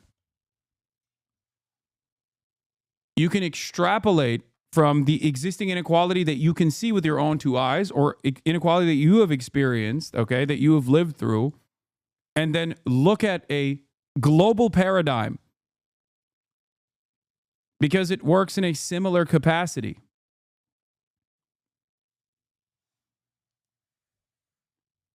All of these things have happened.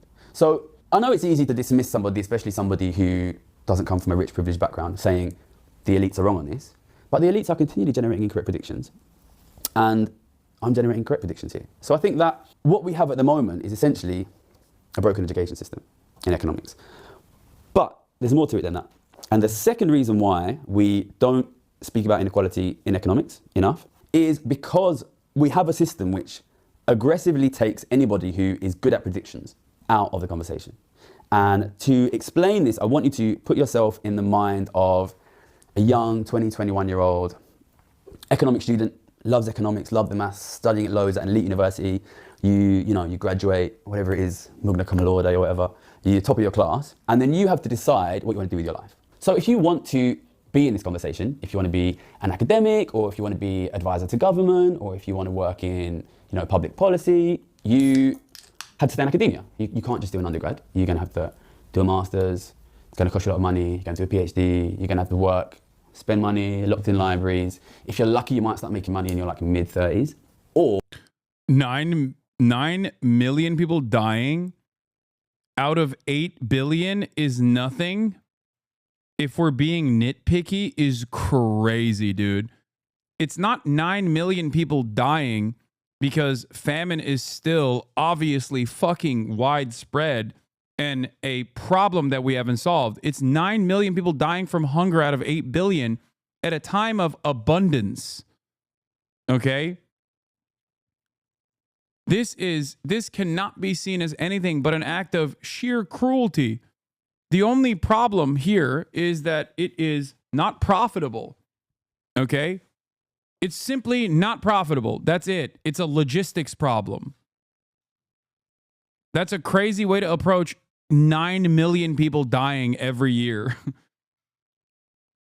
That's incredible. If you can cast aside 9 million people dying every year, then honestly, you can agree to a lot of stuff, A post-Keynesian Marxist-leaning economist was said to be wrong about sellers' inflation where prices rise because of short-term profit-seeking. What if we're thinking about inflation all wrong? Isabella Weber's heterodox ideas about government price controls are transforming policy in the United States and across Europe. Your window is closing. No, it's not.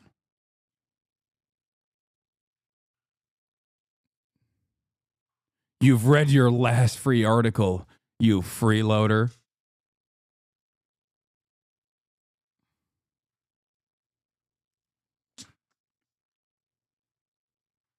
$8 billion people don't die every year. Wait, what? Yeah, they don't.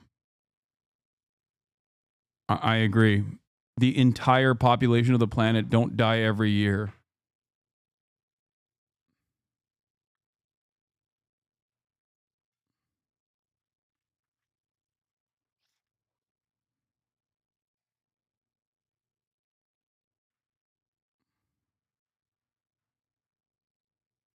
You've read your last free article, bucko. Or you can go into the city. Not only does it pay you way, way, way more, but it gives you the opportunity to prove, look, I'm good because I can make predictions. And academia doesn't really care if you can make good predictions. So one thing which was really clear to me in my time in the city and my time in academia is if you're really, really good, you want to be in the city. Because if you're making good predictions, you will be recognized, you will be paid, and everybody will know that is the guy over there who is right, because they're really aggressively analyzing who is the guy who's making good predictions. They're tracking that and they're paying that. But if the field of economics is so bad and gets everything wrong, then why do corporations and institutions crave elite economists so much? Wait, what? Dude, I don't think you understand.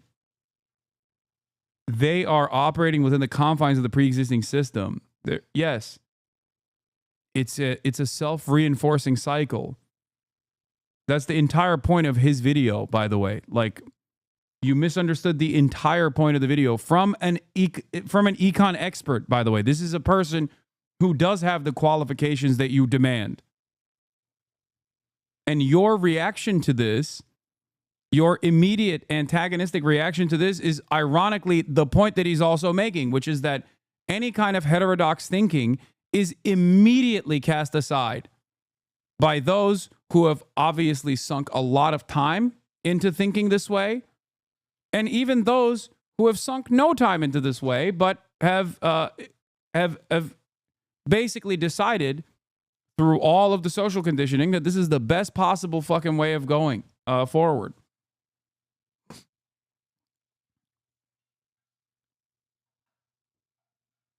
That's it. Also, I think you're mistaken like economists for, you know, quants or like actual math majors who I think even have a more soulless approach to the process somehow. Whereas when I went back to academia in 2017, I had, you know, my first lecture at Oxford, and it was about interest rates. And I thought, you know, this is really interesting, right? You know, this is the thing which we've predicted really badly for 10, 15 years. This is the specific area I worked in. This is the area I'm an expert on. Like, it's really interesting, right? Like, if you are at elite university and you're studying something really important, and we've been wrong about it for 10, at that time it was 10 years, now it's more like 15 years. This is interesting, right? This is like a kind of like an unsolved problem. Like, if there's a thing that we're really bad at, you know, we can work out why we're bad at it. So I went to the professor, I said, why do you think we've been wrong about interest rates for 10 years? And he said, no, we always knew interest rates would stay zero, which is, you know, categorically wrong. And I went back and I showed him the data and I said, look, you've actually been wrong for 10 years. And he said, oh, that's interesting. You know, it never went anywhere. So what this shows is, if you're good at predicting, which means you're good at working out why other people are wrong, the city will pay you. Academia won't even notice. It won't even notice. So what does this tell you about academia's ability to improve? Like, if these guys are able to be wrong year after year after year after year for 10 years and not even notice, they're not going to improve. They're not going to improve, basically. So what you have is a situation where anyone who is good and wants to make money is aggressively paid to leave. And if you're good and you stay, even if you are able to correctly identify an area where everyone is consistently wrong, they don't really care and they're not going to listen. So what kind of person stays in academia when they know that if they're good, they will do much better and get paid much better leaving academia and going into finance? Basically, people from rich families. It doesn't make sense to do that if you're not from a rich family. Like, if you have the option, you know, I made millions of pounds in the city, and you know, that is what paid for this flat. And you know, when my brother needed to buy a house, I helped him. My sister's trying to buy a house, I'm helping her. Like, people from ordinary families cannot afford to make that choice if they're good. So the kind of people who stay in academia, you need to be either not good enough to get into finance, from a rich family, or basically a little bit mad. Like, and this is what happens. And Gary's great, but his takes can be quite liberal. It's not like if we just got good economists to work with the government, then suddenly capitalism would be just fine. The system is far more self-replicating at a structural level to be changed in that way. I don't even know if he's actually saying that. Yeah, I think given that there is like some level of math involved in economics, I think one of the most damaging aspects of that has been this false reality that they also mistake economics with like hard science when it's very clearly not.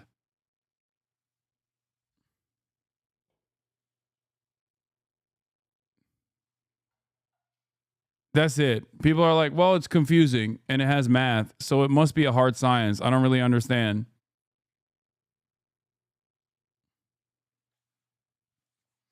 Based on what he's saying about not needing / wanting to improve, it sounds like the idea that people not wanting to return to shopping carts, there's no reward for returning one, but what? It's neoliberalism that started pushing its view of the economy as some objective truth. Before that, it was way more diverse and everyone understood that it's mostly social science.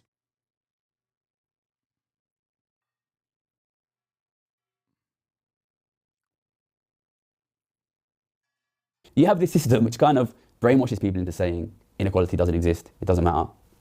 Doesn't listen to people who are right and have who are demonstrably better in their predictions, and aggressively takes everybody who's half good out of the conversation. I mean, I think one of the classic things that Noam Chomsky has talked about in terms of like the field of economics being designed around a lie is the notion of the rational actor principle, when there is a multi-billion-dollar industry dedicated to making irrational choices, making consumers engage in irrational choices to begin with. Like, that in and of itself is a fairly simple way to attack the argument. You go into finance. Obviously, then once you're in finance, you can make a lot of money making good predictions, but you're not allowed to speak publicly. So when I was a trader, I was making a lot of money betting that inequality would devastate living standards and keep interest rates low and push house prices up and push stock prices up and push inequality up further but I wasn't allowed to say anything about these things. I had another point which I need to make on this. So the third reason economists don't talk about inequality is that pretty much all powerful, influential economists are quite rich. They're quite rich. They're generally from rich families. If they weren't from rich families, they probably wouldn't have stayed in academia. Economics has the worst social representation of like different social classes of any subject in the big American universities. So you have rich people who've gone in to study this subject. They probably don't need money, otherwise they would have gone into finance. And then they get paid to work for a think tank or work for a newspaper, and they themselves are quite rich and comfortable. The people who pay them are probably quite rich. They're heavily incentivized not to talk about inequality, right? It's in a quite obvious way, which is when somebody is rich and comfortable, they want to keep things the way they are. You know, when you talk about a crisis of inequality, it hurts most people quite badly because wealth tends to concentrate at the very top. But there's a sort of, you know, the top 1%, especially top 0.1%, does really, really well. But there's like 5 or 6% of the top that benefit from that. And these guys include basically any economist with a voice. So economists are wealthy. They don't want to talk about inequality. They've got a massive amount of skin in the game saying that inequality doesn't matter. 20 years, 30 years of education studying something which has nothing to say about inequality. They need this to not be a problem. Okay, so to conclude, why do economists not talk about inequality? Primarily, it comes from an education system which completely neglects to discuss it, which means that anyone who is involved in this discussion has studied for 20 years without ever talking about this. So it basically indoctrinates them into believing this is not a problem. And also they have a massive incentive in pushing that, because otherwise their education is a waste of time. It's rich people, it works for them and their class interests. Anyone who is really good at this is paid out of the game and paid to keep their mouth shut. So basically they're not going to fix this. So what does that mean? I'm filming this video at the back end of 2024. We had an election this year in the UK where the centre-left Labour Party beat the centre-right Conservative Party. And I think people often think that the reason that politicians do nothing about inequality is because they're representing their own interests. It's important to recognise there's kind of this whole class of slightly self-serving, slightly idiotic, very posh, very rich economists that are holding this up. And they're going to do nothing about inequality. Inequality will get worse and worse. Living standards for ordinary people will fall, and these people are not going to stop it. So the responsibility has to fall upon ordinary people themselves to stop it. When I first started talking about these things publicly in 2020, I was writing articles for newspapers. I wrote an article for The Guardian, and those articles are mainly being read by quite posh, quite privileged, quite rich people. And I was convinced that we were not going to get positive change by talking to the group of people who benefit from the growth of inequality. So I made consciously the switch to YouTube to try to convince ordinary people they need to do something. And that's why we're doing this channel. So I would encourage people to support, keep watching these videos. I think the next video we will do on this will be a little bit talking about my personal experience and how I came to become convinced that inequality was the problem. And then we'll keep doing. I don't get all the Trump hate. I think his hair is pretty cool. Don't worry, we're going to get back to the Trump slop in a second. I just wanted to take this brief sidestep, but well, here is Tom Homan, the grotesque and certainly not corrupt New York Mayor Eric Adams.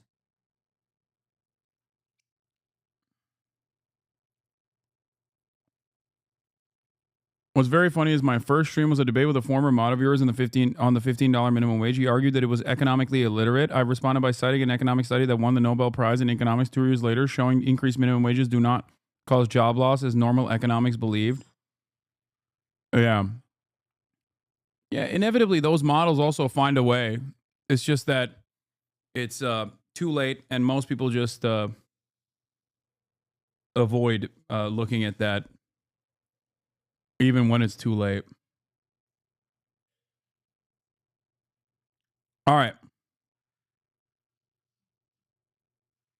Let's get to Tom Homan. As you guys know, Eric Adams, Erik Turanoğlu, okay? Erik Adamoğlu, a Turkish national,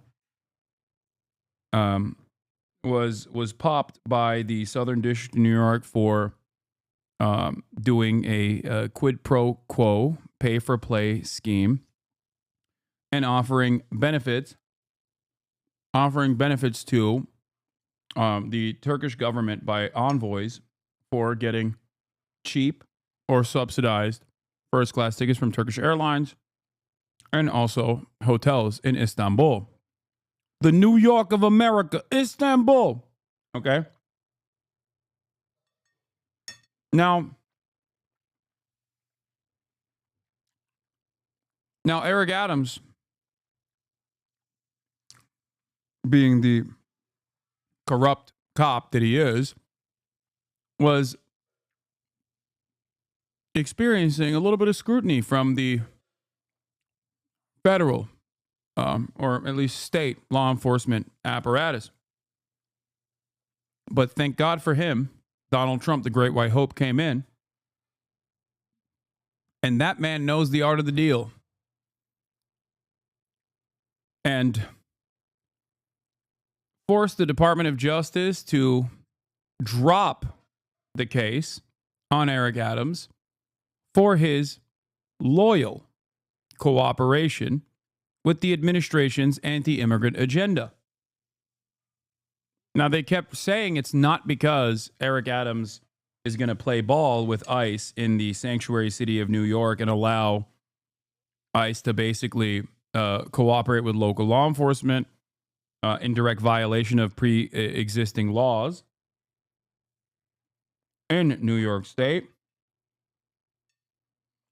That's certainly not the reason, except here is Eric Adams, the mayor of New York, doing a morning show on Fox on how they're cooperating with the Trump administration.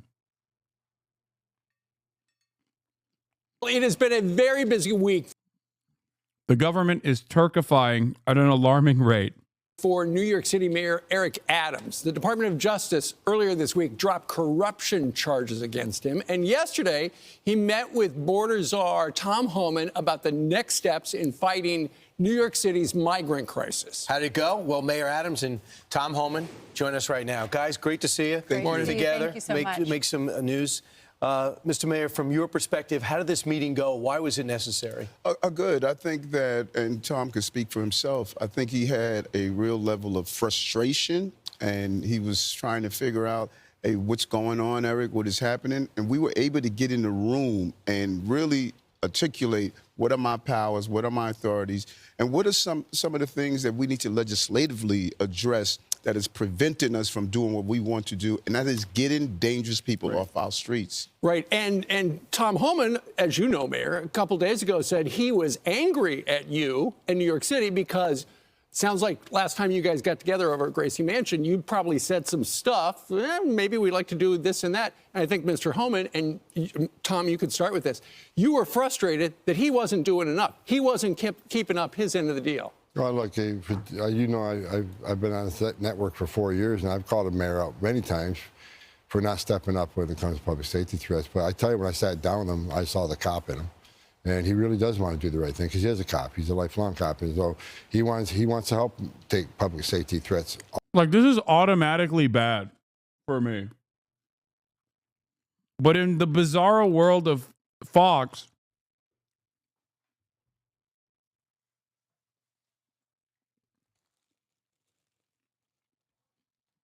when this monstrous piece of shit refers to corrupt cop Mayor Eric Adams as he's got that cop in him, it's seen as a overall positive. Good stuff. Future of the Democratic Party, according to Matt Iglesias, boys. Off the streets in New York, making New York safer. He also wants to help find these missing children. We got 300,000 missing children. That many of them are here in this city. We know that. We got to find them, and we'll be working with his intelligence division, his officers, to save these children because many of these children are in forced sex trafficking, many are in forced labor. We need to save them, and I think everybody can agree to that. I don't care what side of the political spectrum you're on. Yeah, and you know, people want to hijack this narrative and turn it into a political narrative where we're saying we need to have public safety. I requested the meeting. I reached out to his team and said we want to sit down. This has been an issue I was talking about before the election, spring of 2022.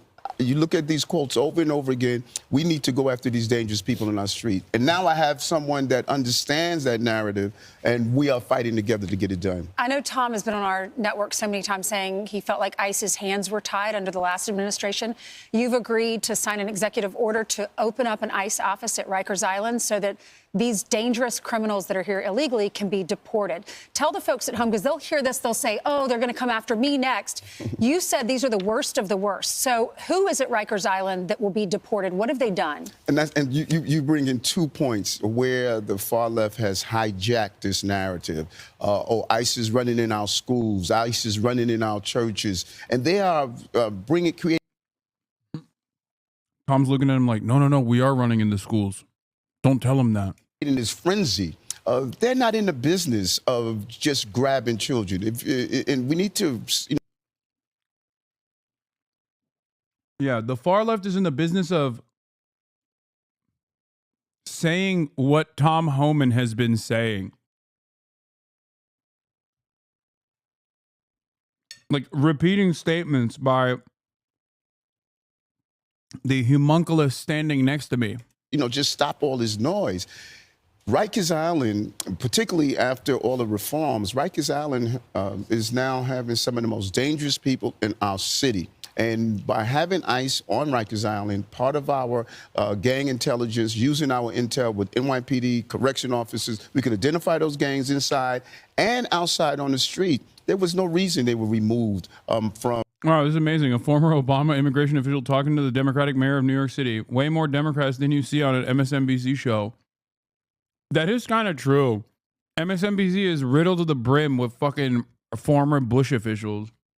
On Rikers Island. And as I sat down with Tom earlier, I said that we're going to look at all the legalese. I'm able to do an executive order to put them back on Rikers Island, what they should be with part of our criminal justice apparatus. You have a left-wing legislature. Everybody knows it. And for some reason, nobody votes in New York, so the same left-wingers get in every time. But if you had your druthers, would New York City be a sanctuary city? What we will always be. This has always been a city of immigrants. So you think it should be? No. Let me explain, because this is what's getting conflated all the time. Where the sanctuary city is stated that if you're in this city and you're paying taxes, you should have access to the services. What I asked the city council to do, change the bill that was already in place and modify it, that if you are committing a crime, that we should be able to collaborate with ICE, even on civil enforcement. Talk, that's literally the opposite of a sanctuary city. That's the whole point.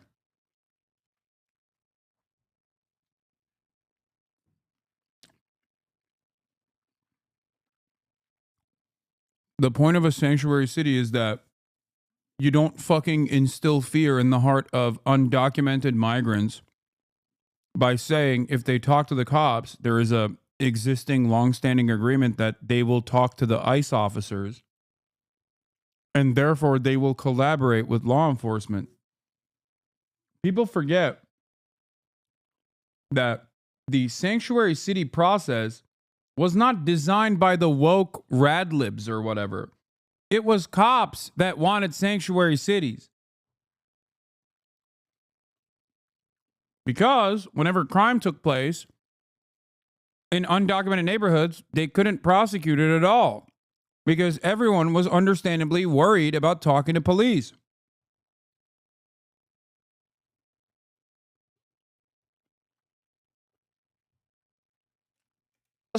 If you have committed a crime, that part of the bill is wrong. But everyday people who are here until they're moving to be documented, if they are going to school, working, paying taxes, then they should be able to provide police services, hospital services. Children should go to school. That is what we're saying. You don't agree with that, Tom? I don't agree. I think sanctuaries are sanctuary criminals. But we walked out of the meeting yesterday, and getting back on Rikers Island is a game changer. We can get, not only we... He's just so horny. He's like, yeah, I don't care. I'll take anything I can get. Get the bad guys before they hit the street. The intelligence of how the TDA operates, where they're operating, all this intelligence they gather at Rikers Island, we'll have access to. But no, I'm strictly against sanctuary city status just because I think sanctuaries are for criminals. Right. And they're a magnet. But the beauty here is that we're allowed to disagree. Right. But we do agree on the fundamental that no matter who you are, it should be safe. So that's what people are missing. My life is sitting down with people I don't agree with 100% of the time. I don't agree with myself 100% of the time. I don't agree with myself 100% of the time. He's so awesome. God, I wish he wasn't such a piece of shit.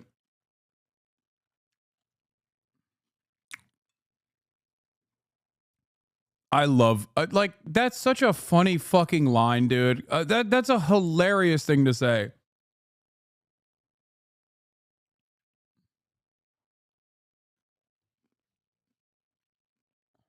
But when Tom and I are in a room, we're both saying one thing. No matter who you are, if you're hurting innocent people in this city and in this country, you don't have a right to be in our country. Well, here's the thing.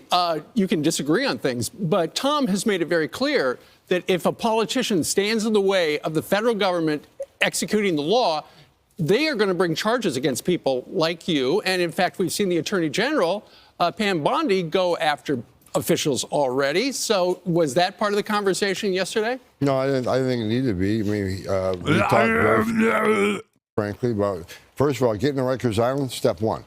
That's the first step. We're working on some other things that we don't really want to talk about in open air just because the city council will be putting roadblocks up on us. But the mayor and me have committed to several other things to make this city safer. Further collaboration. Again, city council. He's such a cock. It's so funny that they can basically sit there and undermine him. Not that he fucking cares personally about like protecting otherwise law-abiding migrants. But it is pretty funny that they can just sit his ass down because he's a criminal, because of his corruption, and just basically make him say whatever he wants, and the cooperative aspects will remain the same. I don't like him. I think, and Mayor Adams, he's dealing with these the sanctuary law, right? That an EO can't override. Right. So we're working on some things to work around some of these things. So we can You're get some being things careful done. the way you describe it. I've got to be very careful because the city council, they hate me, right? The city council, they don't want immigration enforcement in this city. So we got to make sure that we collaborate in a smart way so we can get more bad guys off the street. Yeah. That's the goal. And you said something that's very interesting. You said that elected officials who are standing in the way are like me. Let's be clear. I'm not standing in the way. I'm collaborating against so many others that don't want to collaborate. Well, now you're collaborating. Like I said, go back to spring of 2022. I was saying we need to get dangerous people off our streets. But it wasn't happening.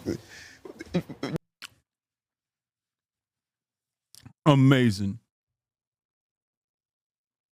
How likely he gets reelected? Oh, no shot. He really just said, let's be clear, I sold out. Yeah, I mean, it's so funny that they're bullying him. Like, they're not even... It's pretty funny that they're not even, like, maintaining the aesthetics of Eric Adams doing this from his own personal change of opinion or whatever. They're just straight up like, well, you're kind of forced to do this, huh? You bitch. They're humiliating him. Amazing. Is that true? We dropped crime in this city at remarkable levels. Did you help ICE? In the level of enforcement for criminal actions, yes. The law says, Eric, you cannot do it for civil enforcement. But for criminal actions, yes. The police... So what's different then?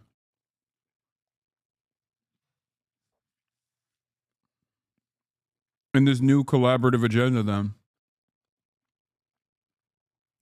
You just said, you know, we're just working to get the criminals off the streets. Department, we have increased the number of officers assigned to our task force. Every morning we meet with our HIDA representatives, city, state, and federal level. Public safety, number one.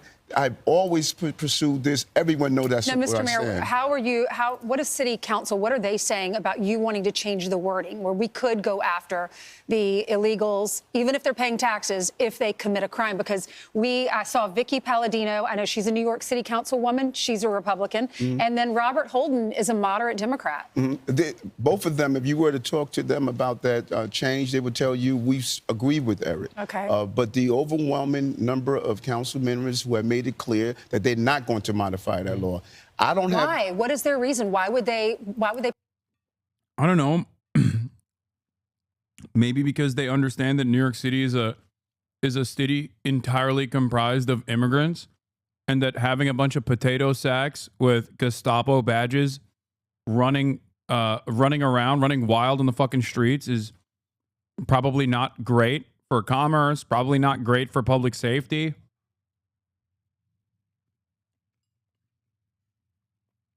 Why won't they let us hunt down these bad actors?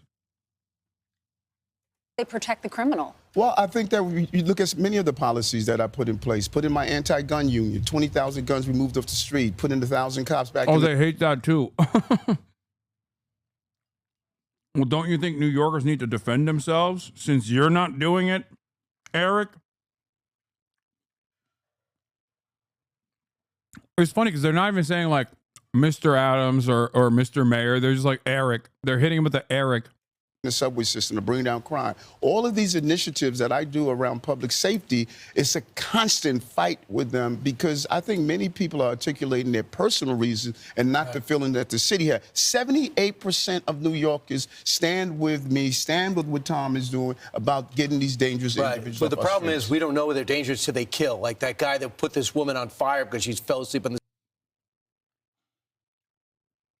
The problem is we don't know if they're dangerous until they kill, which is why we have to deport all migrants, is an insane thing to say. But that is now the official line. Like that is... The problem is we don't know if all white men, white boys, white teenagers going to school are going to become school shooters. So what we have to do is eliminate white boys in school would be a ridiculous thing to say. Overwhelming majority of violent crimes are done by men. We don't know if the next man you encounter is going to be a violent one, so we have to pre-fire and kill all men would be a ridiculous fucking argument. So why would you make that argument about undocumented migrants that come from literally, and just not undocumented. I'm not even going to say undocumented migrants anymore, because it's also documented migrants too. They come from all different walks of life, from every other part of the fucking planet. And these guys think that they are a monolithic force of evil, despite the fact that data shows the exact opposite.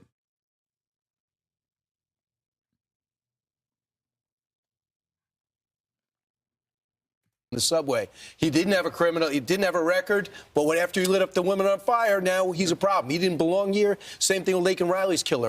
Yeah, dumbass, that's how fucking, what do you mean? That's how the law works, dude. What the fuck? Like, why can't we do enforcement before someone is guilty of a crime is an insane statement.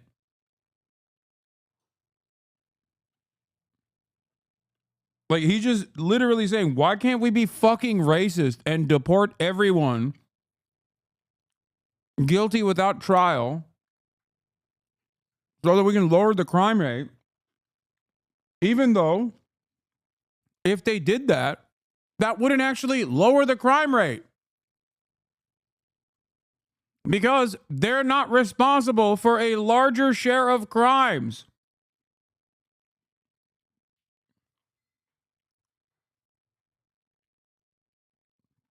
These guys hyper focus on a minuscule sliver of crime and then turn around and fucking claim that like everyone is doing it. My entire family's first-gen immigrants. Not everyone was able to come legally right away, but they've always been hardworking people. To have that idea imposed onto an entire group is just dangerous. It is so dangerous. It is full-blown Nazi shit. Talking with your mouth full makes you sound like Tom Homan. Yeah, that's why I'm doing it. Maybe the dumbass Republicans that come in here will like me better if I sound like a fucking stroke victim who's really drunk as well. Like,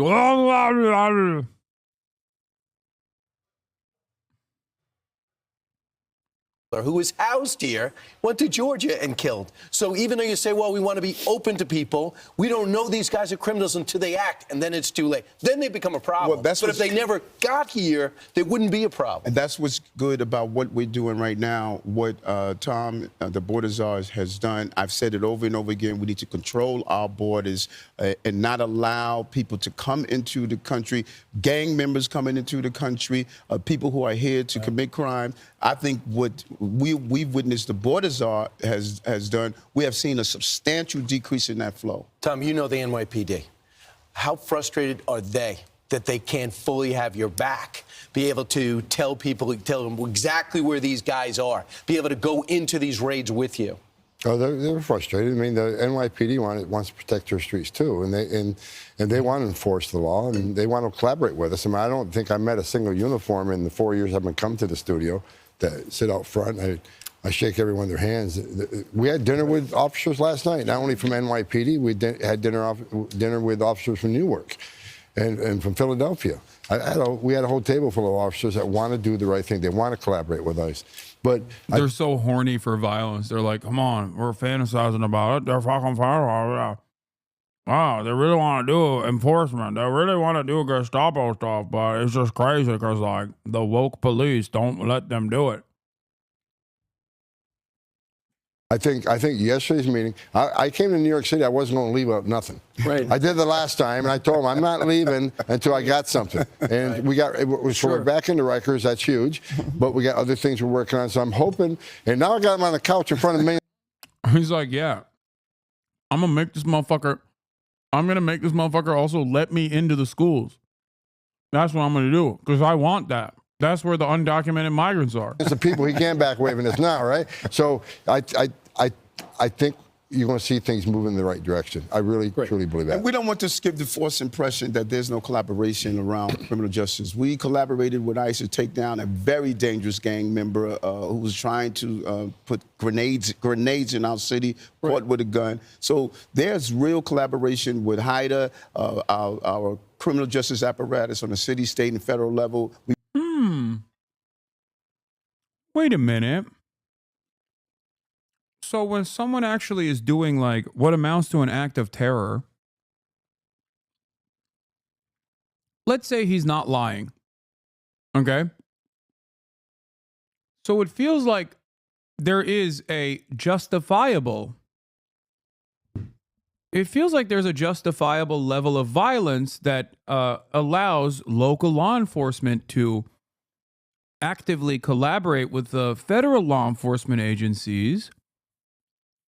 So what is Tom Homan looking for, really? Yeah, no shit. If an undocumented migrant that is also a gang member is putting fucking grenades in New York City, then there is going to be an active investigation that requires federal law enforcement, the ATF, and numerous other agencies to cooperate with one another, Chad. My point is, this is how it fucking has always worked. Okay? That's not what Tom Homan wants. He wants to go into the schools. That's what he wants.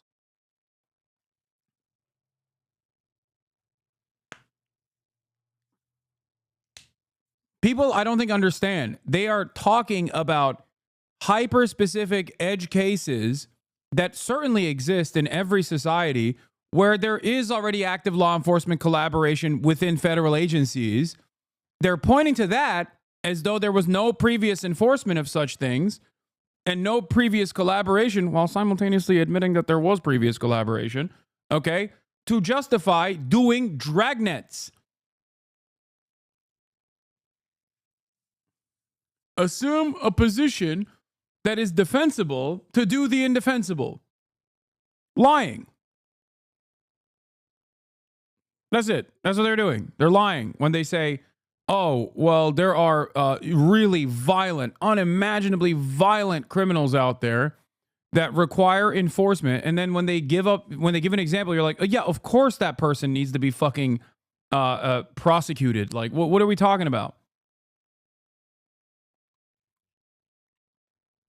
But in practice, what they're doing is greatly extending the protocols of deportation to people that aren't doing any of those things. People are just like living their daily, regular ass lives. We want ICE to come and be a part of that meeting as well. Well, Mayor, let's talk a little bit about, you've been in the news all week. Yes. The Department of Justice dropped the criminal corruption charges against you.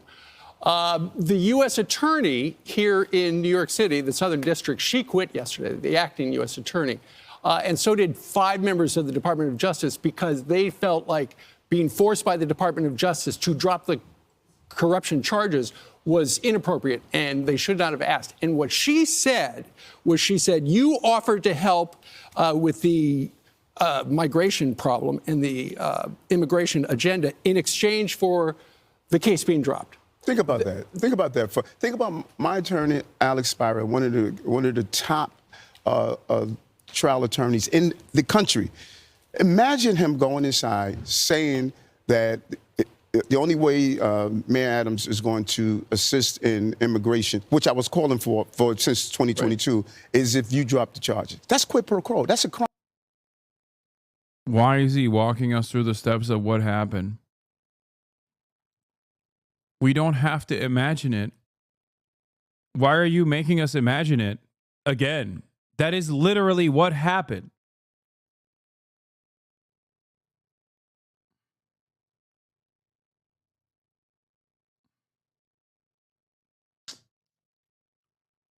It's weird that he is demanding you close your eyes and imagine exactly what happened. But if you listen to him, he's implying that that is not what happened. But since it is what happened, it's almost like he's saying, look, I got away with it. Just close your eyes and imagine how stupid you must be to let me get away with it.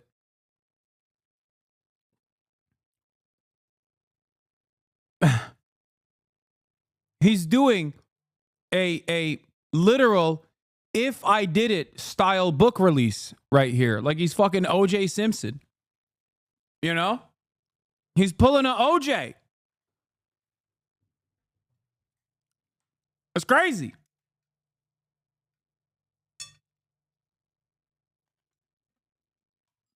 Crime. That It took her it took her 3 weeks to report in front of her a criminal action. Right. Come on, this is silly. So, He said that we're not saying. They said when they gave you when they dropped the charges, it says it's not because we think he's innocent.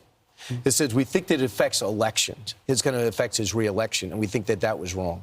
I'm sorry, who said When that? the Department of Justice dropped the charges, they said it's not because they think the charges were unjust or that you're innocent, but they were doing it because with the charges they feel affected an election. No, go deeper into what they wrote. They articulated exactly weaponization. When you looked at legroom turning into bribery because I asked for a governmental entity to do a building. Wait, now he's just explaining the details of how he did his quid pro quo.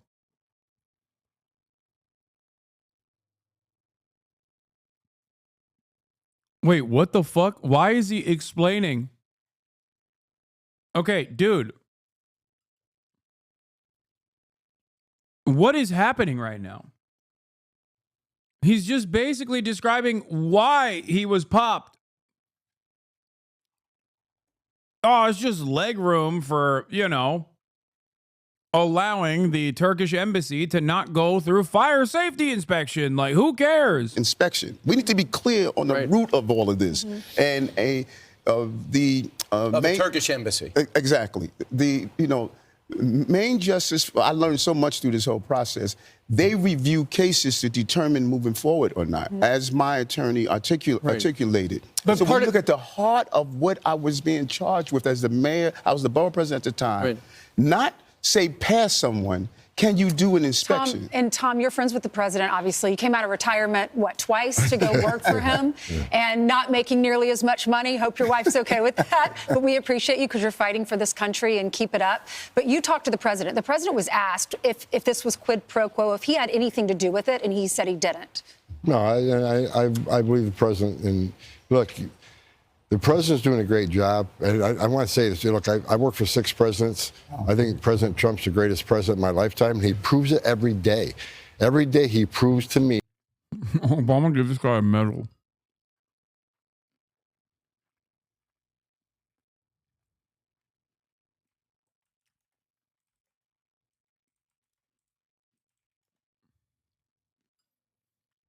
President Barack Obama, I repeat,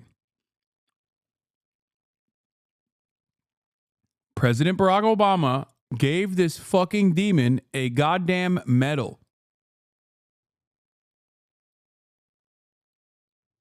Open your mouth when you speak, you fat ogre fuck. I can't tell if you're talking to me or Tom Homan. But I will tell you that I'm trying to be more like him.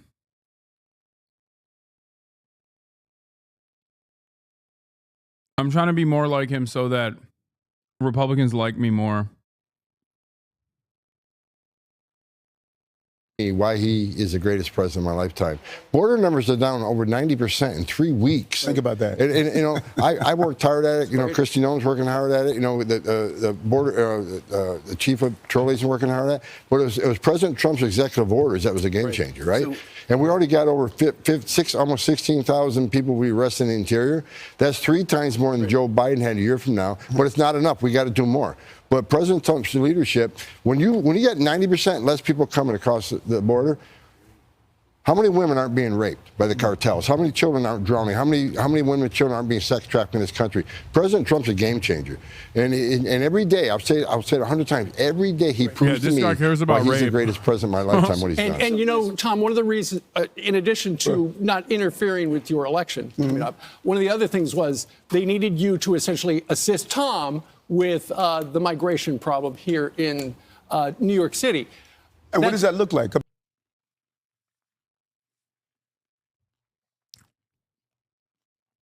When our beautiful ICE agents are running around arresting otherwise law-abiding abuelas, they have their hands filled with trying to do detentions for otherwise law-abiding citizens. So they don't have enough time to do rapes. This is how we're lowering the instances of sexual assault. For every ICE agent that arrests and detains and does paperwork for arresting a 15-year-old Guatemalan, that ICE agent is not doing a rape in the interior. That ICE agent is too busy doing paperwork, so he can't beat his wife. This is how we're saving the nation. But people didn't understand what that looks like. What that looks like, as I say, every morning we meet with hideouts. Right. Federal, state, and city law enforcement agencies. Which we now have a seat at the table on. Exactly. Well, that was another thing we But that's good, and that's good because, as you know, Mayor, the way this particular case is being handled right now, they can refile the charges at any time. If you don't help them, they could refile the charges. And that's not what they said. That's not what they. They can refile the charges. No. Right. First of all, I don't get into the legalese. I have an attorney to do that, and I pay a lot for that. What we need to be clear on, if the mayor of the city of New York is unable to collaborate, deal with intelligence information, sit down with my state and federal agencies and sit down to coordinate for public safety, we're still under the terrorist threat. What are you talking about? Then the normal process is you're supposed to resign in disgrace.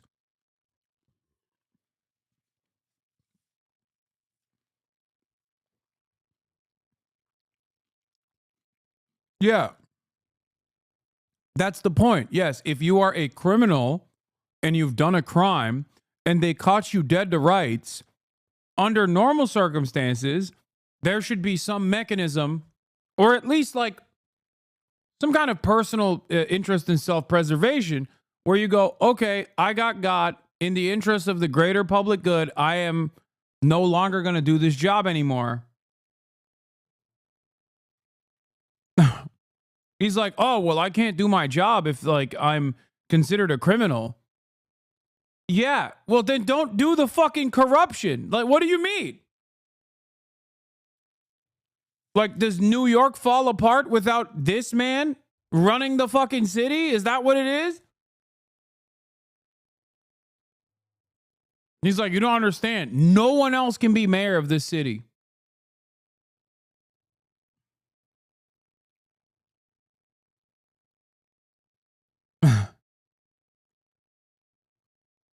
Anyway, great We still stuff. having illegal gangs in our community that's bringing about destruction that ICE is attempting to weed out. If I can't coordinate that, that's a public safety issue, and we should put public safety first. Governor Hochul said last night with Rachel Maddow that she would consider removing you. How would you feel about that? She has her role, I have my role. And throughout this entire ordeal, which I think no American should have to go through, the torment of 15 months that my family and I had to endure for something I didn't do. I didn't do anything wrong. Throughout the entire ordeal, I said one thing. My attorney will handle the legal part. I'm going to handle running the city. We return jobs to our city. Our city is getting safer. We're building housing. I think that this is a great American narrative where I stood focused on what I was elected to do. I want you to address the migrant. Governor Hochul is an embarrassment to the position she holds. She stands on media after someone's burned alive on a subway. She stands in front of TV camera and says, I think criminal aliens should be removed too. But she's got the green light law. The men and women of ICE and Border Patrol, when they pull a vehicle over, law enforcement, you're in law enforcement your whole career. What's the first thing you would do? You run the license plate number. Are these wanted? Is there a warrant for these people? Who are they? Are they dangerous? Is that car stolen? All these things, right? Do you know ICE and CBP can't run DMV data on New York State license plate? So they're pulling over people not even know who the hell they are. Is that the green light law? The green light law. So she, on one point, she's saying, well, I think criminals should be removed too, but then she locks us out of DMV data. Right. That'd be like us locking officers out of the NCIC, the Fed zone. Would we do that? Yeah, that's because they don't want you to. That is because they don't want you to fucking operate within New York State, you dumb fuck. That's the whole purpose. It is to ensure, to the best of their ability, that you cannot operate. Because, hey, guess what? New York has its own law enforcement agencies. Okay? It's not like New York is a lawless hellhole, no matter how hard Fox and Friends tries to claim it is. Why the fuck are you working in New York City? Why are you pulling anybody over in New York State? What is happening? Well, I guess they have Canada, the Canadian border, that also is apparently pervasive and porous with fentanyl and crime. Those goddamn Canadians.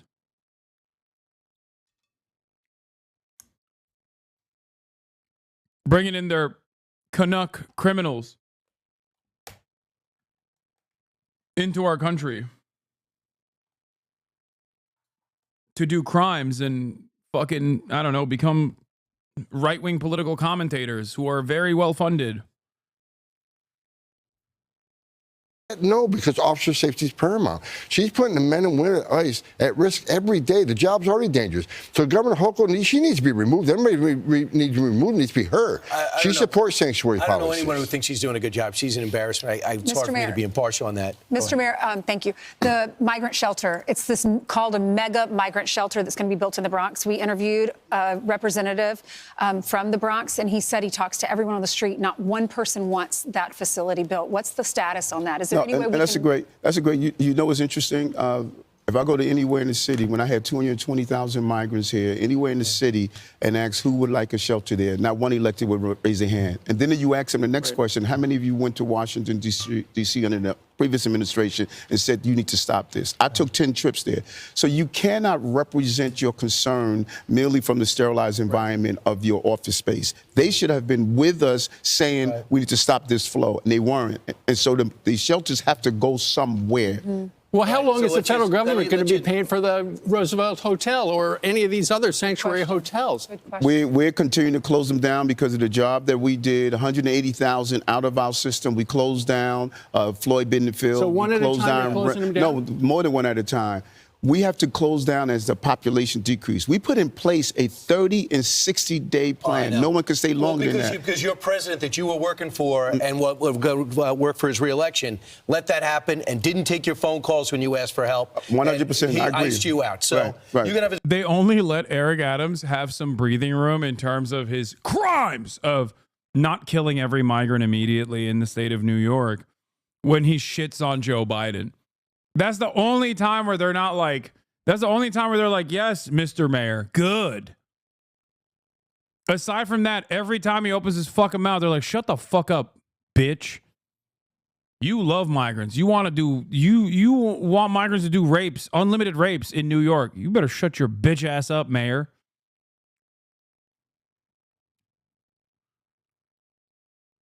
The U.S. Army is going dark woke. U.S. Army is elected to protect its trans troops over Donald Trump's bigoted orders to strip them of medical care. Woke coup tonight, Queen. At this time, do not initiate any medical board or adverse personnel action solely related to transgender status. Policy and implementation guidance related to current executive orders will be published when available. Until further guidance is issued and consistent with the protections of HIPAA and the Privacy Act, do not access or utilize medical or personnel systems or records specifically to identify transgender soldiers. Any soldier currently under medical care for gender dysphoria or transition will continue to receive medical treatment consistent with the standard of care. That's right. Hoorah!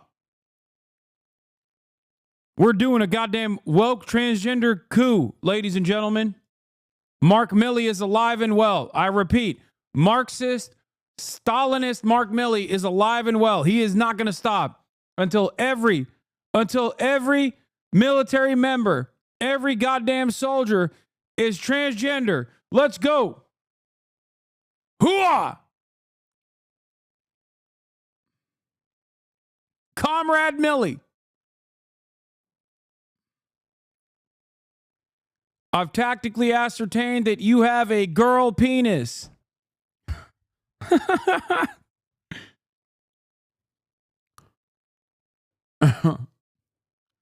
And your ass is going to tactically keep receiving deployments of HRT.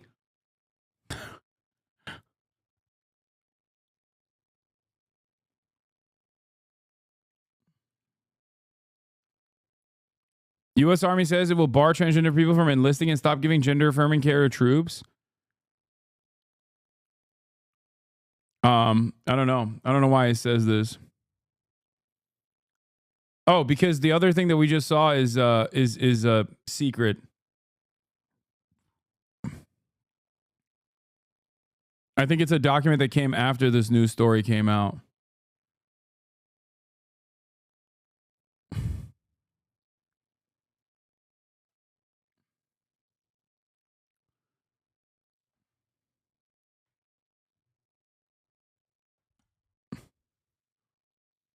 It's so funny to be like, hey, by the way, the military is experiencing a dire recruitment crisis, which is why we should just fire a chunk of the military.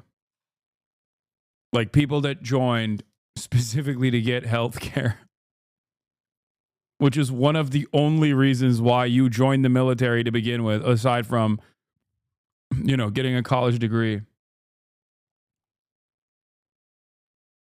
It's like, dude, you have a significant hiring crisis in the absence of another 9/11, okay? You're not going to fix this problem.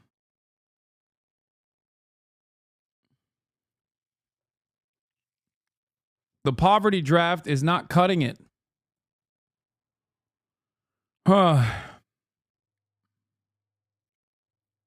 They obviously see trans people as far too valuable to be on the front lines. They love and protect them.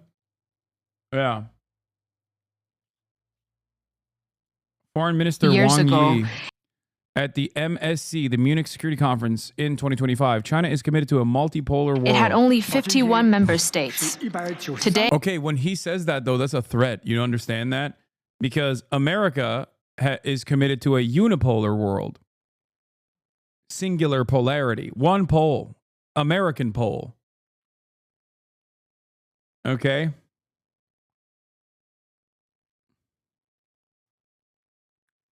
So when they say this, reasonable people look at that and go, oh, okay, great. They're not trying to dominate us. Actually, there's no reasonable people. Everybody looks at this and goes, they want to dominate us. Okay. Also, wait, what is this? All staff, in light of recent events, until further notice, I'm directing all staff, operation personnel, cabinet members, and the White House visitors to stop using the word felon while inside the White House. No. This isn't real.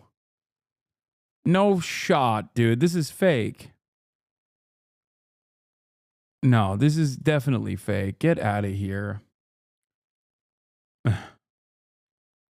It's so stupid. Oh, here, this was another Korean Marxist professor. Children want to work. These people want to employ them. What is your problem?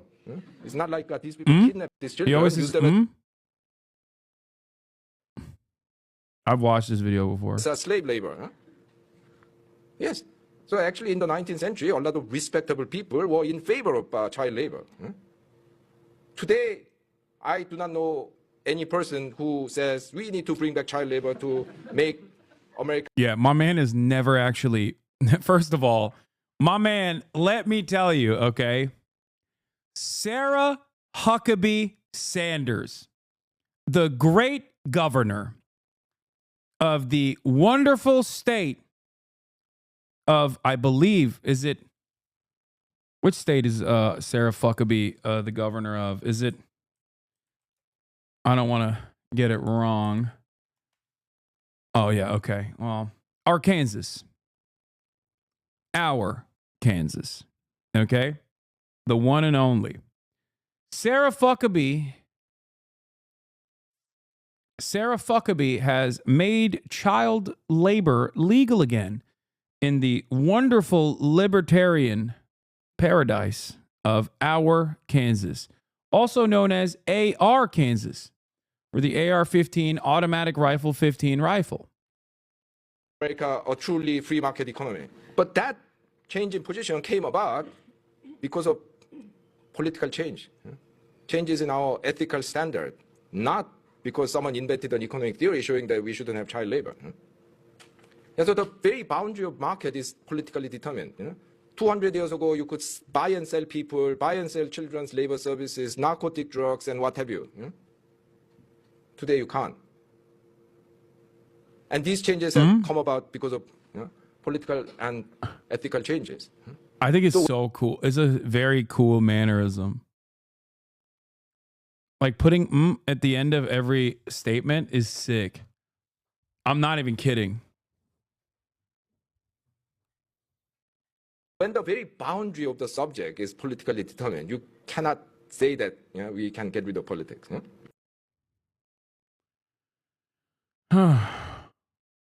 This man's speech mannerisms are aggressively Korean.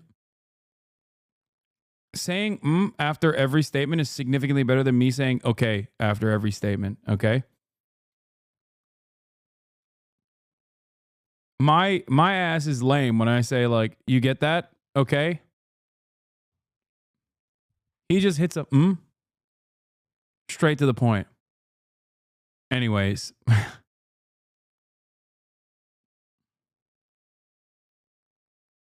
Teenagers or like little children? Oh my God, dude. Why are there so many chatters who all this is debate purgatory, okay? I'm sorry. This is just debate purgatory. You're asking this to be like, you're doing the actually it's a phebophilia argument for child labor.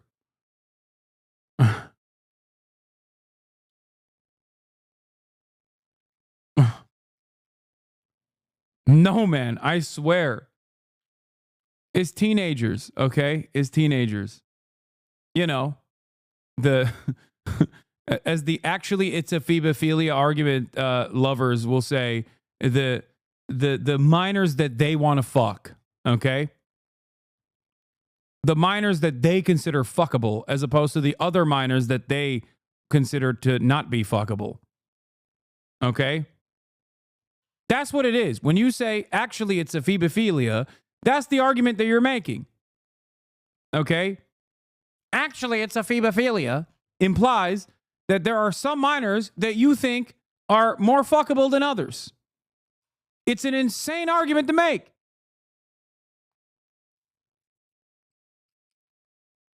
This would be the minors that are more productive.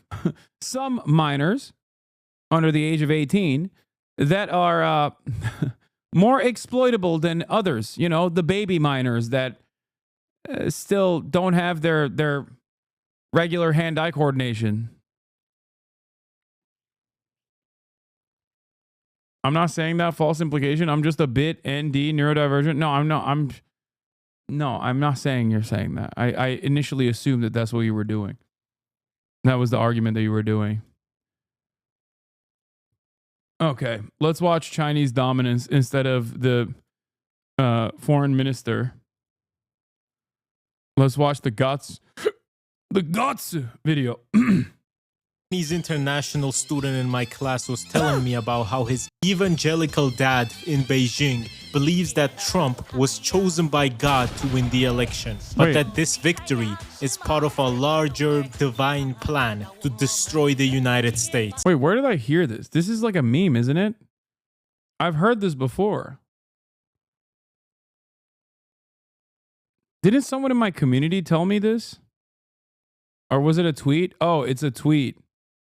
I cannot afford eggs, therefore all immigrants must is a conclusion that some governments and people have reached throughout history, such as Germany in the 30s, America now, and Germany now as well. The reason why I like being Eastern European is because life in Eastern Europe, unironically, not even joking, fucking sucks. It is nearly impossible to live the life that a normal American or a German lives if you are from this cursed place. And on top of this, you are constantly under the threat of war from Russia or with one of your neighbors, minimum. People go to universities for 12 years to be a doctor or a dentist just to make what an American or German cashier makes in a month. And while the cost of living is cheaper, it's not like everything is $1 here and rent is $2. And normal jobs are within the range of $300 to $500 a month here. That much money isn't gonna get you far, even in fucking Dushanbe. So for me, who was raised in this bullshit place, ruined by corrupt banks and politicians, constantly looting money from people, to hear Americans complain that they can't buy eggs from their single family homes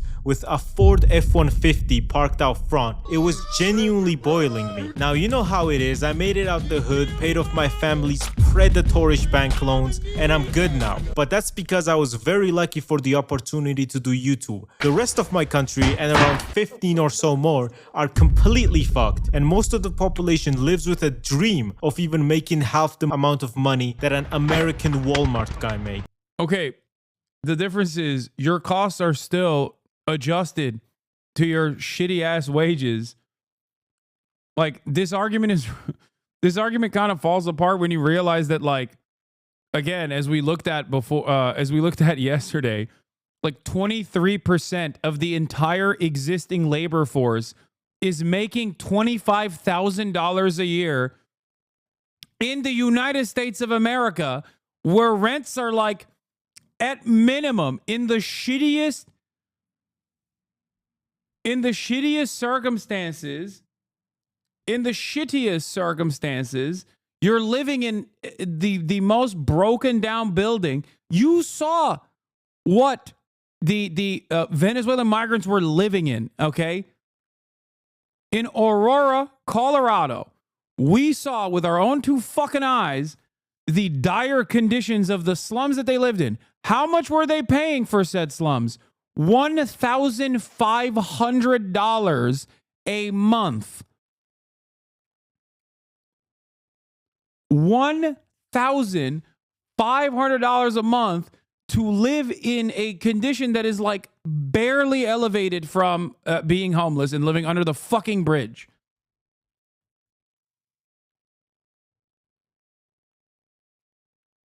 It is crazy. This country is on fucking crack cocaine, okay? If you want to know if you can get Chinese residency now, you can look up your ancestors with today's sponsor, who is MyHeritage, the #1 family history service. MyHeritage allows you to search the 33 billion plus historical documents they have to find records of your family members. And with instant discoveries, you can add an entire branch of your heritage to your family tree with a click of a button. For example, here is my family tree, and you can find out a lot of things. For example, here I found out that all the people who were related to me that were awarded medals in the Soviet Union for their service. There were a couple guys with big gold medals, some silver, and some bronze. Either way, I know that people related to me were not just sitting on their ass all day drinking, and we actually did good in fighting World War II, which was a pretty cool discovery. You can also use MyHeritage to repair, colorize, and even animate old photos of your ancestors, such as I am here with one of mine. And all in all, it's a pretty cool service for allowing you to discover your heritage along with a bunch of historical records just by searching up your last name, and also with the Instant Discoveries tab. You can sign up. It sucks because I can't even shit on Gatsu because he's Georgian. Like, by virtually every single metric, it is the one country, well, not the one country, but one of those countries that unironically is worse than the United States of America. You compare the United States of America to like Cuba on life expectancy. Cuban life expectancy is higher than the American life expectancy despite being a much poorer nation. Georgian life expectancy is like 70 fucking years old.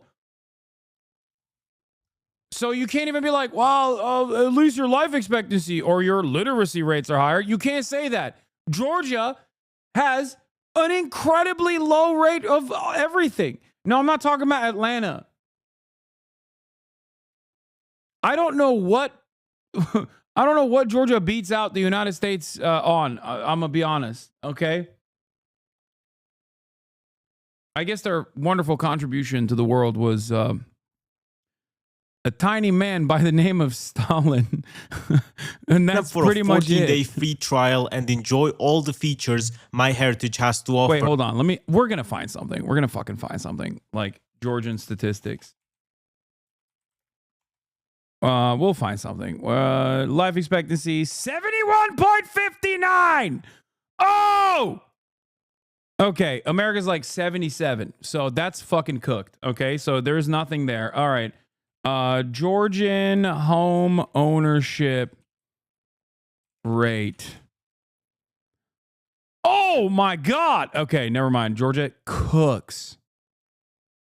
Okay, we found it very quickly. Never mind. We found it very quickly. Okay. All right.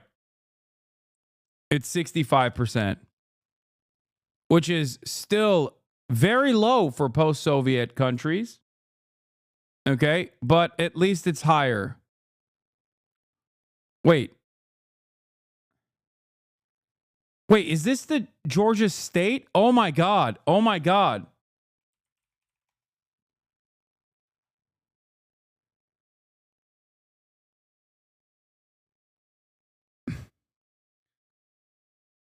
Bro, it says USA Facts. Hold on. Georgian country home ownership rates.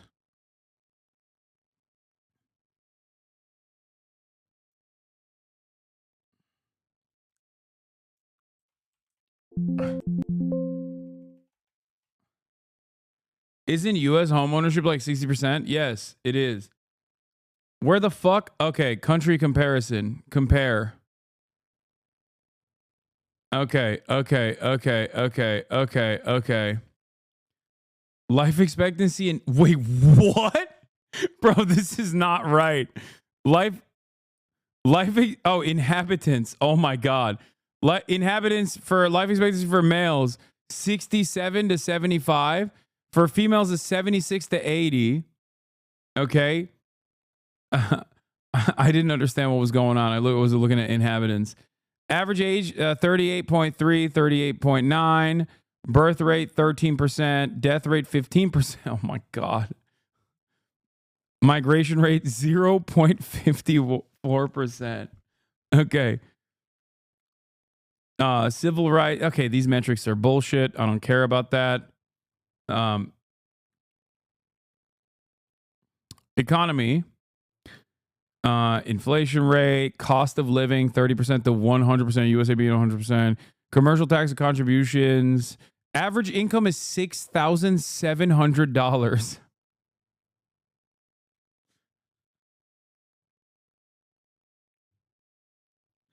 Okay.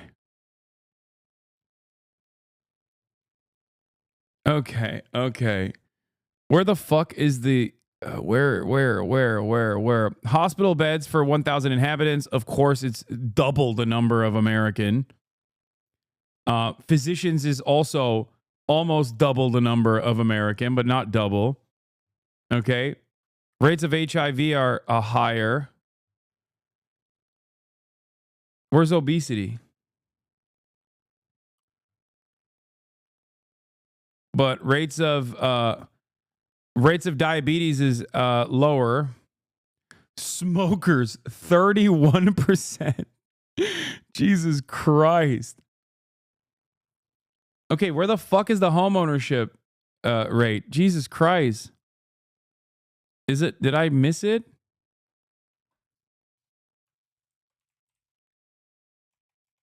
No, they don't have it on this. Okay, it's a cheat code. It's a cheat code. To be fair, it's a cheat code. The one thing that virtually every post-Soviet country will have over us is the homeownership rate. It stays at 93%.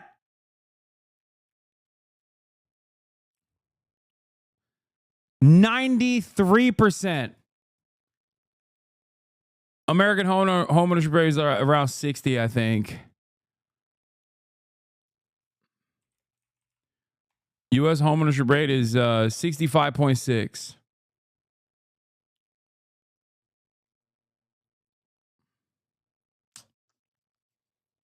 So what did we learn about Georgia?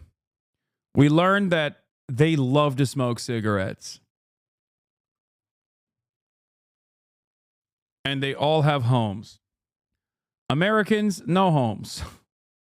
With the link in the description and discover your family secrets. Thank you for sponsoring the video. So looking at the majority of Americans voting Trump because yeah, he's horrible to women and everyone that isn't a billionaire and also white, but he will make eggs cheaper. Just to have the egg prices rise again is absolute cinema. First of all, I know y'all don't even eat eggs. If Americans actually ate eggs and cared about egg prices, they would not have these obesity rates. You know how hard it is to be fat while eating eggs? Trump came into power and immediately started threatening not Russia, not China, not Iran, but America's very best allies. Talking about taking back the Panama Canal, taking Greenland, and fuck it, Canada too. I will not let Americans take Hoser. Critical support to Fidel Castro's son against the American regime. Not only threats, but actions too. He literally put a 25% tariff on Canada and Mexico, their neighbors and biggest trading partners. He's literally shooting himself in the foot because he's bored, and plus making everything more expensive for Americans, because after you get the 25% tariff, it doesn't mean everything will just be $125 instead of $100. After things get imported, the resellers and merchandisers have to take their cut on top of that. So more realistically, a 25% tariff means everything Canadian or Mexican that would cost $100 usually now would cost more like $150. Same thing with Taiwan. He wants to put tariffs on their semiconductors, a place that has only existed because of America's support, saying they would defend them from a Chinese invasion. First of all, we know how good America's promises are because they promised the same thing to Ukraine if they gave up their nukes. And look at their defense of Ukraine now, where they abandoned my goats to the point where Zelensky himself is saying that they haven't received 9 out of 10 pieces of equipment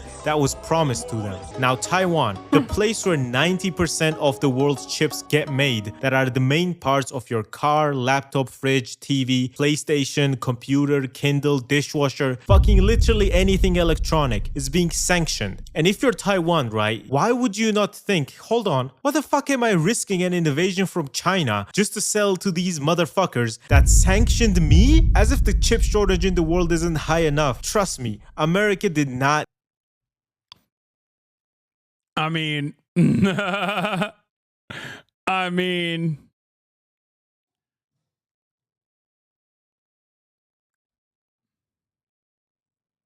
JD Pondon, dude. Yeah. I'd be running over being like, listen, it won China. Everybody knows this. America says it all the time. One China, baby. China number one. Okay. China has always been number one. China number one. Taiwan also part of China. Chinese Taipei, I mean. Need this. So you're just shooting yourself in the foot for absolutely no reason. Probably because Trump is bored and also now wants to concentrate a lot of non-Americans into these camps. He wants to make concentration camps. And I'm pretty sure he will too. And guess what? With deporting immigrants. What percentage of your workers are not U.S. born? Yeah, the difference between this and this, by the way, was quite literally that this is a re-education camp, completely unacceptable. They weren't being fucking deported.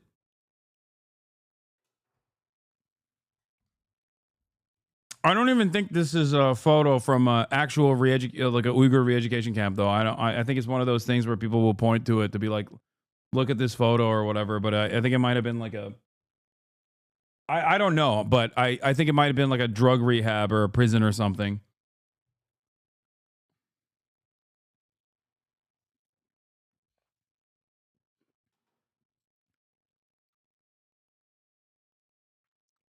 They also undoubtedly being less torture than a Texas prison.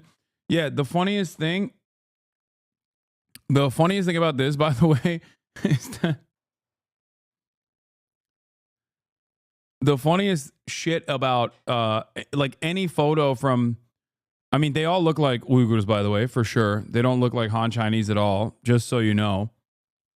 But have you seen the inside of an American prison is my question. Okay? Because let me fucking tell you, this right here is the classic example of, oh, they have fucking gulags over there. But when we do slave labor that is constitutionally protected, that's actually good. I found the article to the photo. U.S. accuses China of committing genocide against Uyghurs in Xinjiang. I don't think this is, I think this might not be a re-education camp. It could be. They all do look like they're Uyghur. They don't look Han Chinese at all. But Western media is known to use whatever kind of photograph they find to basically, you know. Also, the re-education camps are completely unacceptable, and they existed 100%, just so you know. Having said that, the difference between me and many people that defend the United States of America, on the other hand, is that I think this is bad, and I think the American prison conditions are also bad. Many people on the other hand turn around and say, no, this is a specific kind of bad. You don't understand. It's very bad. American prisons, very good. We need to put more people. We need to put more people into our wonderful, cool prisons that are good. Anyway, let's continue. Immigrants. What percentage of your workers are not U.S. born? Probably half. About half? Yeah. If there were a mass roundup of undocumented migrants, that you might lose workers. You might not have enough workers. Well, the question I asked, how are they going to do that? Within 2 days? Like, it's kind of crazy when we're thinking about when we cherish and celebrate the El Salvadoran criminal structure, like the criminal justice structure, which is insane, where they're literally doing dragnets. 300 people in the same court process is just basically being permanently trapped in this insane facility, this torture facility. Okay, when we have people, undocumented migrants, that are being shipped off to Guantanamo Bay right now in a concentration camp, okay, for no reason. Like, they're just claiming that they're, violent criminals, not violent criminals, okay?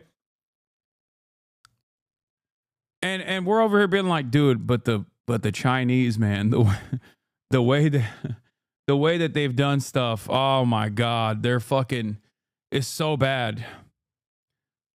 I'll have you know, I know that we have shipped $7 billion worth of baby murder machines to the Israeli government so they can murder babies with it over the past 16 months. But I'll have you know, China, the Chinese Coast Guard, actually sprayed water on a Filipino fishing boat. Did you fucking know? Can you think? Eyes on the prize. Think about the greater evil here. The Chinese Coast Guard sprayed water on a Filipino fishing boat, and you're over here fucking talking about Israeli genocide of the Palestinians. Which is worse? Of course, it's the Chinese Coast Guard spraying water on a Filipino fishing boat.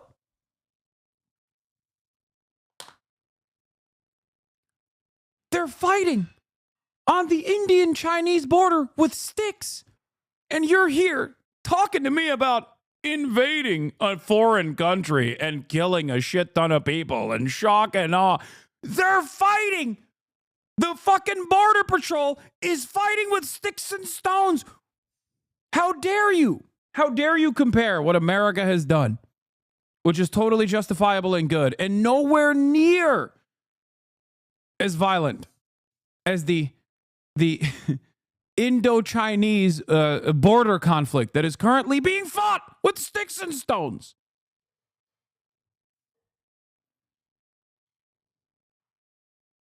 Days, we will not have food. There will not be food anywhere. 2 days. Yes. So even in the most evil, Lorax, selfish way of thinking of, oh, Trump is evil, but at least he will make the egg prices go down. If the people that harvest these eggs are people that will actually be paid a normal salary instead of immigrants that were being exploited for cheap labor beforehand and being paid like shit, the egg prices are gonna go up. It doesn't take a fucking genius to understand this, does it? Same thing with home ownership. Ignoring the fact that the housing crisis in the US is caused by motherfuckers just hoarding homes and treating homes like a painting that will increase in value over time instead of a thing that people need, such as a roof over their heads. What do you think kicking all the construction workers who are mostly illegals are gonna do for you? Duvalishvili was an illegal immigrant and he became the UFC world champion. You know how much money he's generated for America? It's gonna increase the housing prices because the developers will only go on a profit of $5 million if they paid people well instead of their $10 million that they're used to. And what can you really do with 5 mils, you know? So they're gonna jack these prices up and go fuck yourself and your ex too, you Yankee fuck. So as the US is just destroying themselves and turning into this fascist, capitalist piece of shit rule over some propaganda that they couldn't afford eggs, I know you motherfuckers could afford eggs. If you can afford an F-150, you can most definitely afford fucking eggs. You guys really have not known what it's like to actually not be able to afford eggs. We have this saying in Georgian, you don't want it, you don't want it, eat a dick. Arginda nuginda, chame qale. And to collapse your global hegemony over a plot that is straight out of The Boys, tariff your neighbors and threaten to invade your allies using military force is insane. So, Arginda nuginda, chame qale. He radiates power in this picture, doesn't he? There's no aggression. He's hunched, has a neutral expression, but you can quite literally feel the authority oozing from him. Well, let's see. The Chinese didn't fund militias in my country to terrorize my people and overthrow my first and only good president. Didn't fund a in Palestine. Didn't bomb Iraq for no reason. And the list goes on. And like the stupidest thing is, they are using your American money to do all of this, which is just unfair. Instead of giving you guys healthcare, your money just gets used to people, which is fucked up. You pay taxes in America knowing that shit's going to people. Not only not having healthcare just so many Americans themselves, but these useless military campaigns that never accomplished anything except and destruction, including American bringing a lot of Americans home in I love that clip. except and destruction, including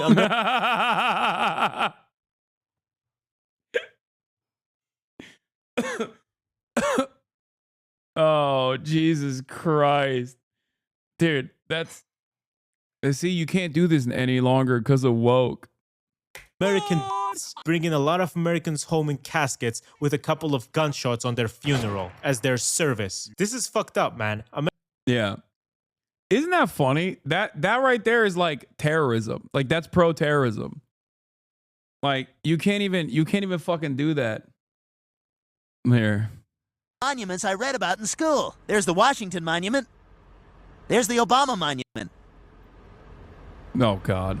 And there's the Vietnam War Memorial. Hey, check out that Vietnamese guy giving the business to those Vietnam vets. Scoreboard! Scoreboard! Oh, what happened to your friend? Hey, I know that guy. I kill him. He cried like a bitch. Vietnam undefeated.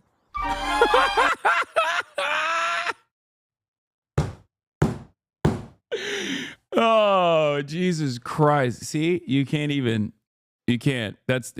I can't believe Seth MacFarlane, the ultimate liberal, is a terrorism defender. Oh, classic.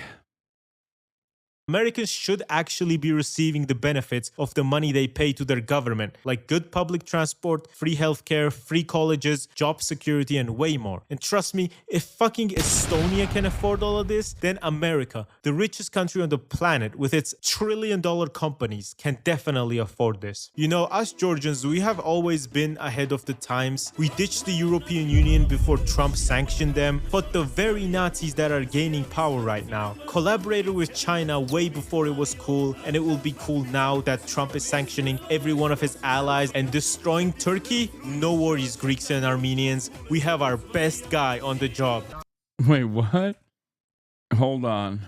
Turkey? No worries, Greeks and Armenians. We have our best guy. Restaurants sit half empty in Turkey this summer as inflation reaches 91%. Yeah, I mean, on the job. Turks piling into the dollar, gold, and stocks with 67% inflation. The wildest thing is still absolutely Trump just giving Taiwan to China, because semiconductors are literally the most important thing in the world right now. Way more important than oil, because at least a lot of countries have oil. Taiwan is the only place where I do think USA imperialism is going to power Chinese imperialism in a year or two. I see an invasion of Taiwan. If and only if I'm correct, would you feel that your take is just Ukraine 2.0, or would you accept that your geopolitical view is not accurate apart from the Middle East? Wait, what do you mean? What?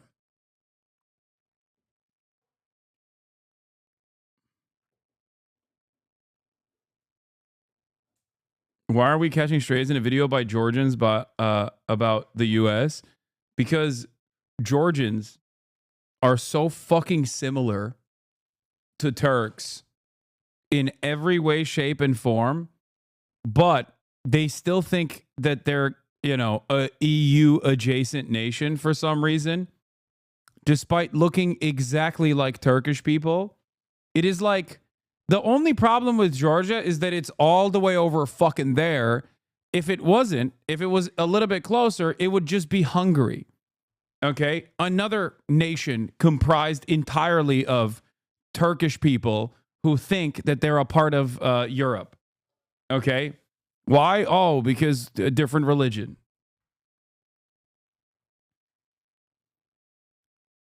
That's it. And no, I'm not saying that Hungary is Turkish. I would never say that. I would never offer them that dignity. Anyway, U.S. imperialism towards Canada, Greenland, and Palestine, all that to justify the Chinese attack on Taiwan. First of all, Chinese attack on Taiwan, I don't think they need to justify it with USA imperialism towards Canada and Greenland. What are you talking about?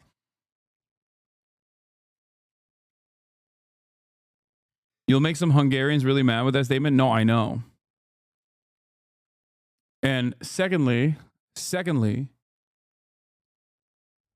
I'm not making any predictions on anybody invading anybody, okay? I've learned from my past mistakes. All I'm stating is, so far, Chinese initiatives have been far more restrained than any kind of Russian irredentist action. Like far, far more restrained. And not even in the same category as the United States of America. Let's be for fucking real. Okay?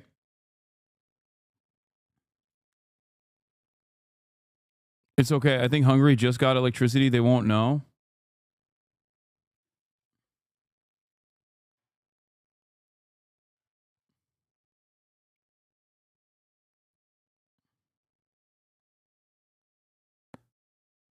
We Georgians are Kartvelian, not Turkish. We are actually indigenous. I know Turks are envious of that. Yes, you're right. No, you are. You are totally separate. Majaristan, totally separate type of country.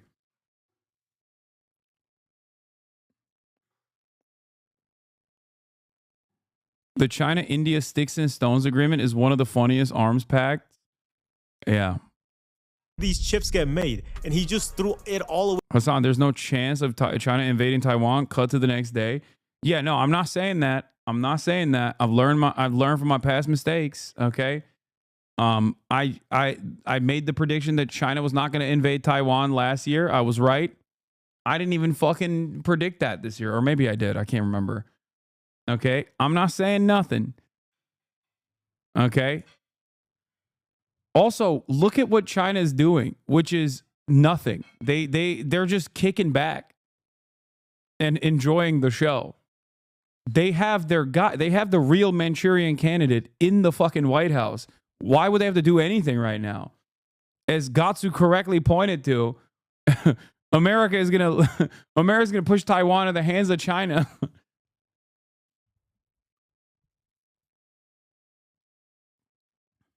Chinese Taipei, Chinese reunification of Taiwan coming way faster than predicted. Way for like dick shit, not even dip shit, dick shit. Now mainland China will just get more influence over Taiwan, while China actually builds their cities and makes them look like this, provides amazing public transport for its people with its clean, fast metros. The US refuses to build any shred of infrastructure because what? California has been... They don't even want to put safeguards on the fucking existing railway stations so that it's, you know, harder to kill yourself or get pushed into or even accidentally fall in front of the fucking subway trains. Why would we do that? Of course, that would require to spend a singular dollar on something that is good instead of a dollar that could go in the pocket of a police officer that's sitting there in the fucking corner playing Candy Crush. Oh my God. Trying to build a rail system for 16 years now, and nothing has been done. Not even the initial phase is complete, let alone the other ones. Only 57 miles of rail has been built in these 16 years. Elon Musk has also interfered with this project because he's Satan and because he wanted to make money off it, so he proposed stupid ideas such as the Hyperloop in 2013. I got called the CCP show. Here's for California's high-speed rail system.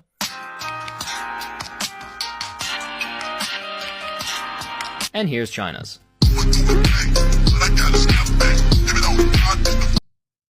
I don't want to even... This is hurting me, dog. I don't want to see it.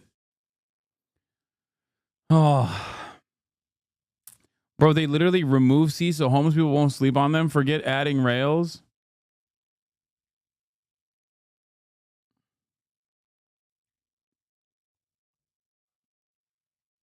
Isn't the California rail delay due to NIMBYs and lawmakers holding it up? NIMBYs, lawmakers holding it up. Private-public partnership with awful contractors that are also trying to milk it every step of the process. We got it all. We got it all, dude.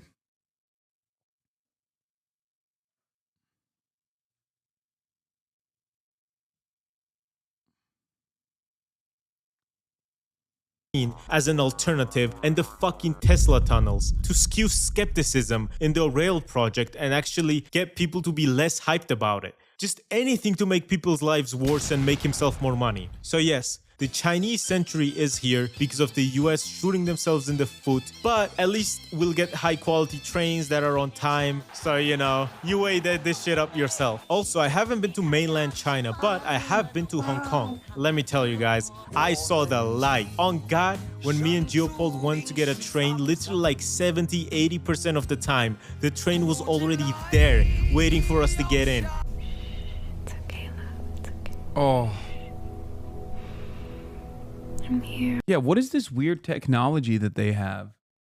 Chat, I'm confused. What is this weird technology that they have that almost partitions you from the train so you don't fall into the tracks? What is that called? Oh, you mean to tell me it was invented in like the 8th century? Oh, the concept of a gate?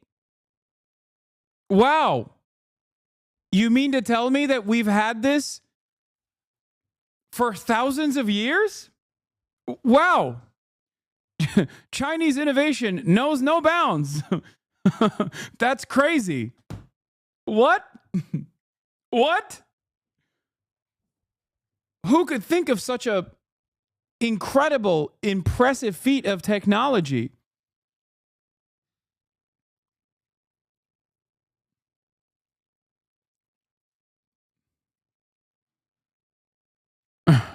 You're okay.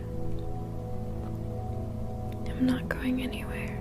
And the other times that I had to wait for the metro, it was only 1 or 2 minutes. And the longest I've ever had to wait was 4 whole minutes for a train. And that was during Chinese New Year. So, you know, I always appreciate when a country does public transport well. Xi Jinping, I know you're watching this. I have a proposal. You know how Russia took away Outer Manchuria during the Chinese Century of Humiliation? Putin is weak now, Xi, and these territories are all historic Chinese land, you know. You have a better claim to it than Russia ever did. You have the biggest military in the world as well, so you know what to do. And seeing the global world power shift as you're growing up is an absolutely crazy thing to see, because while the US was waging wars in foreign countries and spending trillions on innocent people in tents, China was using money to actually build their own cities instead of destroying other people's cities. A lesson that Russia can learn from. Using their money to innovate and make better technologies and products than the West, beating them at their... By the way, this is literally why I say Chinese are OG Ameriboos, okay? Look at this fucking vehicle, dude. Like, the only thing that makes it gay and woke is that it's electric. Like, look at the size of this fucking thing. They love, I'm telling you, man, they love America. They're just beating us in our own game. They're beating us in capitalism. They're beating us in fucking trucks. You saw that Jim Farley story where he like got into a BYD car or whatever and was like, this is it. It's game over.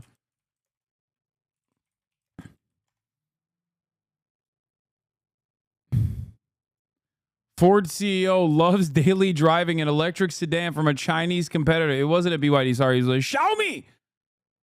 Su 7.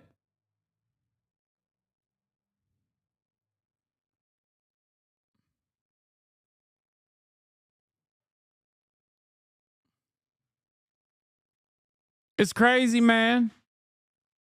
It's crazy.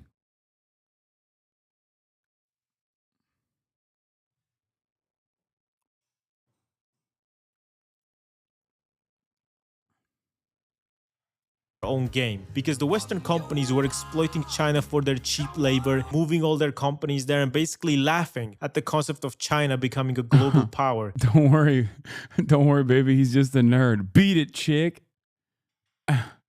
Because they thought, oh, they're dumb. They can't make better cars or products than us. Just an inherently Western supremacist idea to have. A lot of how China reached this level of technological development is because when the Western companies were bringing their products to be manufactured in China for cheap labor, the Chinese people were making these products. So they learned how to make these products. And with a lot of investment and subsidies and cheap loans from the Chinese government, they learned how to make even better products. Which is how just a couple days ago, DeepSeek, a Chinese AI, dropped onto the world like a fucking dick on your face when you're sleeping. Wait, what? They make an even more tactical SUV EV? Dongfeng? Wait, isn't Dongfeng also... Aren't they also... Isn't that the name of a missile too? Or no, I guess not.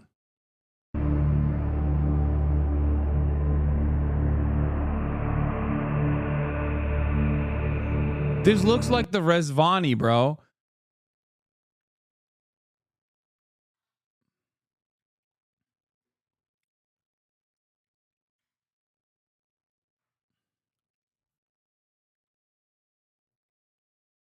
Huawei makes cars too, and they're a worker co-op. Yeah, Dongfeng, East Wind, typically abbreviated as DF missiles, are a family of short, medium, intermediate range intercontinental ballistic missiles operated by the Chinese People's Liberation Army Rocket Force. Yeah.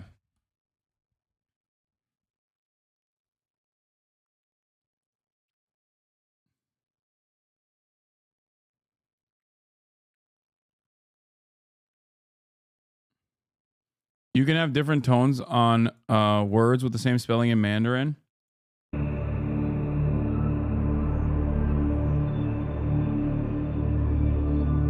Not many people are buying this. Yeah, no shit. Why the fuck would you want to buy this monstrosity, dude?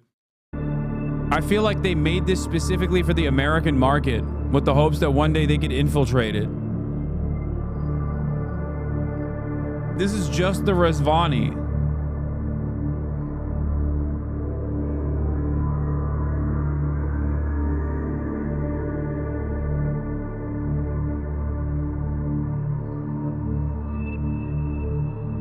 This is the car that my Chinese hog.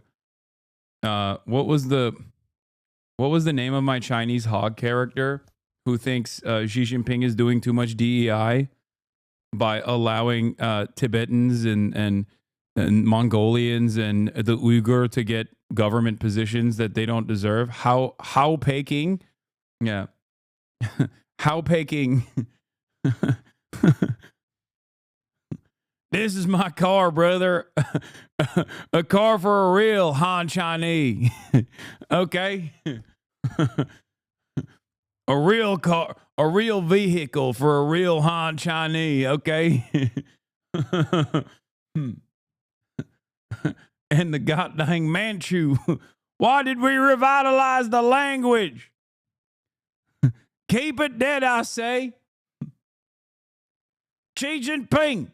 You better stop it with your goddamn DEI. I want my Dongfeng M Hero 917. And I want to rip my goddamn bogues in the goddamn car without having to think about some wagger ruining my job opportunities from my children.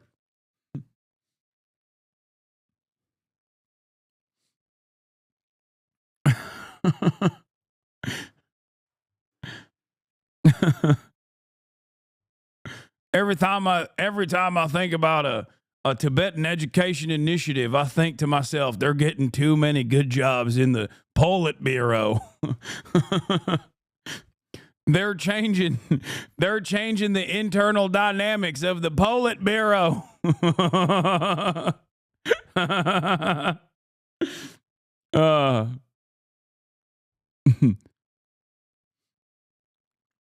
Okay, let's just keep going. They ain't even Han Chinese. Sleeping around the homies and wiped $1 trillion from the American stock market. The civil servant exam went woke. I have it on good authority. Back in the day, they used to hire from my region, okay? They would go to Shenzhen. Now they ain't going to Shenzhen no more. They're going to Tibet. Chinese hogs starting to kind of get over the whole DEI thing these days, actually. Whenever someone starts talking about it, now you always have some hogs going, oh, just shut the fuck up with that Western shit. Like they're tired of the whole thing. Oh, no. The American hogs ruined it for them.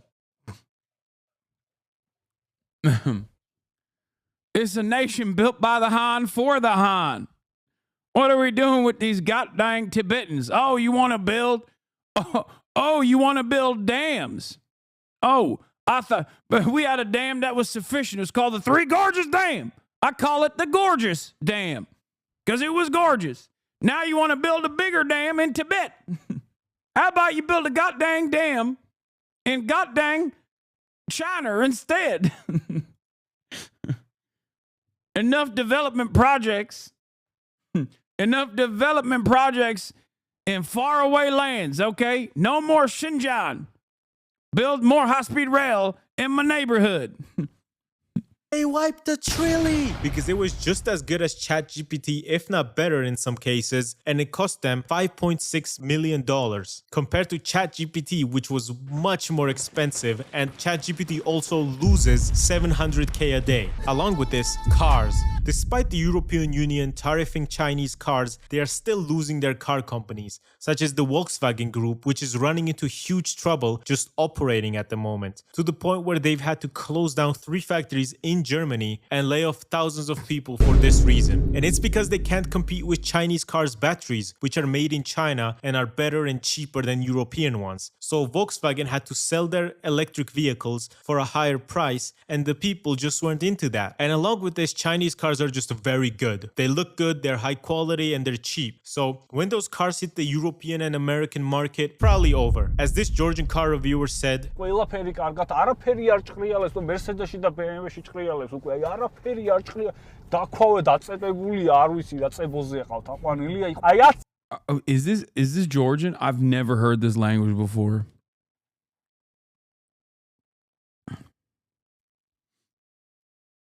I just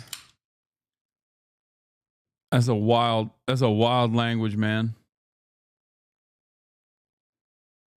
წელიწადში თუ გაძლო ამ მანქანებმა 10 წელი ისე რომ აი არ დაიშალა და დედა არ ეტირა, მე შეგვიძლია პირდაპირ ვენოკები ვიყიდოთ და გავუგზავნოთ პირდაპირ აი ამ გერმანელებს, იტალიელებს და ამერიკელებს. And on top of this, they've made the most sold electric car brand in the world, outselling Tesla by more than 2 times. For trans and public transport, this isn't even a close call. China is literally just better in every single way, in trams, buses, trains, or whatever you can imagine, than Western countries. And I've been to a lot of countries in Europe. I've tried out all their metros. Let me tell you, bro, it is nothing compared to a single line in the Hong Kong metro. They even have gaming. China has literally overtaken every single industry and outdone the Western companies in their own game. Literally. League of Legends, 40% stake in Epic Games, which makes Fortnite and the Unreal Engine, where basically every game is developed now. Clash of Clans, Genshin Impact, PUBG Mobile, Black Myth Wukong, which broke records for selling 10 million copies in 3 days and also having the most amount of people playing at the same time. Clash Royale, Call of Duty Mobile, and they're probably gonna buy Ubisoft now. I'm calling it. This year or next year. This is just genuinely surprising because they have become dominant. Okay, I can finally live out my dream of being invested into by the Chinese when I get another Ubisoft partnership down the line, but this time it's owned by the Chinese state. Oh my God. Oh my God. Chat. We're getting so close. We're getting so close to my dream. 我们今生注定是沧桑，苦之来要笑着走过呀，朋友啊，让我们一起牢牢铭记呀，我们今生兄弟情一场，我们今生注定是沧桑，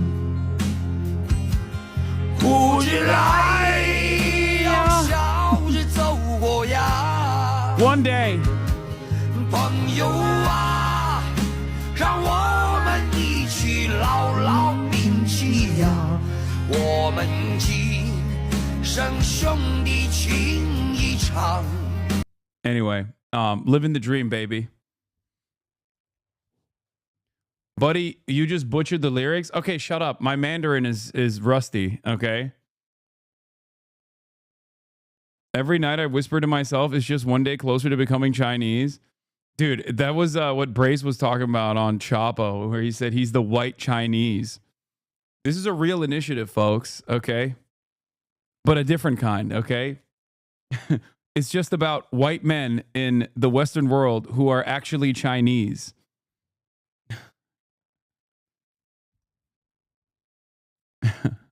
Yeah, my Mandarin is rusty. Shut up. It's not rusty. It's non-existent. Shut up.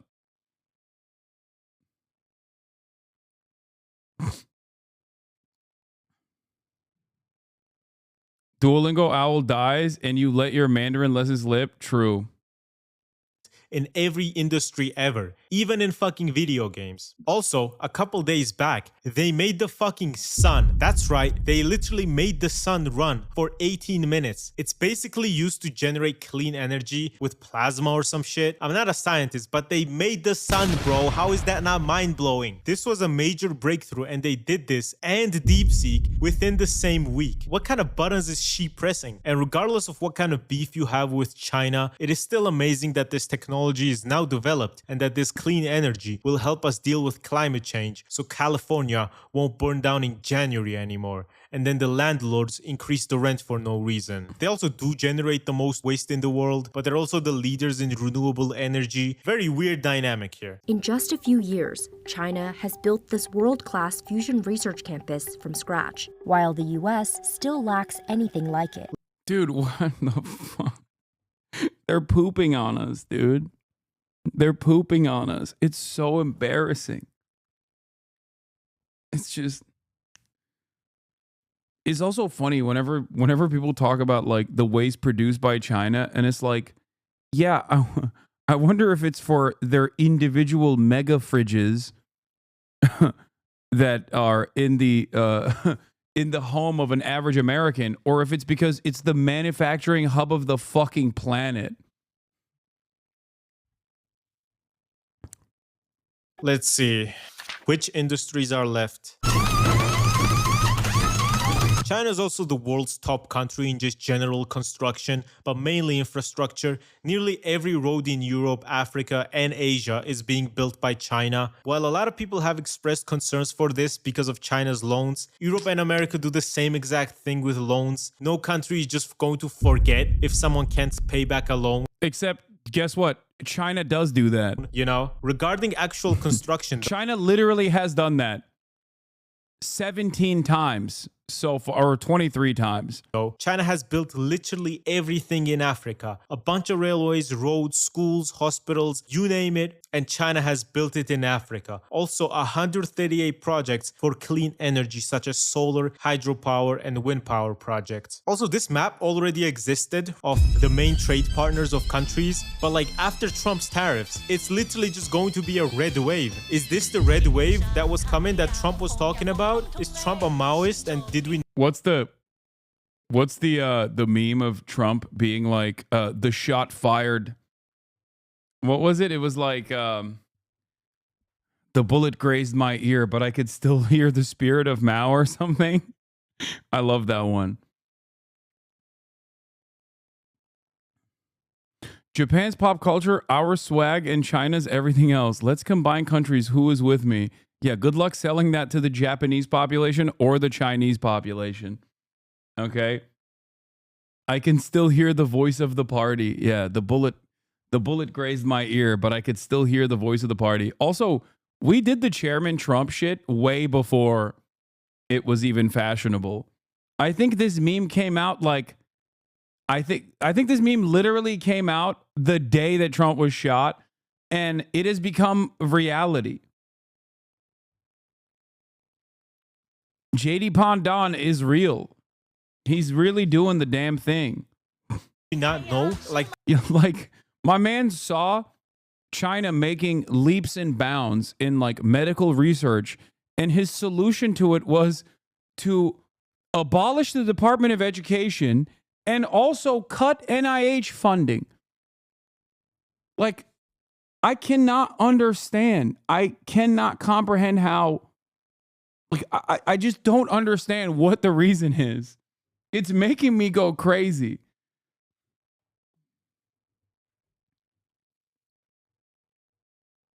That Chinese guy's dad was completely right. Social media, TikTok, like just absolutely being dominant for no reason. It's crazy. Me personally, I'm ready to sign up on Duolingo and start learning Mandarin because it's not really looking too good for the US. You know, I know how hard life is in the United States. Everybody would rather grow up and work and live in Eastern Europe. So I hope the Americans that voted for Trump will be able to afford eggs now at least. Prayer emoji. So with everything being said, get ready to learn Chinese, buddy. Thank you so much for watching. My videos have been getting a lot of views and I'm very happy for that. And subscribe too. Subscribe Good shit, now. Gasu. I know you. Good shit, Gasu. You know what? This is the one that finally got me to subscribe. This level of China glazing. New spectacles about There's this Chinese moment in the late mount. 70s when China as we know it barely existed. No manufacturing, no economic growth, no rivalry with America.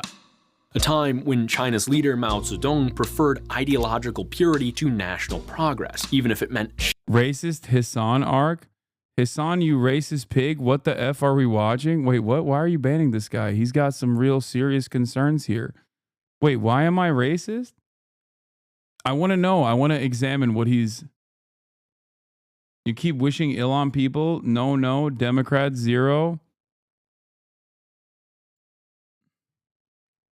No, let him speak. I want to know what was racist about me watching a... watching a meme video about China dominating. Almost entirely due to American failure, by the way. shutting down the universities and calling on the youth to kill their teachers and denounce their parents.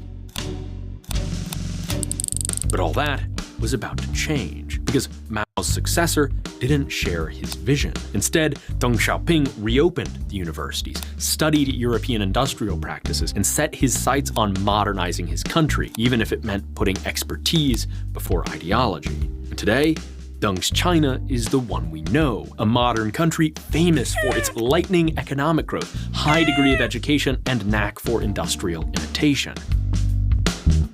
Lots of stuff is turned around, I think, in the last couple of decades.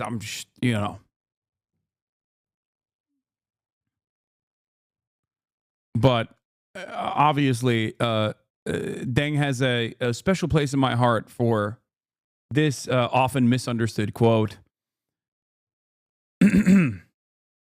Poverty is not socialism. To be rich is glorious. Anytime somebody says like, oh, dude, you're fucking...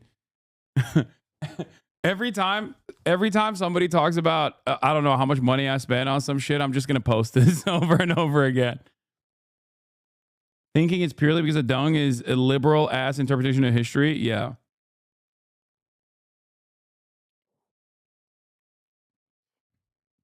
The Cultural Revolution and the Red Guard were wild as fuck times for China. Do you think Trump is working on his own Red Guard? What would they do? They'd beat your ass if you're not sufficiently anti-DEI. They put you up there on the fucking rafters. Be like, you better say science is gay right now. Oh, I heard you were reading some revolutionary science books. Okay, Magic Man, you better say science is bad right now.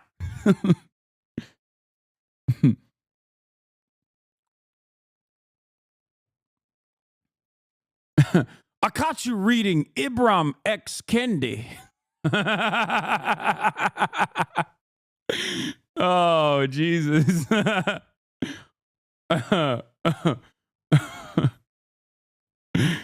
You 15 lashings for your DEI crimes.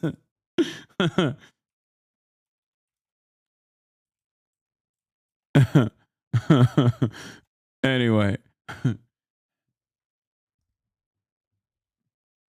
we're already there, dog. Yeah, our glorious counter-revolutionary leader, Chairman Trump, has abolished the illegal heretic magic of being a doctor, and the peasants have informed the counter-revolutionary Red Guard that you were doing magical medical experiments by giving people contraceptives.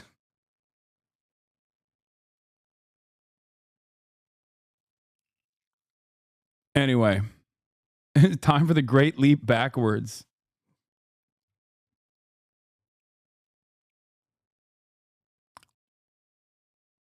Anyway, let me run this 我 back. 们今生注定是沧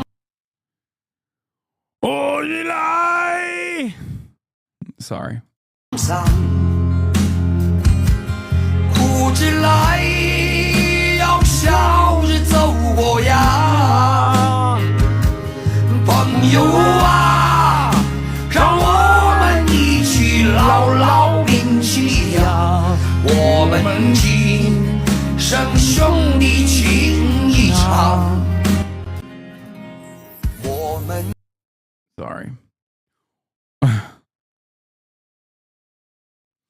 Hasan, why are you so racist against China? Bro, Hasan, this racist bit ain't funny, little bro. Stop this right now, racist Ottoman pig. Wait, what? Oh, he was saying I'm being racist towards China. Okay, he's doing a bit. Never mind. But this Chinese Renaissance didn't happen overnight, nor was its success guaranteed. There was a time when anything was possible. A time when Deng Xiaoping was exiled by his own party to the countryside, more likely to die in obscurity fixing a tractor than to return to Beijing and reshape the nation. The time when a gang of radicals sought to succeed Mao and carry on his perverse and destructive rule when it seemed that Maoist ideological purity was destined to be the ruinous principle at the heart of China's government forever. Dude. That is, until this backward vision came crashing down. When in 3 years, 3 massive events combined to shake China to its core and set it on the path to modernity. First, a massive protest at Tiananmen you've likely never heard of. Then, the death of Mao, the father of the revolution. And finally, the unlikely triumph of the exiled Deng Xiaoping over Mao's chosen successor. Yet this story doesn't only explain how China rose to power, it also explains why the country is changing today, why a man like Xi Jinping was destined to come along, reviving Mao's leadership style and abandoning the principles of Deng Xiaoping, which made China a success. This is China, 1976.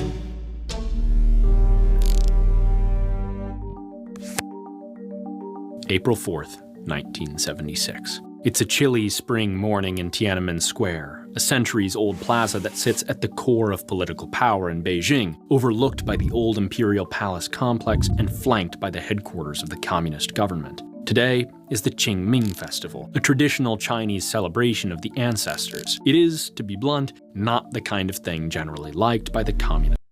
I think this is cool. This guy is like, skip this part. Yeah, hey, don't watch this. I think it's cool that there's a guy who's like this far in the tank for Deng. Like, normally I feel like guys that have this kind of position are just like across the board unimaginably anti-China. Am I wrong?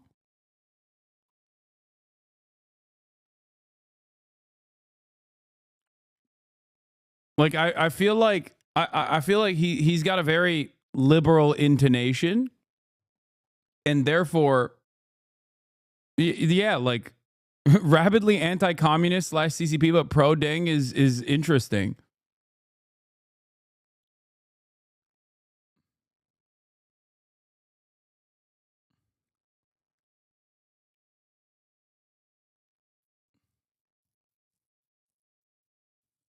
It's the libertarian wants a Chinese wife archetype, in my opinion.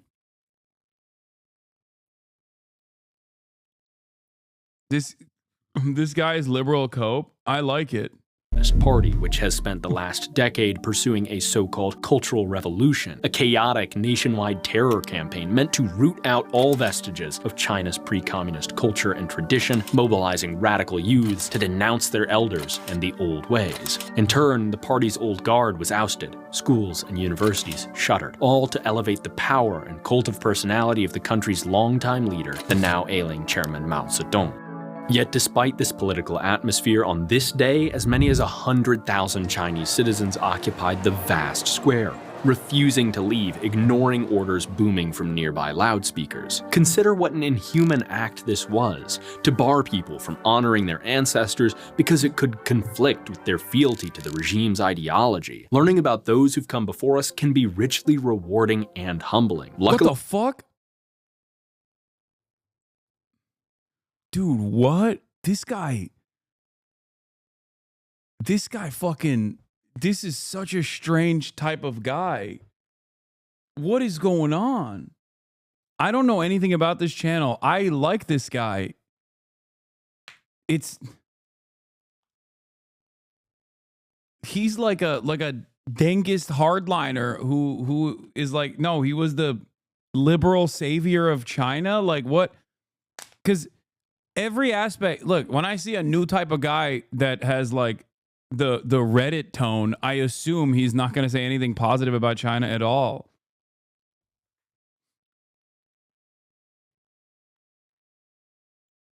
America isn't totally gripped by a fanatical cult of personality, at least not yet. And so lately, I've been able to learn about my ancestors with... Like, does he think Xi Jinping is too restrictive in terms of like, reinstating party loyalty and you know, like really pushing the prominent sector leaders into demonstrating party loyalty? Like he's too illiberal. Like, is that what his take is on? I would love to hear what he has to say about Xi Jinping. My Heritage, the #1 family history service and sponsor of this video. With My Heritage, building your family tree is shockingly easy and actually pretty fun. After signing up, it only took me a few minutes before I uncovered my paternal ancestors going back to my great-great-great-grandparents. When I told my dad, he was blown away. This was family history even he had no idea about. But more than just names, birthdays, and death days, My Heritage helped me uncover a residence history for my great-great-grandfather, Mao Zedong.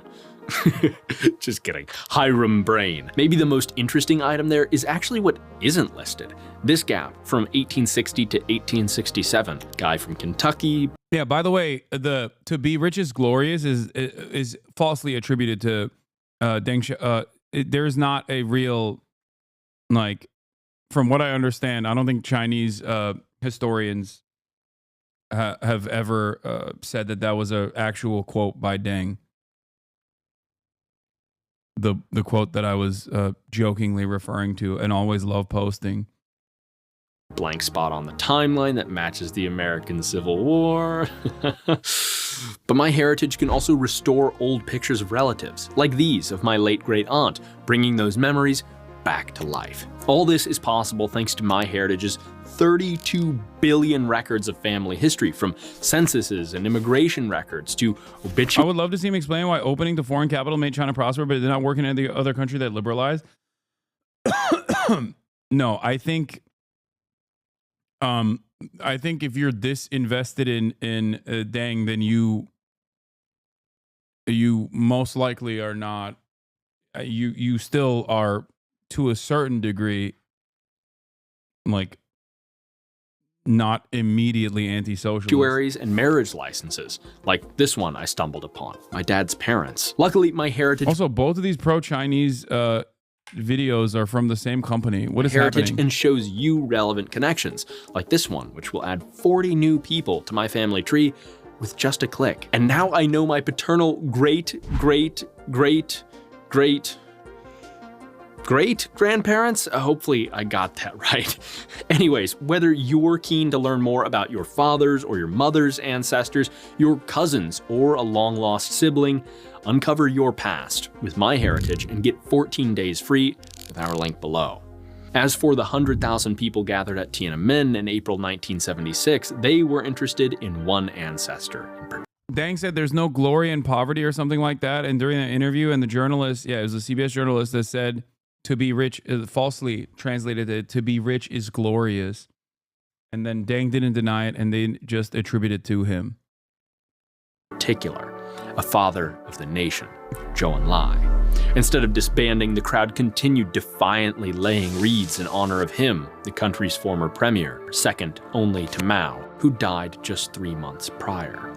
Make no mistake, Zhou was neither a Democrat nor a dedicated reformer. At best, he was a moderate among radicals who sought to provide the Chinese people with something other than empty bellies and heads full of propaganda. This made Zhou enemy #1 for the Cultural Revolution's most devoted partisans, a group of 4 high-ranking party members led by Mao's wife, Jiang Qing, known as the Gang of Four. This is why the massive crowd gathered, because whatever his limitations, Zhou was the closest thing the Chinese people had to a symbol of resistance to a decade of radical upheaval. They exchanged poems and slogans that grew increasingly militant in tone, dripping with anger at ruling officials. One read, "I mourn, but the ghosts are screaming. I cry, but the jackals are laughing. Tears are shed in memory of the hero. Eyebrows are raised as I take my sword from my scabbard."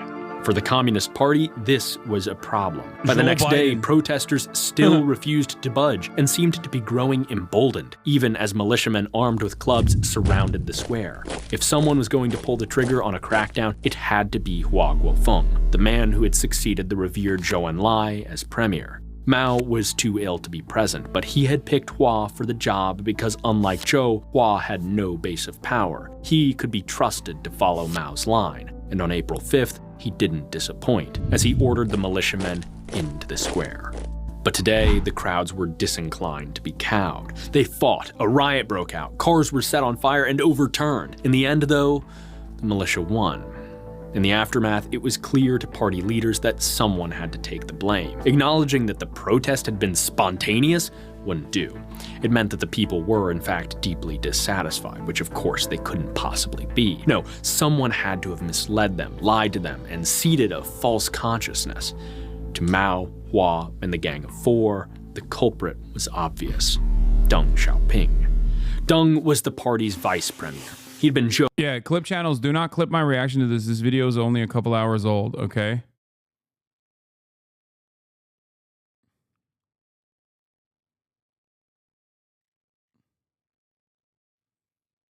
Funny enough, Xi's family suffered at Mao's hand during the Cultural Revolution. Excuse me. Xi learned a lot of important lessons, okay?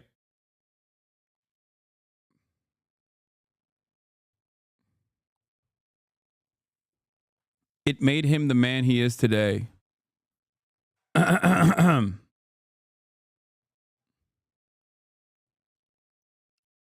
His father was abused physically by the Red Guards. His mom forced to denounce her husband. It was so bad that Xi's older sister unalived herself, unable to live with the horror, shame, and torment heaped on her for being the child of a capitalist inroader. Xi himself was banished to the countryside for re-education, which involved hard labor, reciting Mao Zedong thoughts and self-criticisms of his capitalist tendencies. Yeah. I don't know if you mean what you say, but you should be careful joking about some of these things. Why? No, I'm not going to be careful joking about these things. If Deng Xiaoping, who brought his father back from obscurity and exonerated Xi's family, funny how Xi adores Mao Zedong, the destroyer of his family, who said that Stockholm Syndrome is not real. I love that this person also recognizes, like, unironically, dude, listen. Like, oh, it must be because he was brainwashed is a very weird approach. Okay? It's got to be a real weird approach to just be like, yeah, no, he probably got brainwashed, so the re-education worked when he recited Mao Zedong thought.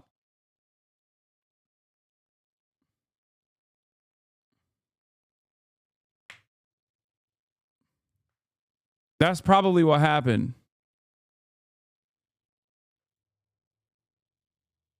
She also lived in the US for a time, Ohio. That's right. She was able to learn how the countryside operates in both the capitalist hellhole of America KKK and also on the Chinese countryside. Yes, he did. He has a special connection to Iowa, not Ohio, by the way. It was actually Iowa. This chatter is correct. This commentator is correct.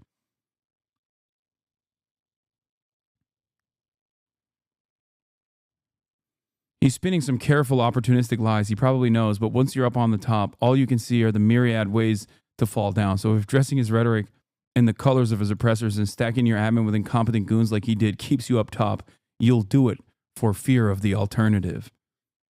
You can never not adore Mao in China. No one wants to make the Khrushchev mistake.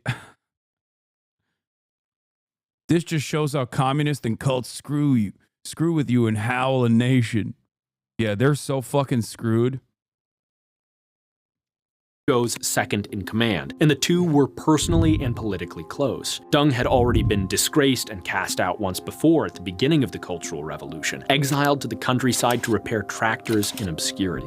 But after 6 years, Mao had begun to question the wisdom of this radicalism. You were joking about Xi's family suffering, but it was definitely very serious. Okay. Yes, and he also did get sent to the countryside. And he learned from that experience and it made him the statesman that he is. As he sought a counterweight to Jiang and her radical gang, it was Zhou who convinced him to invite Bro is offended for Xi. I know. Deng back. The two of them had always shared a reformist streak. Yet, even with Deng's return in 1973, the Cultural Revolution had by no means come to a stop. As one member of the Gang of Four put it in a 1975 article in China's leading communist journal, "On no account should we relax our vigilance just because we have won a great victory in the great proletarian cultural revolution. Today there are still many fortified villages held by the bourgeoisie. When one is destroyed, another will spring up. And even if all have been destroyed except one, it will not vanish of itself if the iron broom of the dictatorship of the proletariat does not reach it."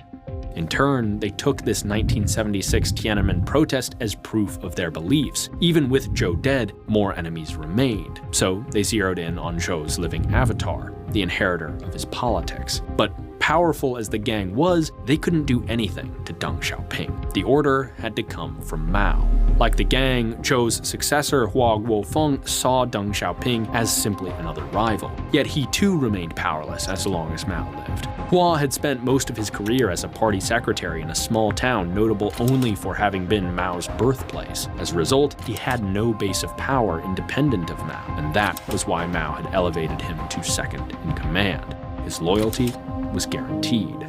Indeed, this was the defining feature of Mao's China, only heightened over the course of the Cultural Revolution: loyalty to the communist line, formulated by Mao himself, and nothing else, which is why Mao too arrived at the same conclusion about Deng Xiaoping. After this display, he could pose a threat. So despite his competency, not to mention innocence, Deng lost everything once again. He was stripped of all titles and responsibilities, leaving him with nothing but his party membership, and was forced into house arrest.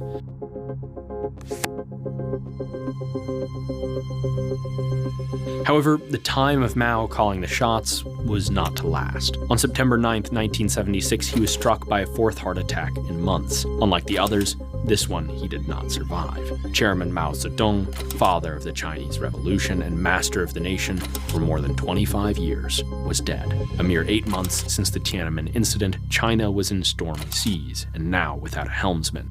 Succession was the immediate concern, and thanks to the chaos of Mao's final years, that question had many answers. Hua Guofeng's path was the clearest, his vision the least ambitious. China is winning so hard, libs are trying to paint Xi as a victim of communism who infiltrated the party despite his trauma and brought profit.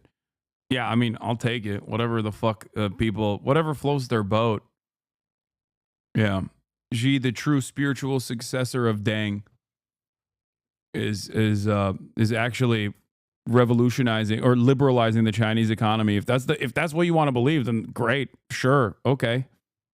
Yeah, I agree. Let's not go to war with China, please. Thank you. Picked by Mao as his vice chairman in the aftermath of the Tiananmen incident, Hua immediately rose to acting chairman upon Mao's death. However, he was not without challengers. The day after Mao's funeral, members of the Gang of Four demanded that Mao's papers be placed in the custody of his nephew, the group's ally, an obvious attempt to find or forge proof of Mao's will that his wife Jiang Qing should inherit his power. But Hua fended off the attempt and remained confident that as long as Chiang sought to carve out power from within the system, he was secure. Not only was he acting chairman, the gang was hardly popular with the rest of the communist elite, whom they'd hounded and intimidated during the Cultural Revolution. Yet Chiang and the gang had power of their own. Radical newspapers and radio stations across the country ready to mobilize the gang's fanatical youth militia. So on October 4th, when one of the gang's hardline papers published an editorial calling for just that, Hua's sense of security vanished. Within 2 days, he concocted a plan and called an impromptu session of the Politburo Standing Committee. Fearing that the gang might smell a plot, he set an agenda they couldn't resist: publication of the final volume of Mao's collected works, the final say in the chairman's legacy.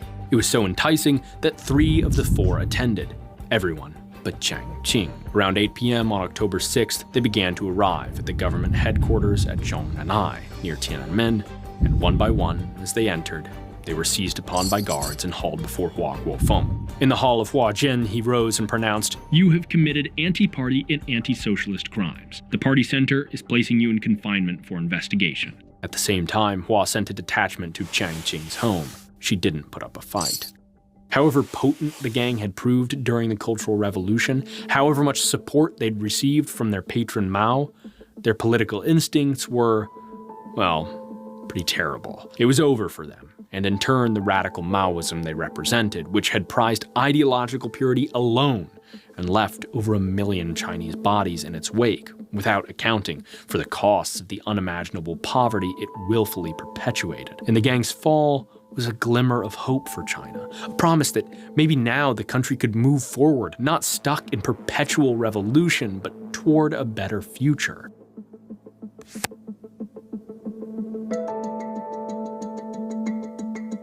To pull that off, though, Hua needed help from someone with sharp political instincts, deep support in the party, and a vision for the future. He needed Deng Xiaoping. Yet these qualities made Deng a threat to Hua as well as an asset. Before he could recall Deng, Hua needed to solidify his position. Because his power came from Mao, he undertook a sort of public relations campaign to brand himself the defender of Mao's legacy, culminating in a February 1977 editorial which would soon become known as the Two Whatevers. In it, Hua declared, "We will resolutely uphold whatever policy decisions Chairman Mao made and unswervingly follow whatever instructions Chairman Mao gave." That included affirming the counter-revolutionary nature of the Tiananmen incident. But communist politics can be funny with how easy it is to do one thing and say another, to wrap a massive policy change in the language of fealty to the party line and the immutable principles of the archaic 19th century Marxist science, and that's exactly what Hua intended, as he immediately sought to undo Mao's decision to exile Deng. At first, Hua demanded that Deng endorse the Two Whatevers, but Deng rightly judged that Hua's situation was impossible. He had to defend Mao, yet also needed to alter the ruinous path Mao had set China on. He condemned Tiananmen, even as he begged its supposed mastermind for help. So Deng refused to endorse the Two Whatevers, calling Hua's bluff. And a bluff it proved to be.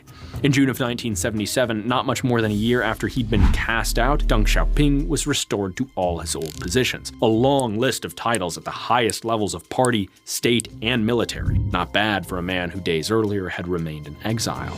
But Deng disdained the glamour and titles. Desiring rather, in his own words, to accomplish something, he requested responsibility for science and education policy. Bro really is a Dengist, dude. He's like a liberal.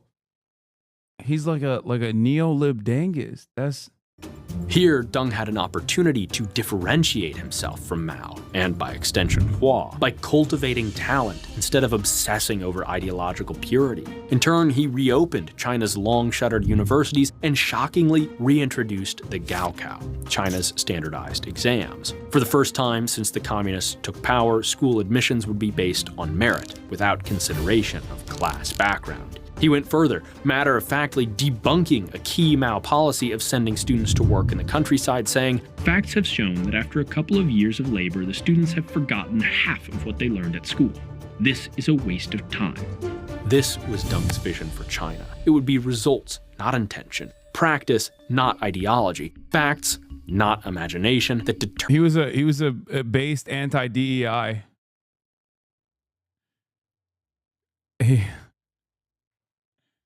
I'm kidding. He was not anti-DEI.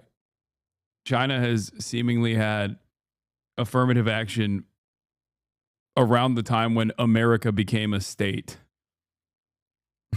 Determined policy. When officials returned from studying industrial practices in Europe, Deng is actually true.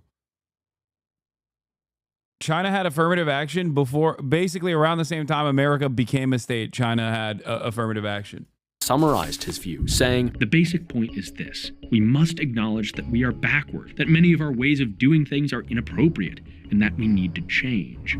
Yet Deng couldn't simply disown Mao and all he stood for, which was, in practice, mostly the opposite of those things. To survive in the party, he had to reconcile his vision with Mao Zedong thought, no matter how contorted the reconciliation. But where Mao was a talented... Also, like, the notion that, like, Chinese higher education was not up to snuff under Mao is... And that, like, Deng saved Chinese higher education is an insane thing to state, considering that, you know, it was a little bit of a period of instability if I were to criticize it gently. He did not say that. No, he said that Deng reopened the higher institutes of learning and that they weren't around before Deng.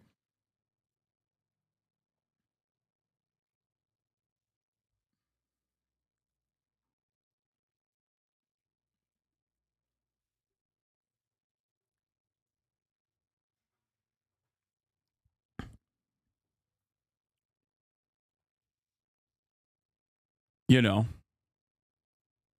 considering that there was a fucking genocide before they were a colonial, before they were a colonial subject, and also a civil war against the nationalist factions, while simultaneously also being, once again, dominated by and being genocided by the Japanese.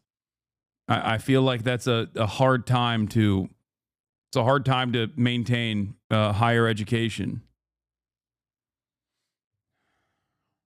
Talented theorist who could refashion reality with his revolutionary worldviews, Deng was a practitioner without an ideology that fit Maoist tradition. Luckily, many of China's intellectuals saw Deng as their hero, the great education crusader.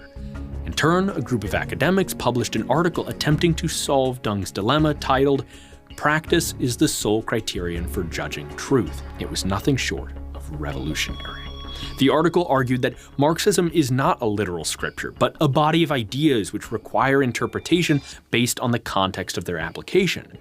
This was exactly what Deng needed. Armed with this new theory, Deng left the party's stronghold of Beijing and took to China's northeastern provinces, holding meetings with old allies and drumming up support for this new notion of practice over Hua's two whatevers. To Deng's delight, support was easy to find. Discontent, even rage, over Mao's abuse of party comrades was widespread among provincial officials, and they resented Hua's unwillingness to own Mao's or his own failures, particularly regarding Tiananmen. They were hungry for a break with the past. Deng was ready to make his play. By the time he returned to Beijing in November of 1978, the 11th Party Work Conference was already underway. It began, as all the worst corporate conferences do, with breakout sessions and small group discussions. These composed of provincial officials, divided by region. Bad news for Hua, because with Mao gone and discussions taking place amongst regional comrades, delegates felt freer to speak their mind than they had in decades. In turn, their conversations rapidly diverged from the official agenda and into grievance airing about the errors of Maoism and the need for reform. Hua sought to tame the flames. In speeches to the assembly, he disowned the excesses of the Cultural Revolution and endorsed opening up to foreign investment and modernization, concessions which surely sent the embalmed Mao spinning in his glass display case.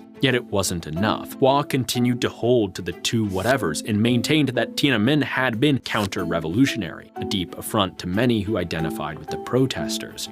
Sensing Hua's conciliatory tone, members of the Beijing Party Committee spied an opportunity to defy the chairman directly. On November 13th, they published an announcement, unilaterally declaring Tiananmen entirely a revolutionary action and promising rehabilitation for all those persecuted. 5 days later, Hua pivoted and posed for press photos with a newly published book he'd personally titled, a collection of poems commemorating the Tiananmen demonstration. He was adapting. A week later, back at the conference, Hua gave another speech explaining that he was willing to serve the party and accept the prevailing views, even if they contradicted his own stated positions. It was too late. Hua had allowed himself to be defied by his subordinates. The speech was effectively a concession. Soon, delegates began issuing statements, officially declaring their allegiance to Deng's philosophy of practice over the two whatevers. Without any formal change of power or promotion, it was clear to all present that Deng's coup was complete. No longer fighting an uphill battle, Deng was confident and believed this was the time to take his vision one step further, beyond economic reform and into politics. Thus, in his closing speech of the conference, he declared, "Centralism can be correct only when there is a full measure of democracy. At present, we must lay particular stress on democracy because for quite some time, there was too little democracy. The masses should be encouraged to offer criticisms. The thing to be feared most is silence." For the party elite, this was a scandalous notion. For those on the outside, it couldn't have been more obvious. In fact, over the past couple months on an avenue not far from Tiananmen Square, some posters had already begun to appear, criticizing Mao's legacy and the state of Chinese politics. By December 5th, after Hua's informal ousting, new posters began specifically calling for democracy as a crucial component of China's modernization. This was a direct invitation to Deng, the self-professed modernizer and democracy advocate, to put his money where his mouth was. 3 months later, Deng issued his response. On March 30th, 1979, he gave a speech outlining his 4 cardinal principles: socialism, the dictatorship of the proletariat, the leadership of the Communist Party, and Marxism-Leninism and Mao Zedong thought. In Deng's words, these were items beyond criticism. All that talk of democracy, Deng had meant democracy only intra-party, or within the party. Whatever Deng's boldness, it was now clear. His goal was to save totalitarianism, not transform it into something else. Democracy to him was just a useful tool to make sure the ruling party was running smoothly, not destroying itself under a misguided dictator like Mao. And in that respect, Deng succeeded. Within the party, he cultivated a less violent, more regularized set of procedures for policymaking and resolving disagreements among leadership, emphasizing democracy within the party, which resulted in rewards for— You don't understand, when Deng did it, it was for good reason. As opposed to when Mao did it and it was for bad reason.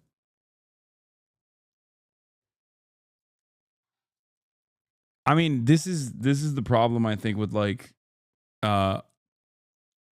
assuming that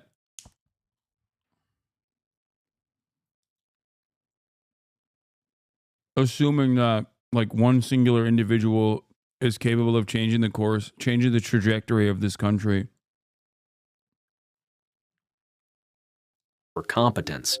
Crucially, though, the party's results-oriented culture, which Deng fostered, carried into policy, reshaping the nation for the better. No longer in a Maoist straitjacket, local officials were allowed to— Is this what you meant when you said you knew what best was entertaining? Because folks are leaving, I'm into it, but you get what I mean? I suggested Dick Wolf talking about Trump. Okay, take a day off.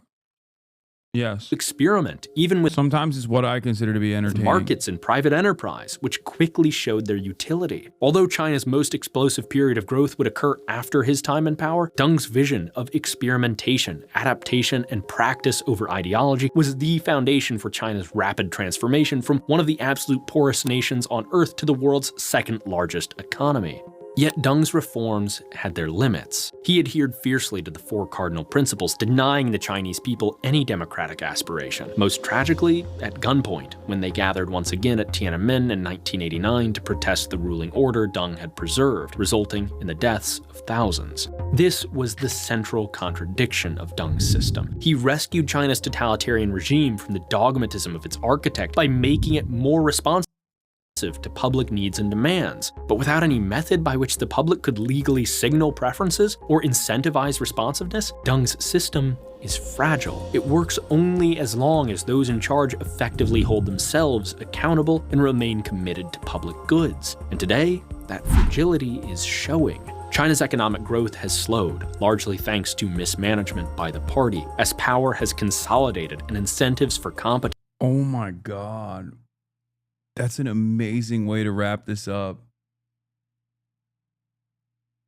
It's because the party has not abided by the Dengist principles and failed to continue liberalizing, and that's and not institute like true democracy, which Deng didn't do as well. He's so fucking pro Deng that he like normally this is why it's a weird video from my at least as far as like the anti-China videos that I have seen, where like anti-China videos normally will not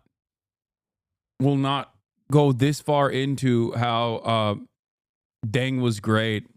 They like he even talks about Tiananmen Square as like a brief moment. And then also that China is actually also on the verge of collapse and its economic growth is stunted because it hasn't followed through. It hasn't followed through on enough liberalization. Such as Deng's notion of intra-party democracy have eroded. Recently, Xi Jinping, China's leader, secured himself a third straight term as party chief, unprecedented since Mao's death, and followed it up with a mandatory public education campaign in Xi Jinping thought. Under him, loyalty rules once more, as his supporters have displaced competent but neutral figures across the ranks of top party leadership. This is not a prediction that Xi's China is about to collapse, that a crisis is... Shut up. I fucking love China, but your defense of Mao is just disgusting. This is just the guy who caused the Great Famine in China into the Cultural Revolution that destroys so much Chinese history and created generational trauma in the population. No, I see founding fathers in the exact same vein. They're slavers, but they also engaged in a just war against the British Empire. That's simply it. Like, that's it. It's also, does it not even remotely shock you or confuse you at all? The admiration that even modern Chinese society has towards Mao?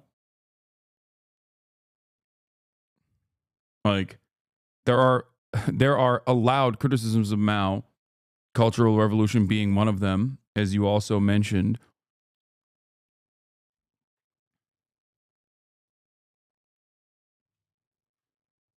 Your moral compass flexibility is hard to read? No, it's not. I would say it's fairly consistent and accurate. I've long maintained that same position about America's founding fathers as well.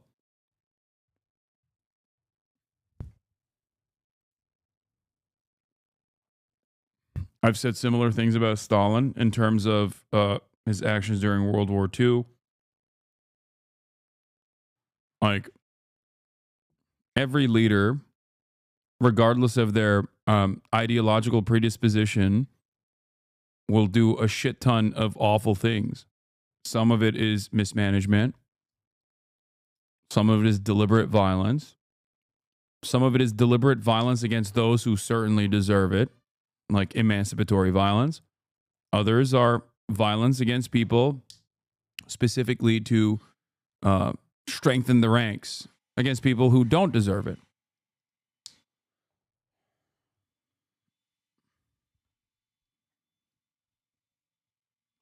But the reason why China is the way it is right now is a combination of all of these leaders, including Deng and his contributions, alongside Xi Jinping, but certainly Mao as well. Like,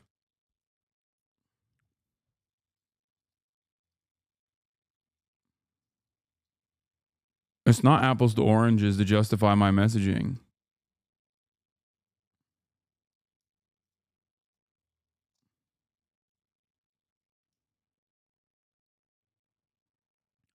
I think specifically land reforms are very important. Like, you're talking about thousands and thousands of years of deeply ingrained class structure, class dynamics that existed, and a person, a revolutionary figure coming in at a time of great violence and completely turning that seemingly God-ordained clash that class dynamic entirely on its head. That is always going to be massively consequential and also violent.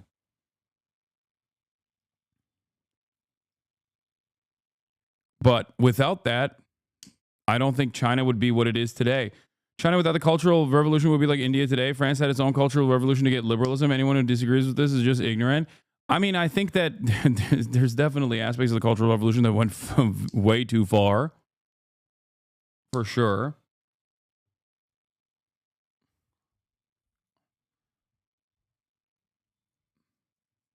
You can't let...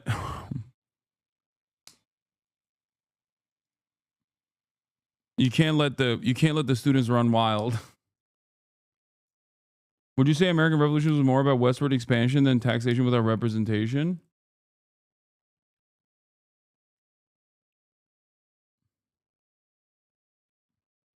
Would you say Trump is trying to do a cultural revolution right now? No, he's not. I mean, I think it's closer to say that Trump is doing a reverse FDR.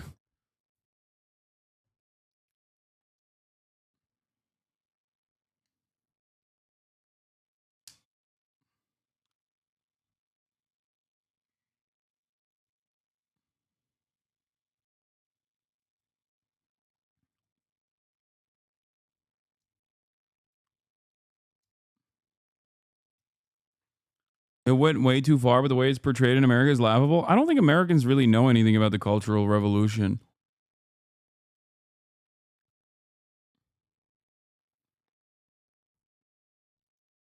You can't compare slavery to what Mao did. Owning humans is beyond. Yeah, also it was a fucking much longer time frame ago. Like, I'm not engaging in cultural relativism here, but like, come on. Like, I understand what you're saying, but I'm simply stating that every figure that played a formative role in the development of a modern nation state has engaged in unjustifiable acts of violence and justifiable acts of violence as well. You have to take the good and the bad in your analysis. If you only look at the bad and you think, no, this is a bad thing across the board, okay, why are you insulting Mao by comparing him to a founding father? Like, please? No, dude, I'm teaching Amerifats who only know of Mao as the bald guy who killed 1 Gorillion Chinese, okay? What the fuck are you talking about? God damn it.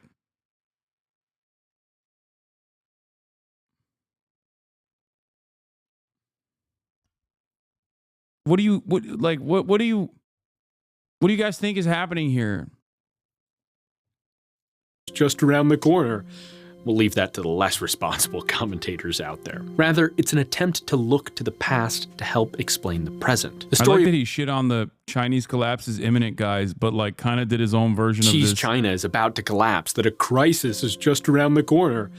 We'll leave that to the less responsible commentators out there. Rather, it's an attempt to look to the past to help explain the present. The story of China between the years 1976 and 1978 is, on the one hand, the essential prequel to its extraordinary success, and a lesson for liberals and Democrats who assume that totalitarianism will inevitably break down, lose its legitimacy, and give way to democracy. Yet there is another side to this coin, because though Deng proved the resiliency of despotism, he did so by embracing responsiveness, accountability, and experimentation.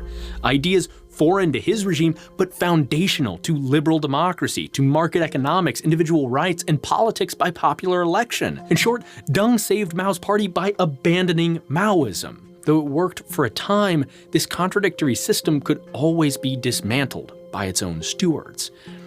If experimentation, accountability, and responsiveness are key to competent government, they should be embraced and ensured, not tenuous elements of a system otherwise hostile to their practice, which in the end, the centralized Communist Party is, and under Xi has proven to be. As competence and accountability are replaced by ideology and dictatorship, what happens next in China is impossible to know. But its past may offer some hints. One last thing, and this isn't a sponsor read.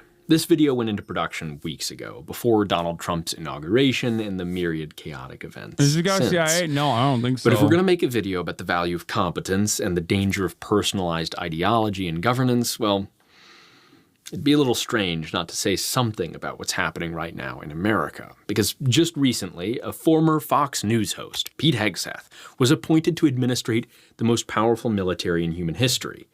His qualifications?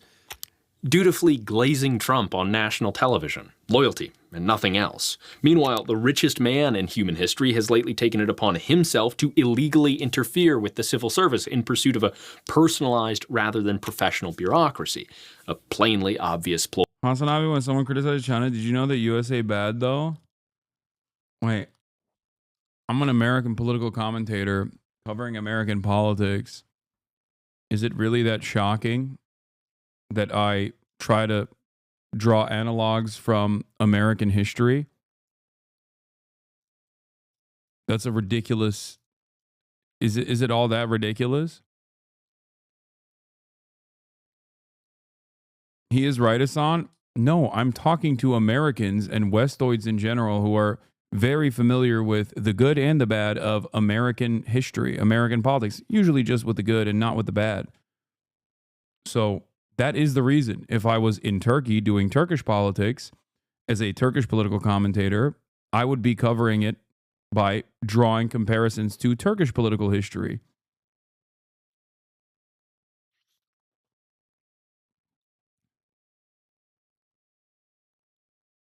That's what I don't understand about people whenever they talk about like my coverage.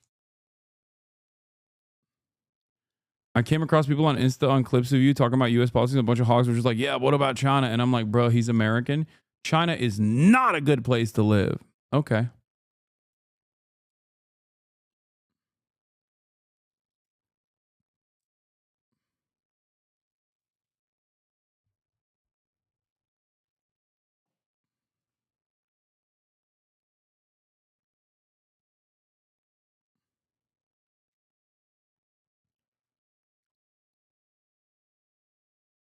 When did you say the USA bad? You literally just spoke about the good things and the founding fathers did. Well, it's because any association or any comparison with a foreign adversary or historical comparison to a foreign adversary automatically implies that I'm actually criticizing the American government.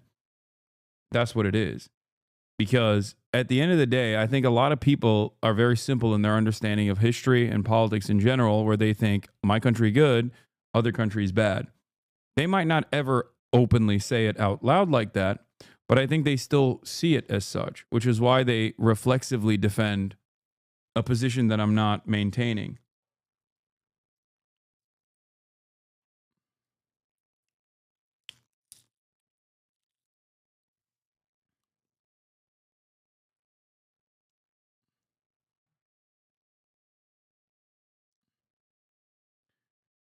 When you Here's a vid that'll really cool the hogs in the chat's head. Overzealous did a great video on Che in defense of Che Guevara, how the media lies to you. Ooh, Overzealous has just banger after banger, honestly.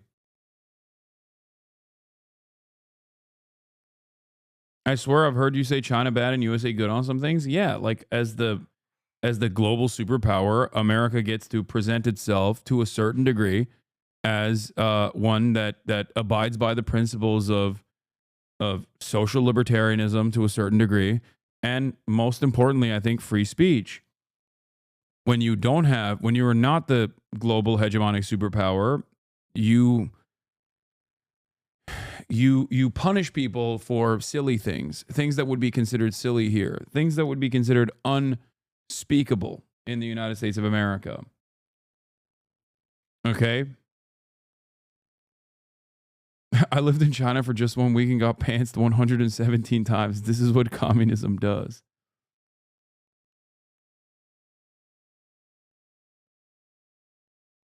Anyway.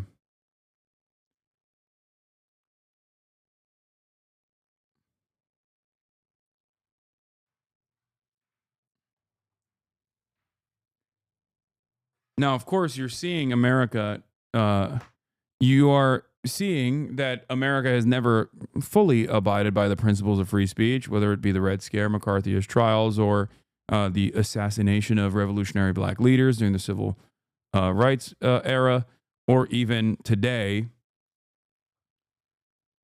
whenever there's a whistleblower, a real whistleblower, not like a fake one, but a real whistleblower, you see how America treats them. God forbid you whistleblow against a corporation like Boeing or any number of different corporations, or even, you know,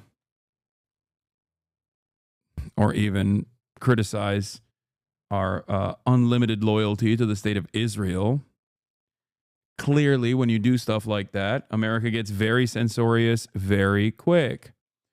And that, I suspect, is going to get worse and worse. I don't want it to, because I do think that some semblance of free speech is good. Like, even abiding by it on principle is a good thing. Quiet liberals, a real American Maoist is speaking. Jacked into the big, and let me tell you, I've been taken up to the third heaven. I've been jacked into the big plan. I've seen it. I've seen it. I can't even compute all of it. It's so fantastical. You've not seen nothing. You ain't heard nothing. You ain't smelled nothing like this. I don't have words to tell you.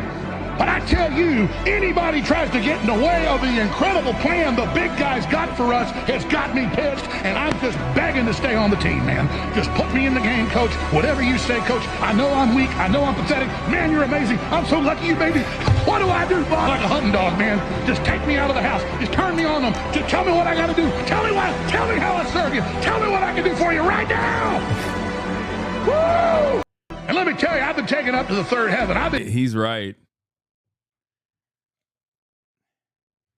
Mao Zedong also received the mandate of heaven. You don't understand.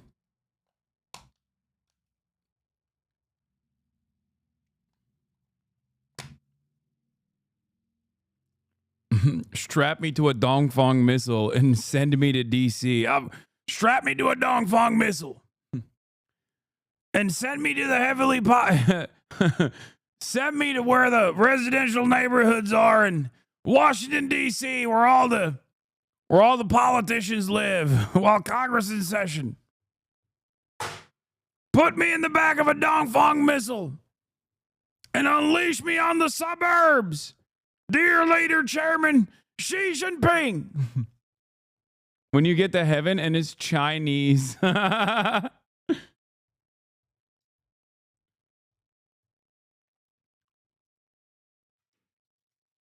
No religious freedoms in China and LGBTQ rights are not really a thing. Okay, no religious freedoms in China is not correct. I don't know what the fuck you're talking about. Unless you mean that they made the mosques look Chinese. If that's what you're talking about, that might be what you mean. And in terms of LGBTQ rights aren't really a thing, yes and no. Snopes, as the resident fact checker, I have rated this partially true. Okay, I'm giving you two Pinocchios. Okay, they're talking about China banning weird racist Christian cults. Oh, okay. Well, yeah, I'm sorry.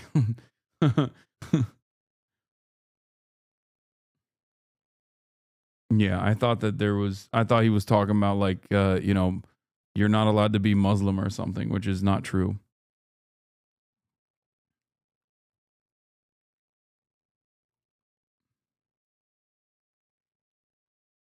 They arrested Uyghurs with the name Muhammad or long beards. No, that was not because of religious persecution.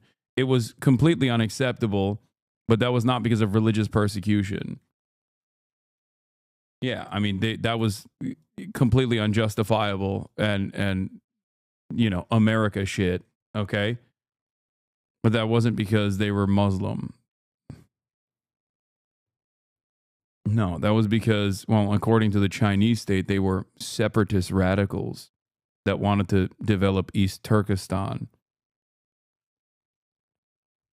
Which, again, not on the basis of religious persecution, considering that there's Muslims elsewhere as well. And you are still allowed to be a Muslim in China, in Xinjiang to this day.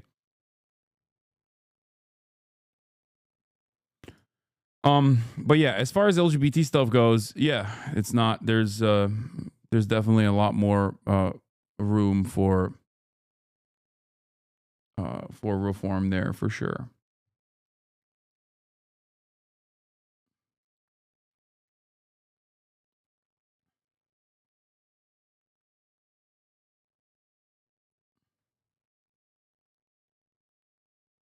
Also, make no mistake, I'm not saying that they were correct in their claim for why they were engaging in mass surveillance and dragnet operations in Xinjiang. They were not.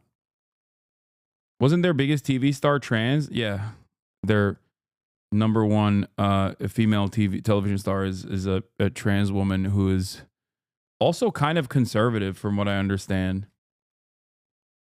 But yes, she is trans and has spoken about like the difficulties and whatnot.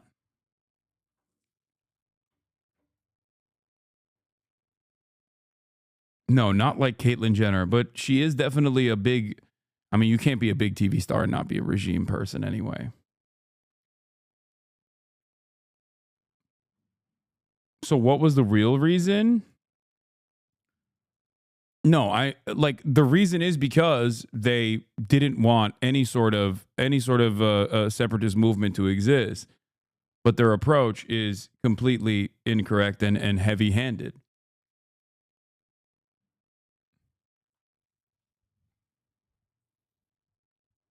And also unacceptable. You can't do fucking dragnets on an entire area.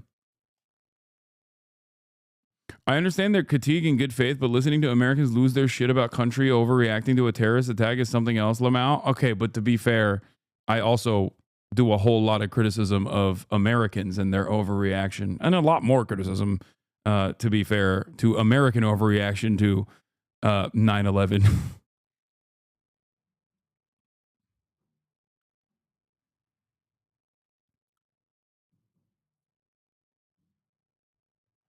From where did you get the dragnet shit? Come on, chatter. I'm putting the Che video in the bag. Search Che Guevara on YouTube. You'll be greeted with an overwhelming amount of videos calling him a murderer, psychopath, homophobe, racist, and so on. You're wearing a mass murderer t-shirt. He personally murdered or had murdered thousands of Cuban citizens. It's like walking around, again, with a Stalin t-shirt. There exists. I don't want to simp too hard for China. Human violations are a serious issue, but do you really think that separatism is something that you can deal with just improving social conditions? Not just improving social conditions, but if someone actually engages in an act of terror, then you prosecute them for the crimes that they've committed. You don't. My point is, under no circumstances can you go after virtually the entirety of an ethnic minority and place them under mass surveillance and then send numerous members of said ethnic minority into re-education camps because you want to completely eviscerate the separatist threat. That is my approach and issue with this process. Kind of like you can't just decide that every fucking undocumented migrant is a criminal because 29 undocumented migrant murders happened in the year 2024.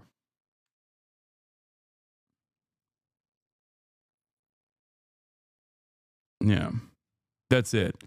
And I think that's a fair assessment. That's a fair assessment.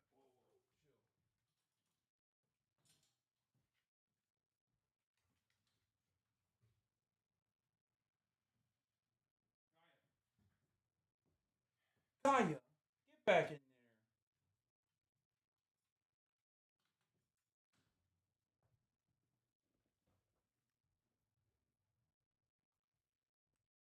Anyway, let's watch.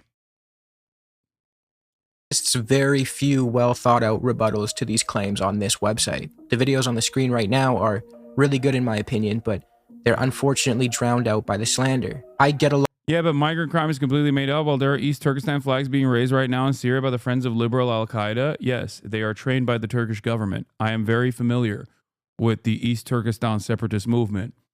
They are literally trained and armed by way of the CIA and my other country that I am from, Turkey. I know. I'm very aware of this. Okay? Once again, that is not a reason or an ample justification for mass surveillance, dragnet operations, and also, re-education camps. It's pre-crime. There's no justification for pre-crime. That's it.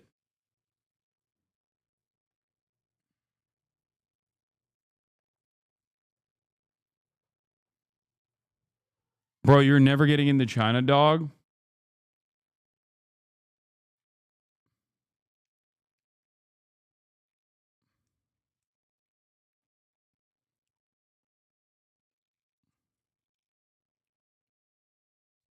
Same shit Palestinians go through? No. It is not even remotely similar to the same shit Palestinians go through.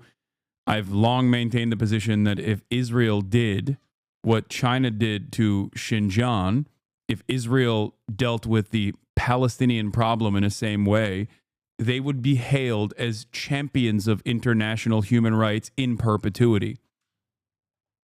And I've said this before, 100%, if the Israeli government did what the Chinese government did in Xinjiang to the Palestinian population, literally every single Western outlet would be like, oh my God, have you ever seen a more moral nation?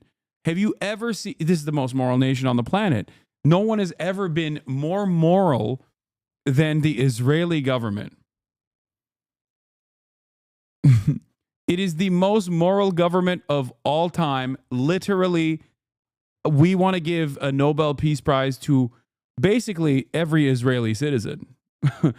They should always have a permanent Nobel Peace Prize.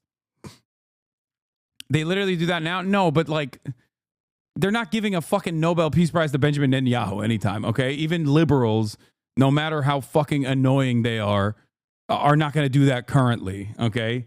Come on. The liberal international rule-based order is currently prosecuting Benjamin Netanyahu as a fucking war criminal. Come on, guys. Like, also, inversely, if China did to Xinjiang what Israel has done to Gaza or the West Bank, we would invade China. Okay? Literally. We would be invading China every day. We would be like, we have to nuke Beijing. Okay? We'd be like, what are you talking about? Please, why haven't we nuked Beijing yet? Fuck it, we'd nuke Xinjiang too. We'd be like, nuke it all. Watch this be another bad prediction. I'm not making a prediction.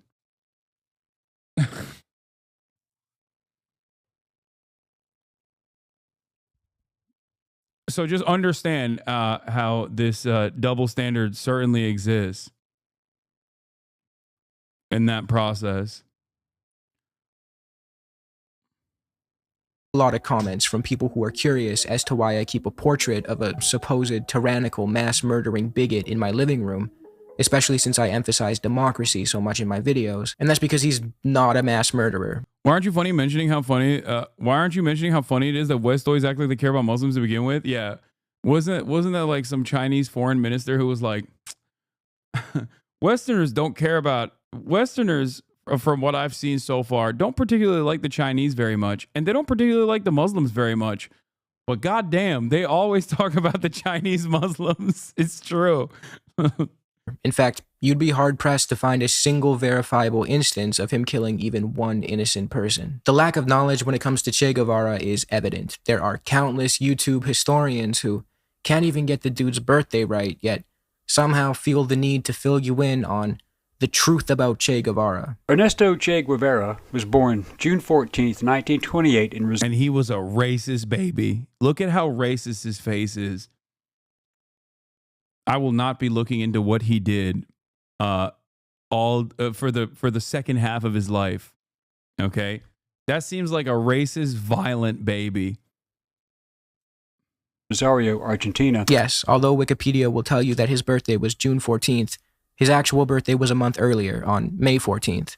We know this because the most acclaimed biography on Che, written by John Lee Anderson, explains how Che's own mother admitted this fact to an astrologer on the literal first page of the book. If you're gonna make a truth about Che Guevara video, don't you think you should at least skim what is considered to be one of the most significant pieces written about the man? I don't bring this up to be pedantic. Anderson is such an important journalist on the topic of Guevara that he is credited with literally helping to find Che's remains after 30 years. He might be worth the read. This may seem like a small detail I'm obsessing over, but it's emblematic of the greater lack of respect for this topic. So, in this video, I'll take the 3 big accusations levied against Guevara, that he was a mass murderer, racist, and a homophobe, and refute each claim.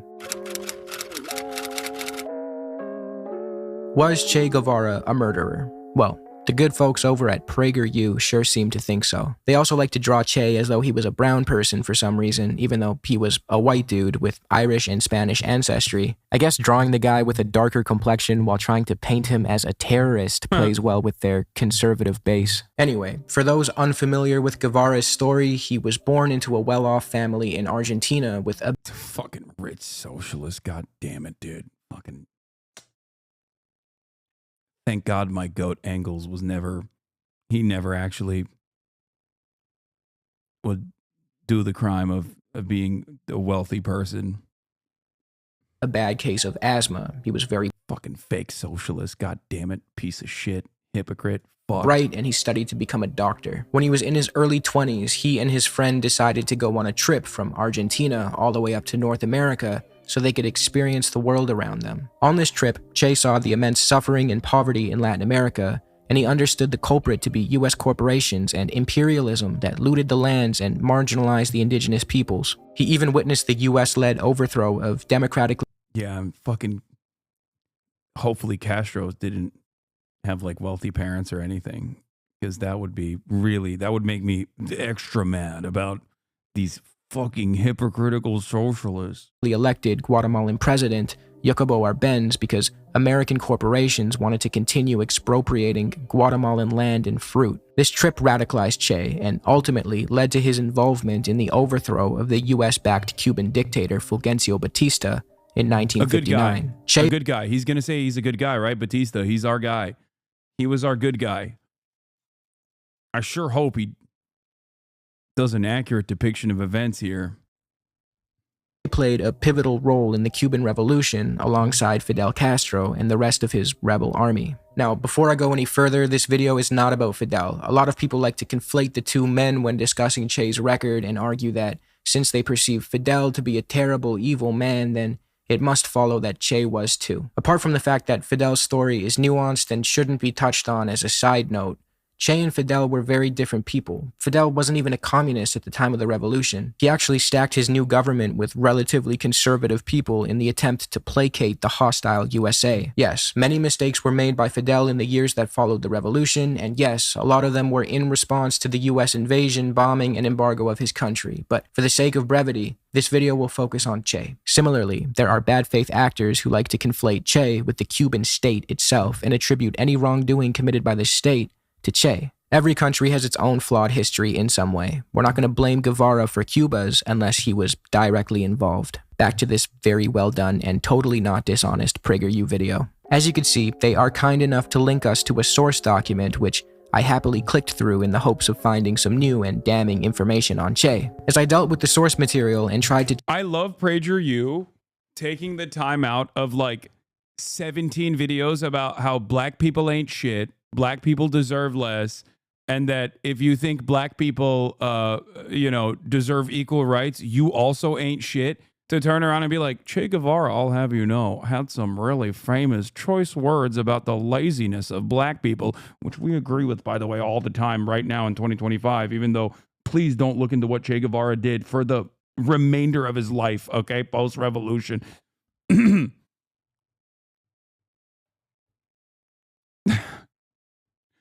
It's such a funny thing for PragerU to be like, yeah, Che Guevara was racist against black people. Like, what are you trying to fucking hype him up to the PragerU audience? The fuck? Anyway. To trace the claims back to their original sources, it did not take me long before I arrived at... Yeah, also, if Che was actually racist, conservatives would love him. Exactly. And not only that, I mean, that goes for everyone that conservatives claim, or even liberals sometimes claim are maintaining reactionary, problematic statements. Like, the fuck? I can see your other posts, dipshit. The fuck do you mean you're calling Che Guevara a racist? At cubaarchive.org. If you've ever had a conversation with someone set on convincing you that Che was a mass murderer, they might have told you to check out this site. I know a lot of op-eds on the topic like to use Cuba Archive as a source, like this HuffPost article. Researchers have documented 216 victims of Che Guevara in Cuba from 1957 to 1959. Wow, I gotta check this out. Oh nice, an Error 404 page. That's some good-ass journalism right there. In almost every slanderous article or blog post I read on the topic of Guevara, any definitive claim that Che killed X amount of people would redirect me to Cuba Archive, specifically this 404 error page. Now, this is bro, when the USAID funding dries up. obviously a dead end. The page was taken down for some reason, probably due to blatant dishonesty, but as I researched this topic further, I'm almost certain that this page is the one being debunked in a 4-year-old video by a YouTuber called Bad Empanada, where he goes in depth on the topic and does a really good job highlighting how dishonest Cuba Archive can be. I definitely recommend you check it out if you want more on this topic. As of 2025, Cuba Archive is still home to a database that lists the names and cases of people who died or disappeared under both Batista and Castro. Do you not bring up the decimation of Uyghur culture and heritage because it doesn't fit well into your China glazed narrative? Interesting fact-picking coward. Go back and watch any number of different videos that I've covered on this subject matter from many years ago, and you will hear that I have talked about it, which is why I think it's appropriate to consider it a cultural genocide, as they basically commodified and turned Uyghur culture into a tourism destination. You've also been subscribed to me for 13 months, so I think you've definitely seen me talk about this before. I don't know. Like, there's no point that where I have ever considered what the Chinese government's handlings of Xinjiang to be appropriate. I don't know why people still keep. I don't know why people still keep pointing to this. It's like one of those statements that just like never goes away for some reason. I genuinely don't understand it. Like, is it attention that you're seeking? What is happening? Is that what it is? Like, what the fuck? Will you now say, oh, my mistake, I didn't realize you had talked about it? Yeah, it's like, it's exactly like West Bank. Okay. Yeah. Definitely. That's why there's a genuine freedom of freedom of movement restriction to this day. The fuck do you mean it's exactly like West Bank? What kind of delusional bullshit is this, dude? Shut the fuck up. It is incredibly disrespectful to a 76-year apartheid.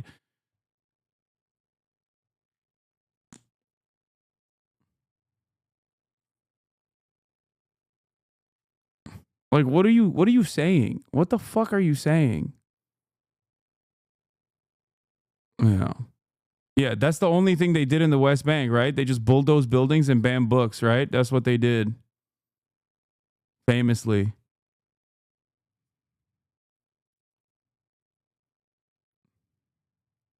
Why are you downplaying what is happening under the First of all, I've literally had people press me IRL in that exact way Chatter is pressing you for saying China good. I'm not even saying China good. I'm just saying there's good things that China has done.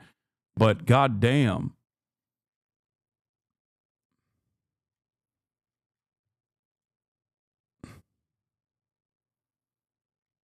But notice how you actually fucking changed the dynamic immediately. Like, you know that I've recognized this.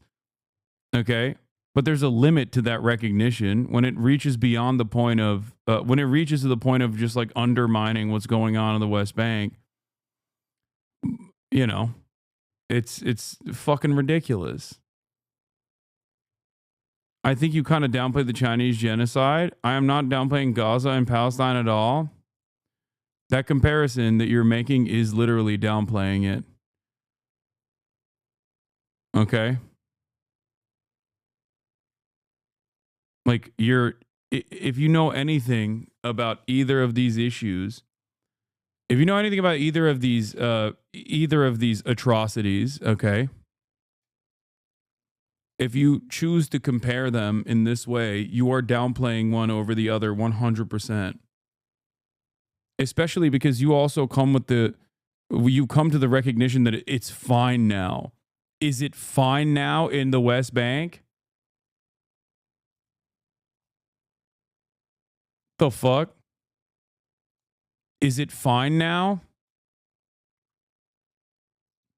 There's 15 million people permanently displaced. What the fuck are you talking about? You know? I don't think if it was to the same degree, you would ever be able to say it's fine now about Gaza or it's fine now about the West Bank. Maybe you should really, reconsider the way that you're comparing these two different events. Anyway, and this is because he considers what my criticism is insufficient, which is ironic because it seems like he agrees with my criticism.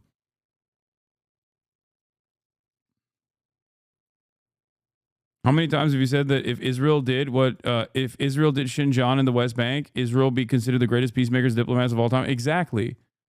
Because it's true. It's literally true.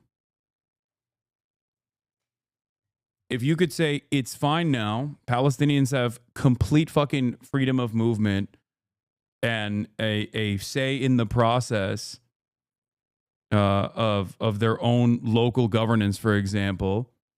Yes, it would be considered the greatest peacekeeping achievement of all time by every Western superpower. They would never shut the fuck up about it. Anyway.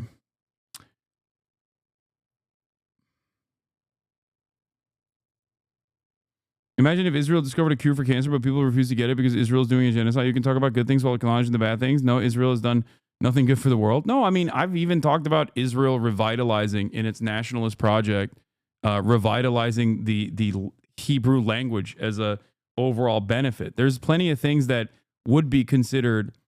There's plenty of things that would be considered incredible achievements that Israel has done if it wasn't done at the behest of a settler colonial enterprise that engaged in mass displacement and genocide and ethnic cleansing and apartheid for fucking 76 years. These are things that I also recognize and openly talk about.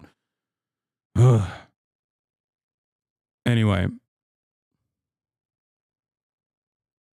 I mean, I've been in the process myself against the war in the past year. I don't need a lecture on the horrors of Palestinian apartheid and genocide. Okay, well, I'm glad that you... Okay, but you always claimed that it was such a peaceful re-education. I've literally never said that. I've never said that it was a peaceful re-education. Now you're just making stuff up because I think you feel embarrassed because you also recognize that your statement was wrong and you're just desperately grabbing onto whatever criticism you can. It's okay. It's all right to have disagreements. It's all right to misunderstand people from time to time. I'm trying to be as gracious as possible here.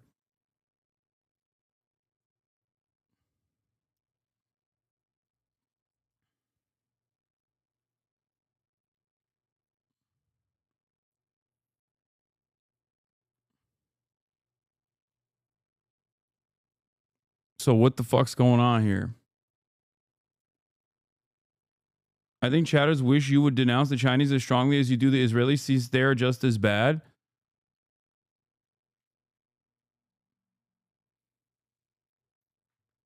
There is no world where I'm saying the opposite of that, okay? And I'm not talking about Israeli citizens anyway. I'm talking about the Israeli government, okay?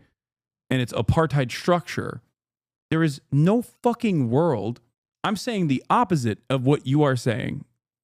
If you think that the Chinese unjustifiable, the CCP killed 100 million people. Okay, shut the fuck up, dumbass.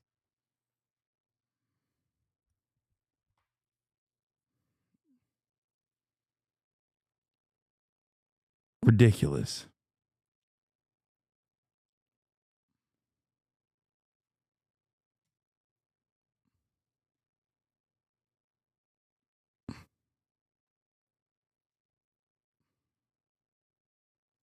Castro's rule, which on its face seems like a useful tool that could help us to further understand the severity of the issue at hand, until we very quickly see that this database is filled with dishonesty and misappropriations of their very own source material. Not to mention, citing I don't even think the Black Book of Communism says that. Yeah, they don't. Cuba Archive, a database that covers deaths and disappearances committed by the Cuban state since 1952, doesn't necessarily fill you in on whether or not Che Guevara was the culprit. But to illustrate my point about the misinformation prevalent on this website, let's look at the case of a man who we know for certain Che personally killed because he wrote about it in his diaries. Killed, not murdered. There is a difference, and it's an important one, and we'll get into the distinction in a bit. This is a case that is often used when... You know what's really funny? Okay, this is the last note I'm going to mention here, okay? If I ever talk about, like, an American politician doing something right, okay, nobody goes, or, well, I guess some people do. They go, oh, how dare you fucking glaze up America, KKK, it is a violent settler colonial enterprise that is built on the backs of genocide and blah, blah, blah, blah, blah. Yeah, people do that sometimes, and I ban them because they're being fucking annoying. Okay, but every mention of China has to be prefaced with, like, the, 100 bullet point of all the wrong that China is doing right now to you individually. It's, like, fucking ridiculous. Shut the fuck up. Jesus Christ.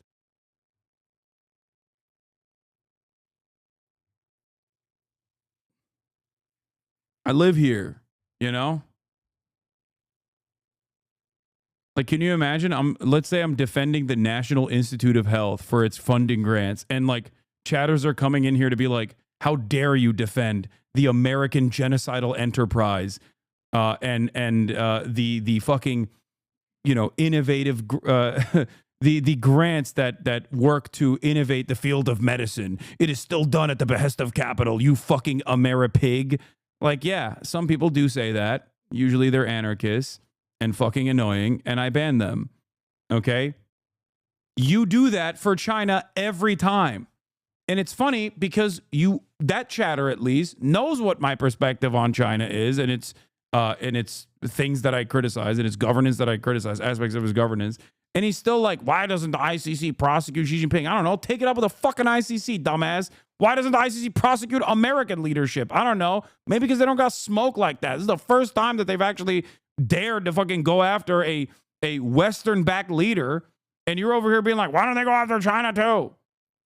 I don't know. Maybe because I explained it to you already. If Benjamin Netanyahu was doing CCP shit to the Palestinians, the ICC would not be going after him. The Nobel Committee would be going after him to find where he is, to suck his dick. This guy called me Sand Monkey. Nice.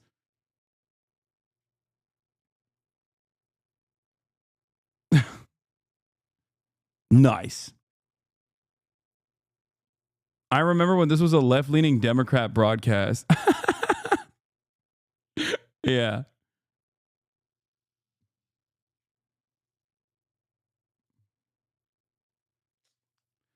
Pulled out the old one, right up there with you have sex with goats.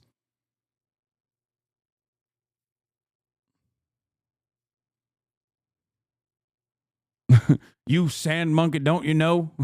You sand monkey, don't you know Muslims are oppressed in China?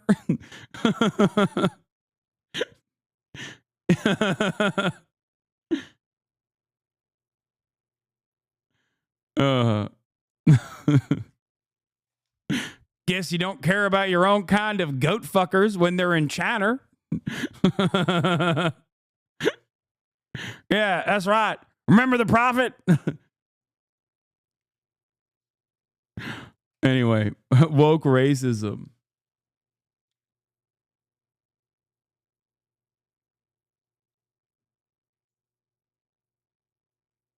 And trying to paint Che as a mass murderer because it's the one instance of a killing that we can actually confirm with a primary source. Eutemio Guerra, Cuba Archive states, was a peasant and rebel army member executed on charges of being a Batista government informant by Che himself. And the source they quote for this is, oh, would you look at that? It's John Lee Anderson's biography. Well, luckily for us, we have a copy of Anderson's book, so we can get that much-needed context directly from the source. Eutimio Guerra was in fact a peasant who joined the rebel army to fight against Batista, but he betrayed the rebels and collaborated with the enemy. This led to the rebel army's location being compromised and bombed, and it even led to the death of a rebel guerrilla. It's important to note that treason and betrayal was known to bring a death sentence. That much was made clear before joining the rebels. When Eutimio was captured by the rebels, they found an army safe conduct pass bearing his name and proving he collaborated with the enemy. Eutimio didn't. I can't believe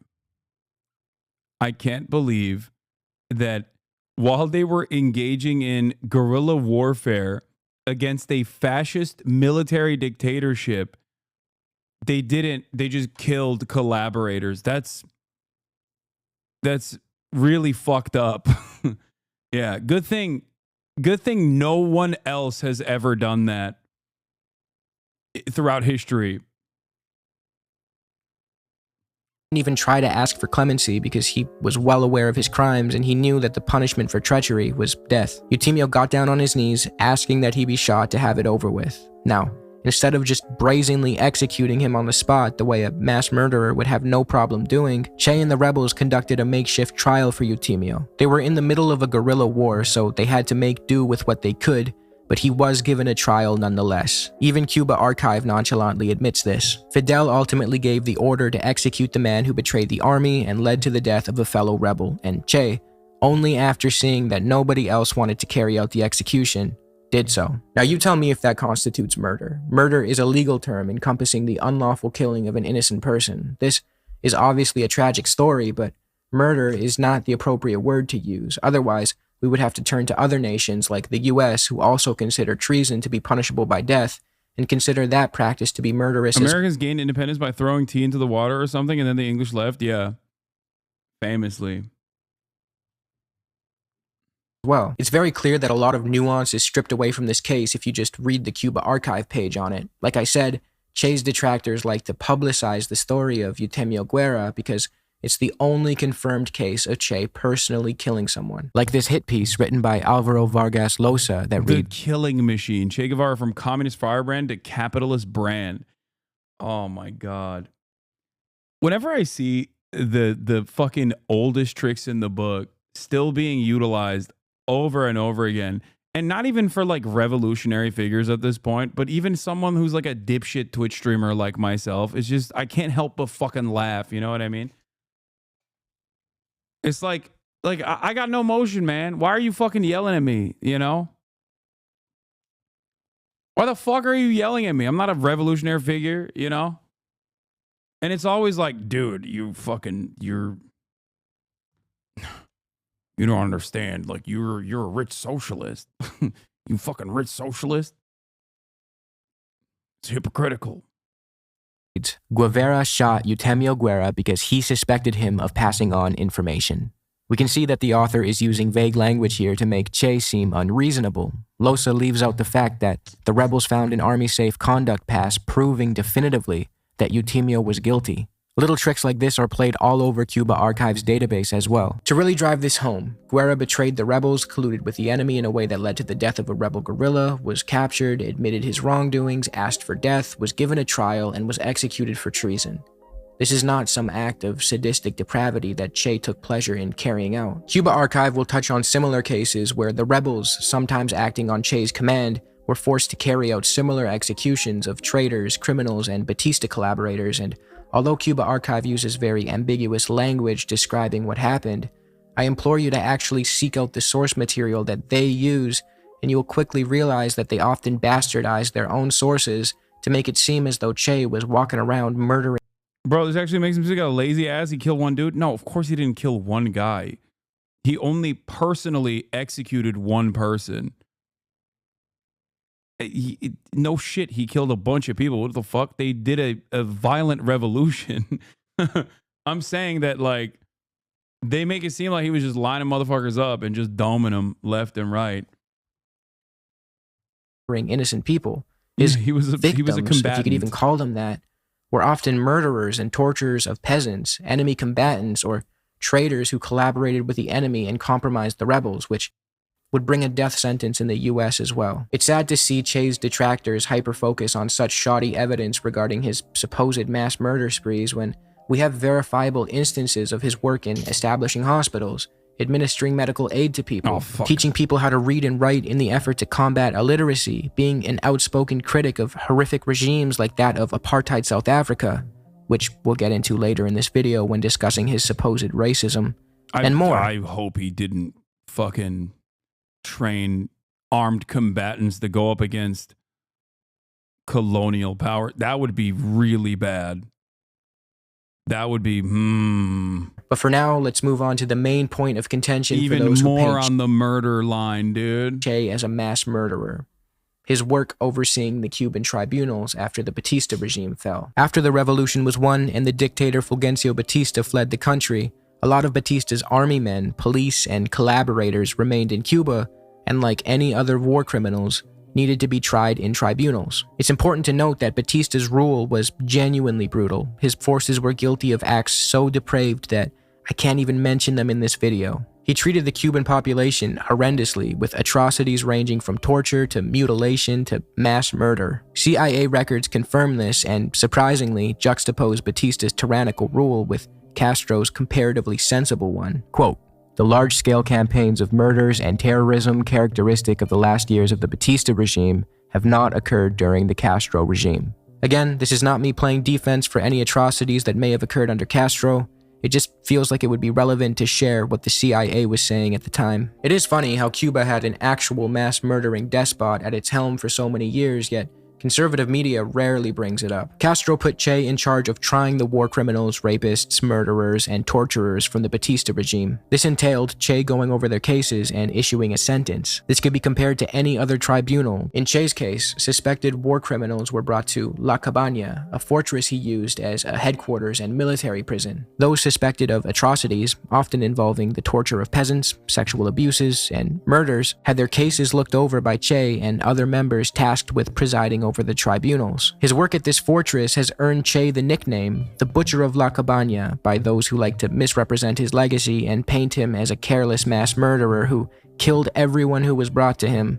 But the historical record begs to differ. Orlando Borrego, the accountant who administered La Cabana's finances and fellow tribunal president, had this to say about the trials. "Our paramount concern was to ensure that revolutionary morality and justice prevailed." Che was very careful. Nobody was shot for hitting a prisoner, but if there was extreme torture and killings and death, then yes, they were condemned to death. The whole case was analyzed, all the witnesses seen, and the relatives of the dead or tortured person came, or the tortured person himself. In addition to this, Anderson reports that Che never attended the trials or met with defendants himself as to not jeopardize the legal process and intertwine personal vendettas with justice. He just went over the cases with his fellow judges and reached a verdict on the basis of evidence alone. Borrego also mentioned that Che took great care in selecting the judges and prosecutors, and that the rebels who were mistreated— American liberals, without even a shred of irony, will be like, they should have killed more slavers, okay, during the Civil War. And then we'll turn around and be like, Che is a horrifying mass murderer, a butcher, okay? American liberals, maybe even if they're, crazy enough, if they're goated enough, they're based enough, will say like, the tribunal should have killed more Nazis after World War II. And then we'll then turn around without a shred of irony, be like, Che Guevara was a bloody mass murderer. It is so completely unacceptable what he did. What is going on? Like, what doesn't make sense in your mind?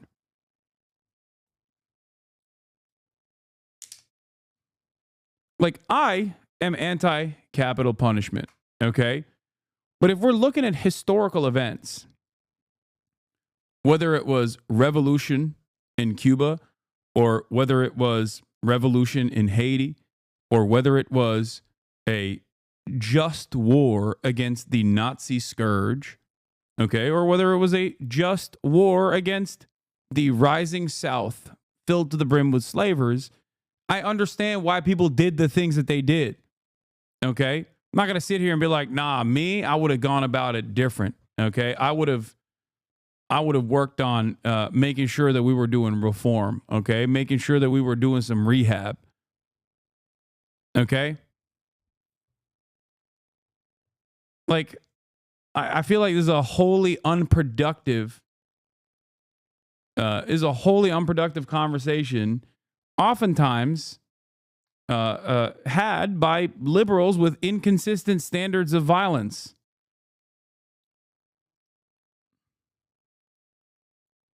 Were not allowed to pass judgment on their former torturers. He went on to talk about how there were people and prosecutors who would superfluously ask for the death sentence, but they would be frequently moderated by Che and his colleagues. So yes, there were trials and executions during this period in Cuba, but according to John Lee Anderson, these trials were above board, if summary affairs with defense lawyers, witnesses, prosecutors, and an attending public. But there was also a number of arbitrary executions. The most notorious incident occurred when, soon after occupying Santiago, Raul Castro directed a mass execution of more than 70 captured soldiers. Raul's reputation for ruthlessness was confirmed. Now, those with a keen eye might be able to pick up on the fact that Raul Castro is actually not Che Guevara. Those are different people. Anderson goes on to say there was little overt public oppositions to the workings of revolutionary justice. On the contrary, Batista's thugs had committed some sickening crimes, and I think that's probably also part of the reason why, because no one knows anything about the Batista regime, like in America. Well, Americans don't know anything about anything in general, but like they just think that these like random upstarts got together and were just like, we're woke and we want to do woke communism, and that's why we're gonna go kill a bunch of farm owners and people who fight back. Like that's, I think, unironically, that's probably the American consensus on Che Guevara and Fidel Castro and the Cuban Revolution, right? They were like a bunch of college students that got armed up and wanted to do woke. And that wokeness was demonstrated through mass murder and ethnic cleansing campaigns or some shit like that. Now, of course, this stupid ahistorical perspective is not helped by the fact that many Cubans living on U.S. soil also maintain a healthy dose of reactionary sentiment. So, you know, people's involvement with this process is kind of misguided.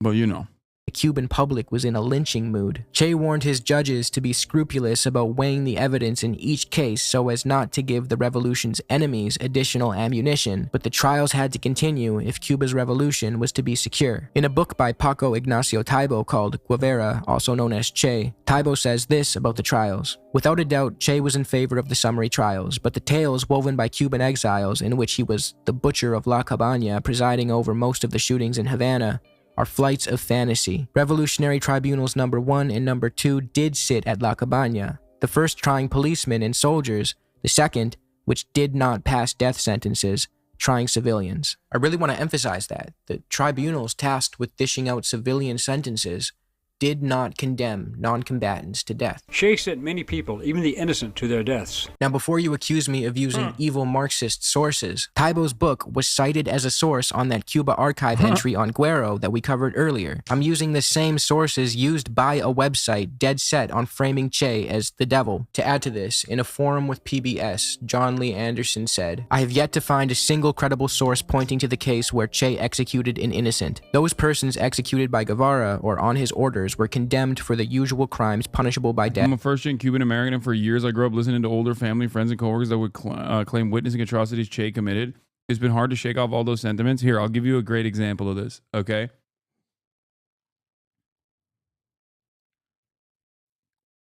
Robert Menendez, also known as New Jersey Senator Robert Menendez, a openly corrupt American Democratic Party Senator Robert Menendez is of Cuban descent. And when he was caught with gold bars in his home, Robert Menendez, also known as Gold Bar Bob,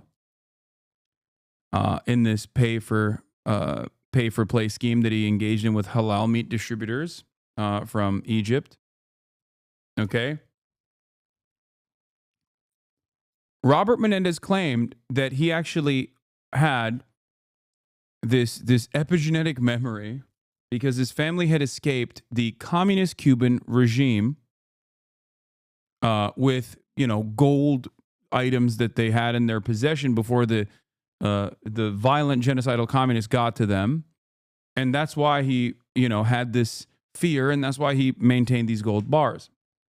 Okay? Robert Menendez's family did not escape the Castro regime. They escaped under the Batista regime. They escaped to the United States of America, escaping Batista. So why is it that a former American Cuban senator is fucking lying about his background like this? That, I think, plays a pretty decent, that plays a good role in understanding the mindset of a lot of Cuban Americans.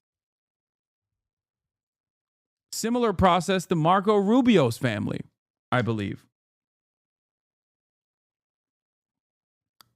I think a lot of American Cubans just, maybe due to like collective hysteria or due to like the initial people that escaped Cuba being of the kind that was collaborating with Batista's regime, have developed this alternative perspective on the history of Cuba.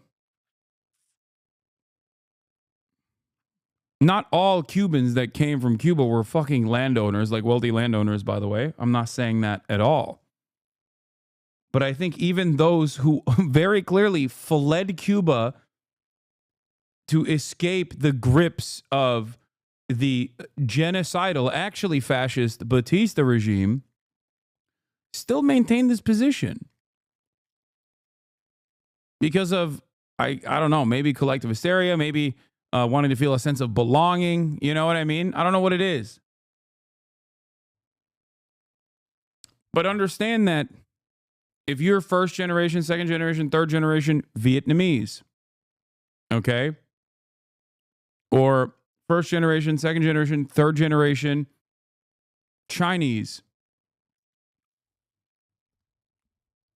or Afghan even. Well, it's a little different right now because the war on terror is still going on. War on terror.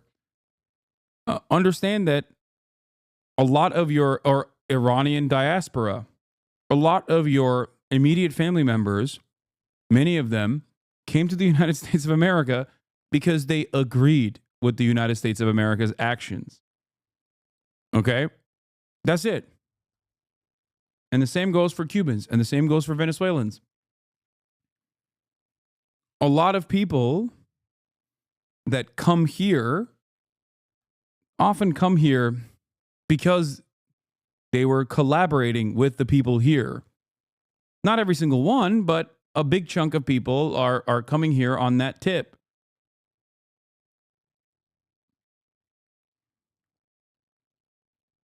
So, of course, they're going to have a tremendous amount of resentment towards the country that they fucking fled. Right?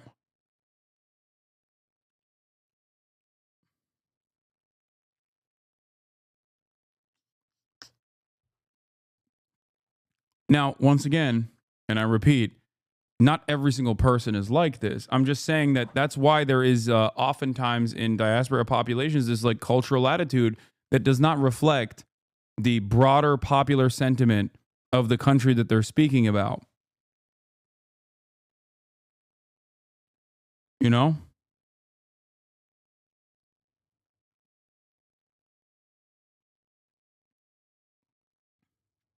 That's it.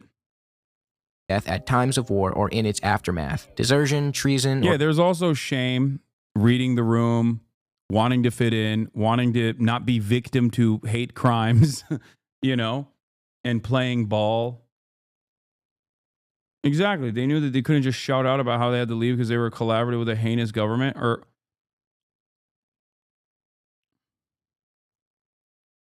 that's it. Are there not American expats with similar stories conversely? I think, ironically, there are some, even though American brain rot, given America's global hegemonic superpower status, is so pervasive that it spans across the entire fucking globe. That's why you have, like, white American dudes with, like, Chinese wives and shit who still shit on China and make YouTube videos about how fucking China's going to collapse any day now. But, yeah, there's a history of defectors to the DPRK, or a history of people that, like, literally fucking leave America to go and live in the USSR as well. It's just not as common. But Iran's government is actually shit. All Iranians agree on that. Yes, I'm not talking about that. Like, this is not about.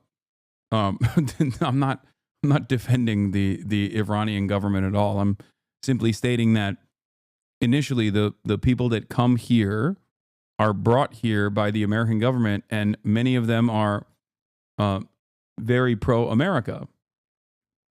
And we're not even talking about current day Iran anyway in that situation.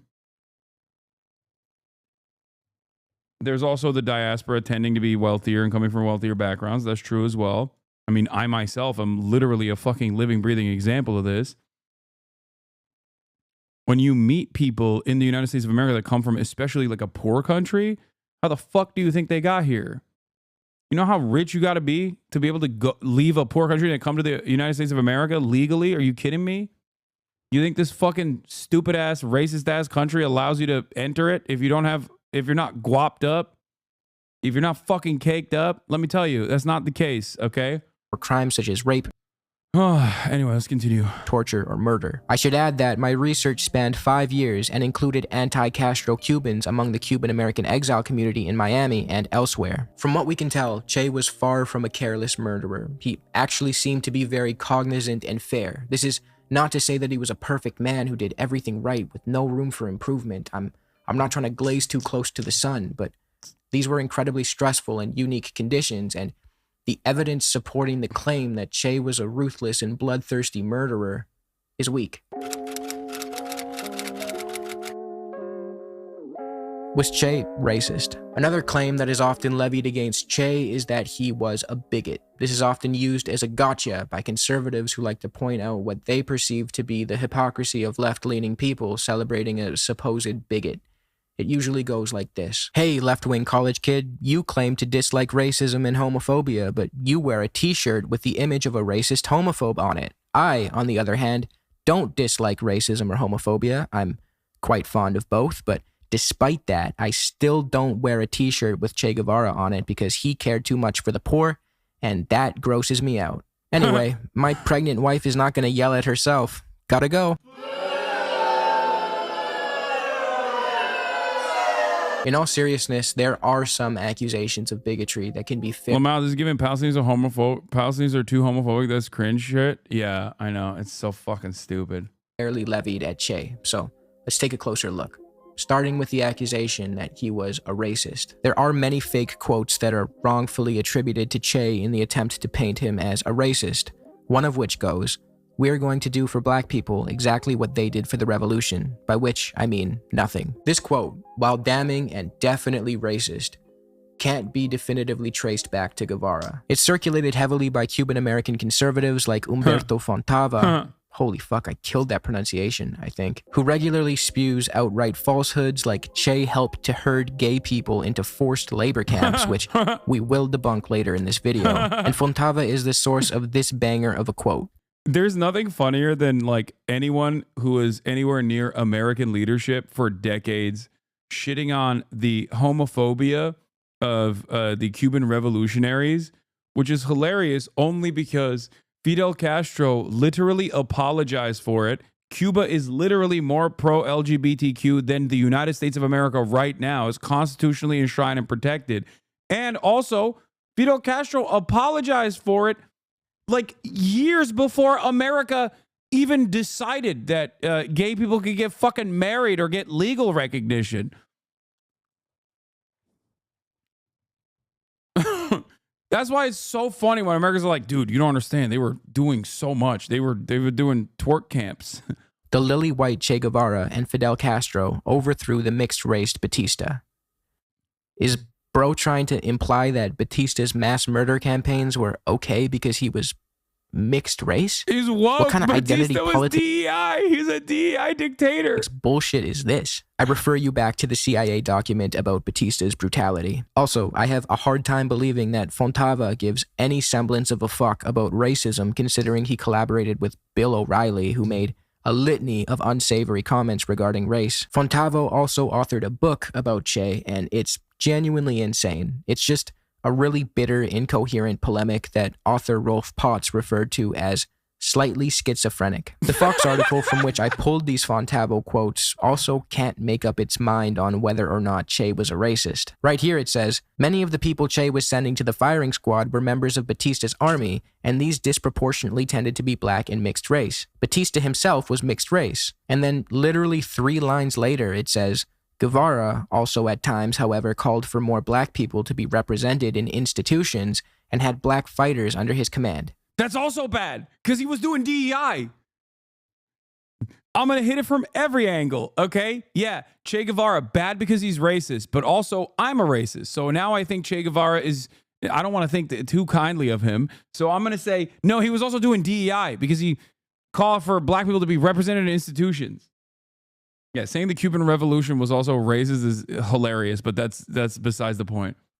What are we doing here, guys? However, there is a genuinely racist quote that was written by Che, and it is worth talking about. True. Remember how I mentioned that Che was born in a well-off... Okay, I'm just going to say one thing, okay, before we get to this quote, because I know what it is, okay? Your Honor, my client, Che Guevara, is Argentinian.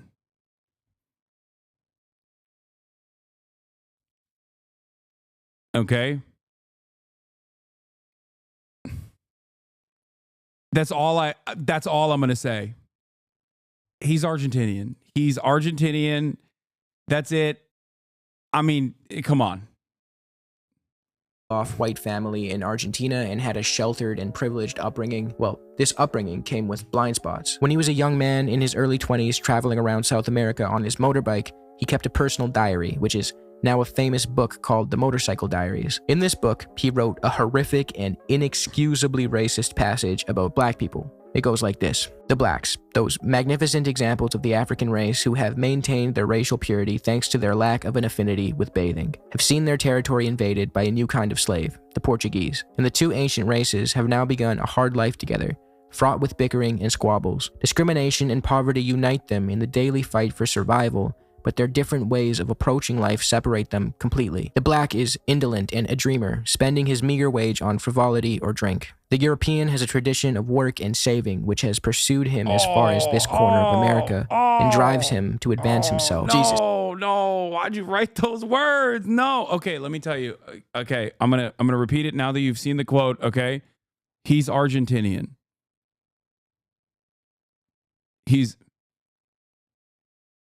Okay, he is Argentinian, okay? And also, I think he more than atoned for his racist crimes of the past. But that's, you know, I'm sure that Overzealous will get to that in a second. Is correct. Yes, this is really bad and indefensible. And the man Che grew to be and the man Che was when he wrote this are very different. In order to fully grasp the context of this quote, we need to understand that this was written by a spoiled rich kid who had been largely sheltered from any form of intersectional analysis and was extremely racially insensitive. This is a quote from the beginning of his journey, and if you actually read the book, you can see this young 24-year-old grow into a very different man. He met with many indigenous people. I do think it's very funny to be like, Che is racist, because he did objectively say racist shit when he was younger. And it's funny to say that because the reason why you know who the fuck he is not because he wrote the Motorcycle Diaries, okay? It's because of all the other shit that he did afterwards. And that's the reason why you hate him. And virtually every single thing that he did after that was directly fighting with arms, engaging in violent revolution against colonial powers, whether it be in Africa or in the Cuban Revolution. So, you know, kind of funny that all these actually currently racist white supremacist nerds will act like this is a big own. People during his journey and noted how much better he was treated as a white man compared to them. At the end of his journey, he notes that he is no longer the person he was when he embarked on this trip. Quote, "The person who wrote these notes passed away the moment his feet touched Argentine soil again. The person who reorganizes and polishes them, me, is no longer. At least, I am not the person I once was. All this wandering around our great America with a capital A has changed me more than I thought." Clearly a story of growth and self-improvement, yet people like Marco Rubio feel the need to embellish and push a narrative that just isn't true. No, Marco Rubio, Che Guevara did not write extensively about the superiority of white Europeans. In fact, Che's effort— Like, if he did that, you would like him. What are you saying? If he fucking did that, instead of all of the other shit that he did, okay, you would actually like him. You would literally ride for— he probably wouldn't have been fucking assassinated. You know what I mean? Like, if that was his point, and he just kept on that note, and didn't participate in the Cuban Revolution, didn't fucking go and try to liberate a bunch of colonial subjects in Africa, like, you would be a fan of Che Guevara.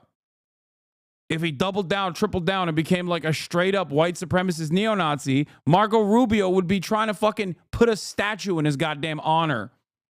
Efforts to remedy his disgraceful writings are impressive. In a 1959 letter to William Morris in Miami, Florida, Che Guevara writes, "Esteemed sir, I received your letter to pass on to our commander-in-chief, which I have done, but I would like to say that if any vestiges of racial discrimination remain in this country, our revolution will put a complete end to them. You can be absolutely sure that within a few years, any difference between white and black will be solely a question of skin color, as it should be." It's important to note that the US in 1959 was racist as hell. The Civil Rights Bill had not even passed yet, and the president who ended up passing it, LBJ, referred to it as the N-word bill, but that's a different story. Che was also loudly against apartheid in South Africa, and he even gave a now famous speech on this topic at the UN, where he said, "Once again, we speak out to put the world on guard against what is happening in South Africa. The brutal policy of apartheid is applied before the eyes of the nations of the world. The peoples of Africa are compelled to endure the fact that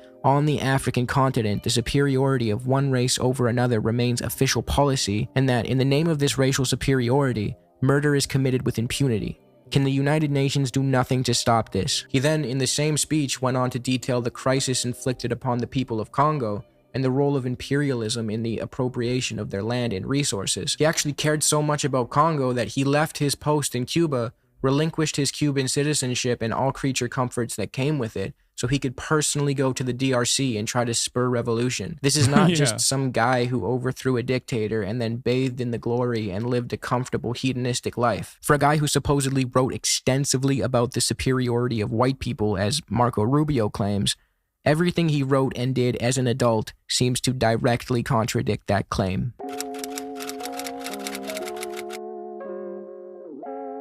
Was Che homophobic? Similarly to his distasteful comments in regards to race, a young Che Guevara could also be quoted making a definitely homophobic remark about a gay person. He referred to a man as a pervert and then followed up the quote by saying, "Apart from being a homosexual, he had been very nice to us." Yeah, really bad, indefensible, and just like his racist remarks that we touched on earlier, he said this as a young, sheltered, rich kid in the 1950s, and then he grew up. But see, if the conversation started and ended there, I would have no problem conceding the point that Che had said some homophobic shit. He is, after all, just a man, but oh yeah, let's that's you not defend what his this detractors. one. Easy, Your Honor, he's hot. Also, not only is that very important, But also, who the fuck wasn't homophobic at that time? What are we talking about, dude? Are you crazy? Like, what? Like, the people that say Che Guevara was homophobic are homophobic now. Please. And also, once again, it's just like, it's silly shit. Canceling Che Guevara because he's homophobic. They go on to say that he rounded up gay people and forced them into concentration camps. Your Honor, he's also Argentinian, and everybody knows Latin American men are very gay coded. So, I am not a gay man myself, but I will say, you know, I assume that the gays in this chat would give him the pass.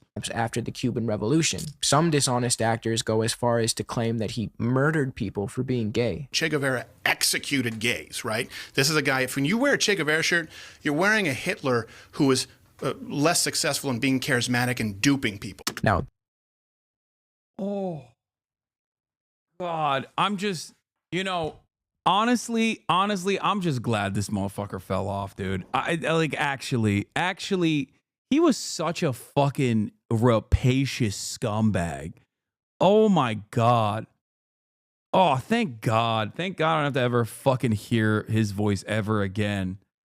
This is just blatantly untrue. There is no verifiable record of Che killing people for their sexuality. What is often being referred to when people make this point is the UMAP system in Cuba. The UMAPs were military units to aid production, and people who opted out of military service had to serve their country in a different way, and they were sent to these forced labor camps. At the time, gay people were not allowed to serve in the Cuban military, the same way they weren't allowed to serve in any other country's military, and they were subjected to forced labor in these Cuban camps. It is worth noting that draft dodgers in the US were sent to prison, where the 13th Amendment turned them into literal slaves, but that's another story. Yes, the UMAPs were despicable and unjustifiable. No, just because the Americans did similar shit does not make it okay. There are also reports of gay people being mistreated and abused in these camps. Yeah, good thing England, for example, would never do something. Oh, that's right. Britain castrated Alan Turing, the man who cracked the Enigma codes and saved countless lives during World War II,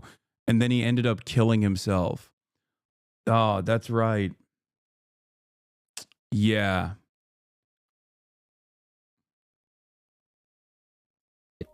Undoubtedly was really inexcusable. That's why it's fucking ridiculous when people are like, oh, dude, these guys were so homophobic. Like, yeah, they were, okay? And so was your fucking grandparents, all right? Yeah, but they apologized, dude. Yeah, well, you know who apologized for this process? Fucking Fidel Castro. Fidel Castro, when did he apologize for this? I'm going to look it up. I think Fidel Castro apologized for this at a time when they were still fucking making homosexuality a crime in Western nations, okay?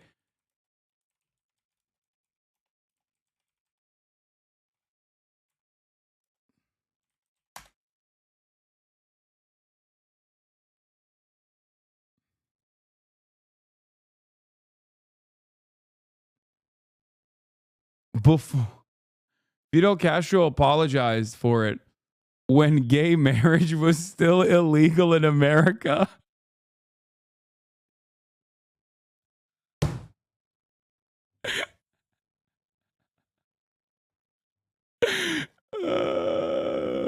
Okay. Yeah. Also, to this fucking day, for the record, just so you understand, Cuba has a better constitutional protections for LGBTQ people than we do.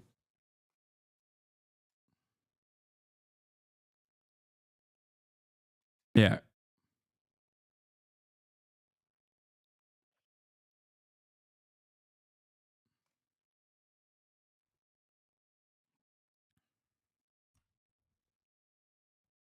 Fidel Castro took the blame for a wave of homophobia launched by his revolutionary government in the 1960s, but said it happened because he was distracted by other problems in an interview published on Tuesday in a Mexican newspaper. Former Cuban president told La Jornada the persecution of gays who were rounded up at the time as a supposed account of revolutionaries and placed in forced labor camps was a great injustice that arose from the island's history of discrimination against homosexuals. Yes, they do. It is Cuba has notoriously been one of the most progressive in terms of LGBTQ rights.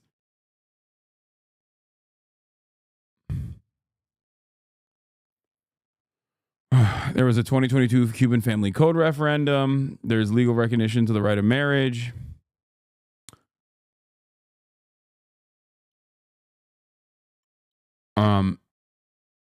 Yeah.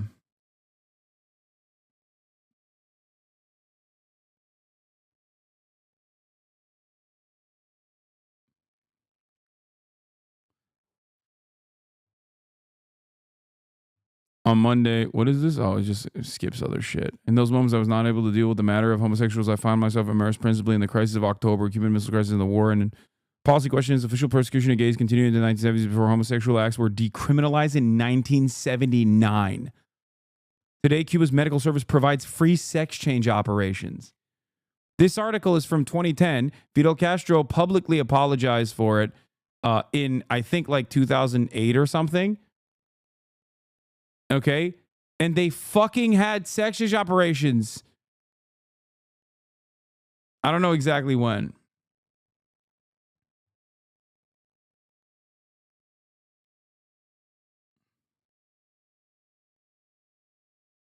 But Cuba only allowed same-sex marriage since 2022? No, they constitutionally enshrined it in 2022. But before then, I'm fairly certain that like the Cuban attitude towards, and it's not just gay marriage either.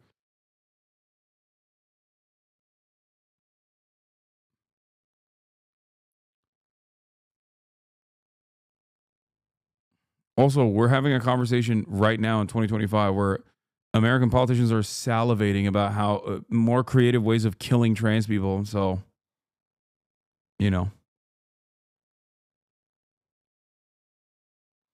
Are you pro-sex operations is so dangerous regardless of your views?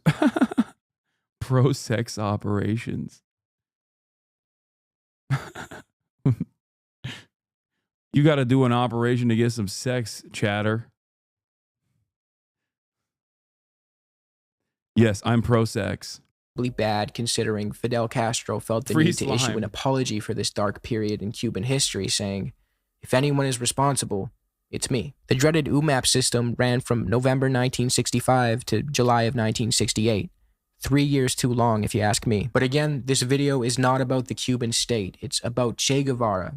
So, what was he doing during this time? Oh yeah, he was in Congo. In April of 1965, Che... You need to adjust your mic sensitivity because we can hear you beefing out your crusted gamer hole. What the fuck are you saying? What does that even mean? Relinquished his Cuban citizenship and left the country to spread revolution abroad. He left Cuba 3 months before the UMAPs were established. In a farewell letter to Fidel, written by Che on April 1st, 1965, he says, "I formally resign my positions in the leadership of the party, my post as minister, my rank of commander, and my Cuban citizenship. Nothing legally binds me to Cuba. The only ties are of another nature, those that cannot be broken, as can appointments to posts." Che died 2 years after writing this in 1967, and the UMAPs ended in 1968. During their runtime, Che was in Congo, and then Bolivia, and then he was killed. He had nothing to do with them. Now, could Che have done more to stick up for LGBT rights in Cuba, especially during a period of machismo and ignorance towards gay people? Yeah, I'm sure he could have, and that would have been cool as fuck. But again, this was the 1960s. That doesn't make it right. Homophobia was never right, but apart from a single homophobic passage written when he was in his early 20s, he was 24. Che was not this raging homophobe who rounded up gay people and threw them into camps or killed them. That just isn't true. In summary, in his youth, Che wrote racist and homophobic. This is a really important lesson. Okay? This is a really important lesson in never posting, especially if you're a leftist, because anything you ever fucking say, they clip chimp motherfuckers, dude. They clip chimp motherfuckers in perpetuity, okay? They'll do this to you literally like half of a century later.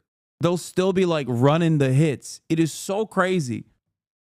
To this day, this dude is getting clip chimped for his old takes. It's wild, man.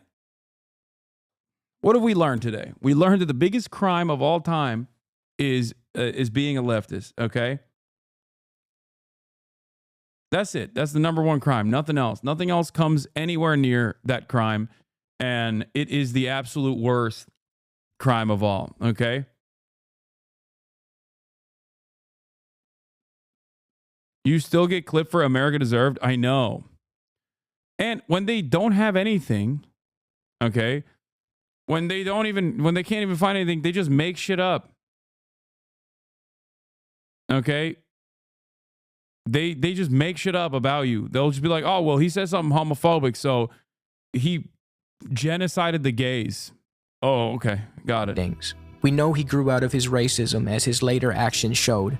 We can't say for certain whether or not he grew out of his homophobia, but we could infer that as he matured and became a Marxist, he rid himself of these bigoted ideas and focused on solidarity. There are no actions or writings from his adult life that suggest that he was a horrific homophobe, but without new evidence, we'll never know for sure. It's not uncommon to meet people who hate Che and the Cuban government for anecdotal reasons. I have people close to me who lived in Cuba under Fidel, and they really loved him. You can be a communist without being woke and defend homophobe Castro? What? Okay, shut up. Take a day off. But that's why we don't use anecdotes and we stick to empiricism. History is not made up of great, infallible people. It's made up of people reacting to their environments. And I'm still learning about your brothel experience, and see, that's a great fucking example. I've always been pro-sex work, dated sex workers, openly talked about going to a legal brothel in fucking 2010. And motherfuckers still talk about how the brothel was raided. Yeah, it was. 6 years after I went to the fucking brothel. Okay? And what it was rated for wasn't child sex trafficking in the way that these fucking freaks talk about. Okay? It was goddamn rated for tax evasion. And the brothel actually still is in operation as a legal brothel and literally sued the German government and the police for defamation successfully. But motherfuckers still talk about it. It was in Berlin. It's legal. And it's crazy. People still go like, oh, Hasan is a child sex trafficker. It's just like, you're such a pathetically unserious person. One of the main people that love spreading this, by the way, Sex Pestiny, aside from engaging in a litany of sex crimes, okay, both alleged and some that are currently being prosecuted, okay, also openly admitted that he went to an illegal massage parlor where he got a rub and tug by, in his own words, not mine, a woman that looked like she was sex trafficked. That's the motherfucker that has been for years talking about how I went to a legal brothel. How crazy is that shit?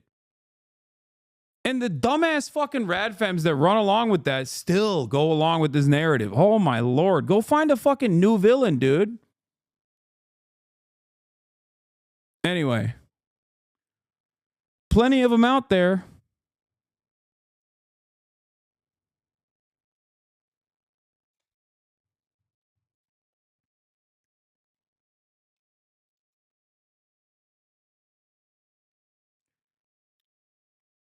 Yeah. I didn't know this. Why do I have to learn more about him? I just think it's kind of funny and kind of interesting that all my haters happen to be of the exact same origin. It's not just radfems. A lot of Marxist-Leninists still bring it up too. Yeah, those guys are fucking stupid, clout-hungry morons. Who gives a shit? Yes, dude, I know. Some of those Marxist-Leninists are like former sex workers who are now anti-sex work themselves, okay? There's that one, I'm not even going to talk about it. I'm not even going to dignify it. I don't care. Yes. Who cares? They just chirp into the fucking void 24/7.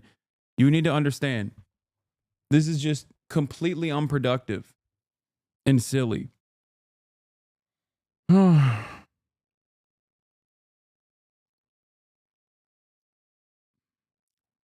Remember, judge me by my enemies. Okay? That's all I'm going to say.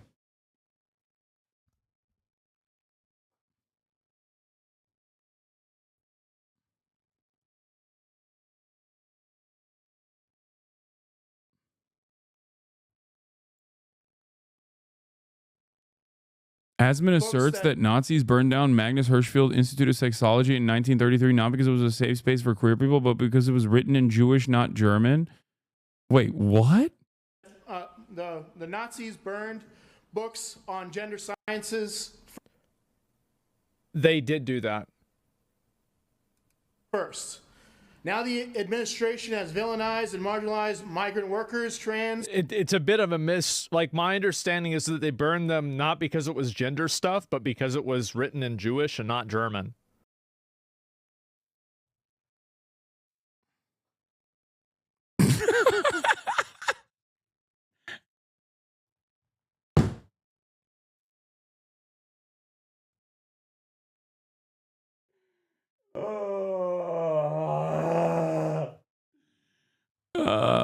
There is literally no reason to fucking go to school, study political science, spend years and years of trying to understand how politics works, the importance of learning history. I'm not an elitist by any means. I think anybody can do this. This is a fucking silly ass job. It is just crazy that, like, what is declared good enough in terms of political commentary on the right wing side of things. That's crazy.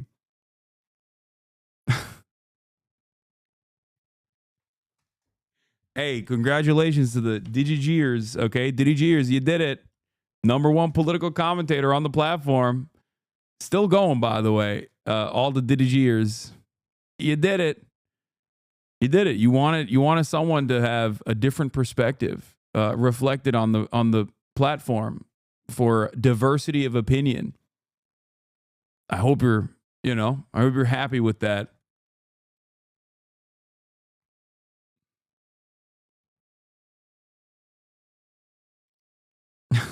Written in Jewish. What does that even mean?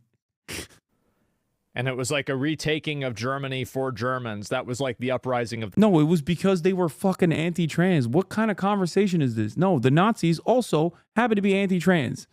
Okay? Which is not surprising, considering how many people in this chat are going, based. Damn, Nazis, based. Nazi W. Gotta give them that, bro.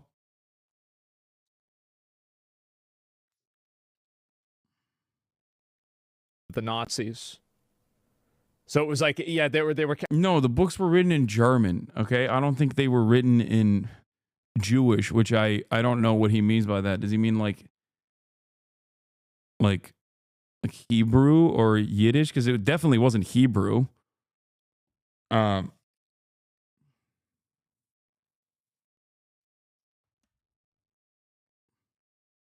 don't know how you would write in. I don't know what purpose it would serve to write transmedical studies in Yiddish, but it definitely wasn't in Hebrew.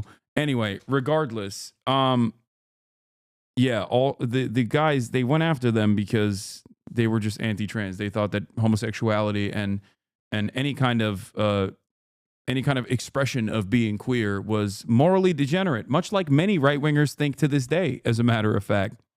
Much to think about. Much to think about there. I wonder why modern right-wingers agree.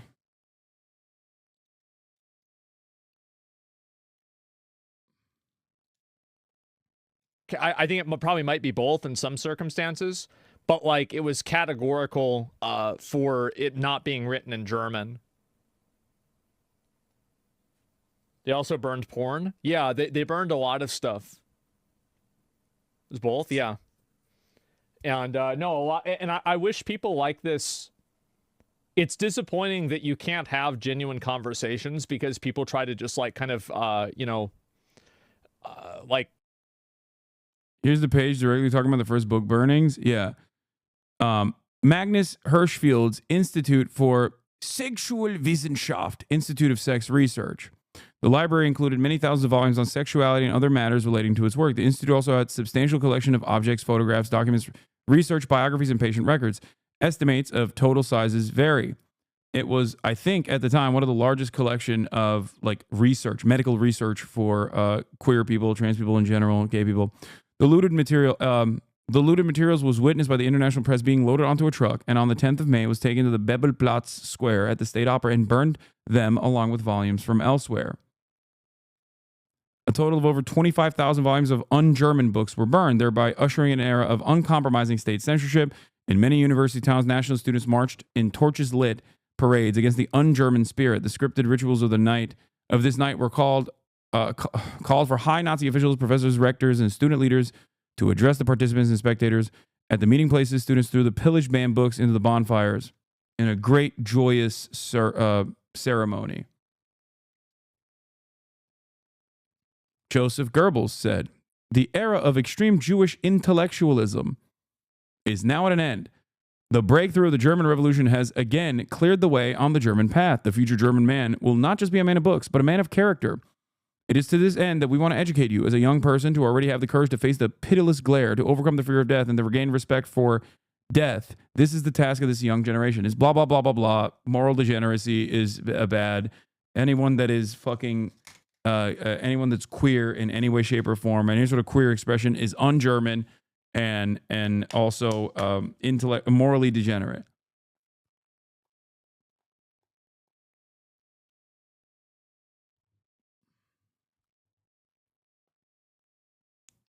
Yeah, that's it. Also, Nazis took all the patient medical records and tracked down the people put in to put in the concentration camps with the infamous pink triangle to mark them as gender traitors. Yep.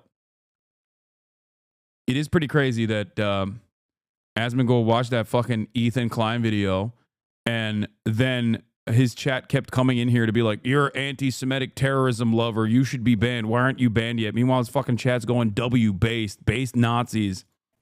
But hey, no, wait. That's what a lot of my naysayers wanted, though. They wanted someone with a diversity of opinion on the platform. So, and pick facts and like not talk about things in an There you honest go. way.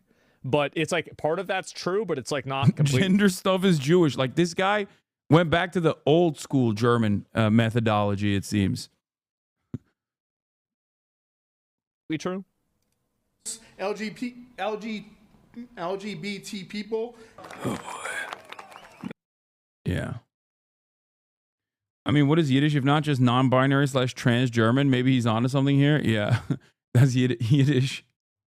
Yiddish is just gay German. Okay.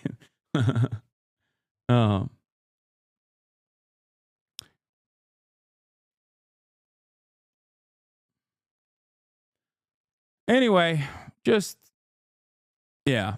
Remember, when someone says that I am anti-Semitic, it's not because they truly believe that I'm anti-Semitic. As a matter of fact, they know I'm not. I'm a far greater threat to the Israeli project and the defense of the Israeli project because I'm not anti-Semitic. Okay? Remember that. Think about how much time ADL spends going after actual anti-Semites, even anti-Semites who come out and say that they're anti-Israel. They rarely do that. The reason for why they rarely do that is because when an overtly anti-Semitic person is engaging in anti-Israel sentiment, that's an easy one to just point to and say, see, he hates Israel because he's a Nazi. When someone who has spent a great bit of time combating anti-Semitism and is actually tackling the apartheid regime from the perspective of human rights and morality, that's how you actually create real problems. Why? Because this is a safe space for Jews. That's why. God forbid Jonathan Greenblatt's immediate relatives under the age of 35 happen to frequent this broadcast and, develop a different attitude towards Israel. Now that's real scary.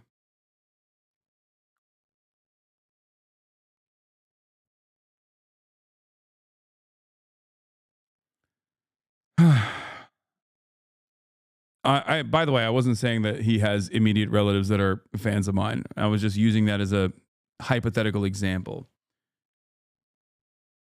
It's just many of the Jewish Hasanabi heads obviously are I assume, from backgrounds where their parents have very different opinions on Israel. This presents a much greater threat to the development of a pro-Israeli narrative amongst the American Jewish masses.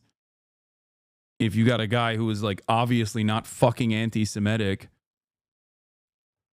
talking about the issues purely from the stance of immorality and not allowing anti-Semitism to manifest in here, then you're going to have to spend a great deal of time.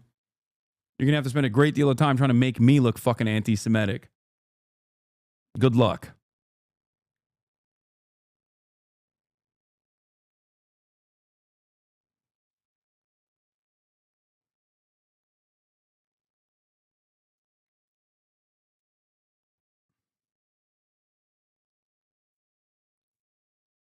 Anyway.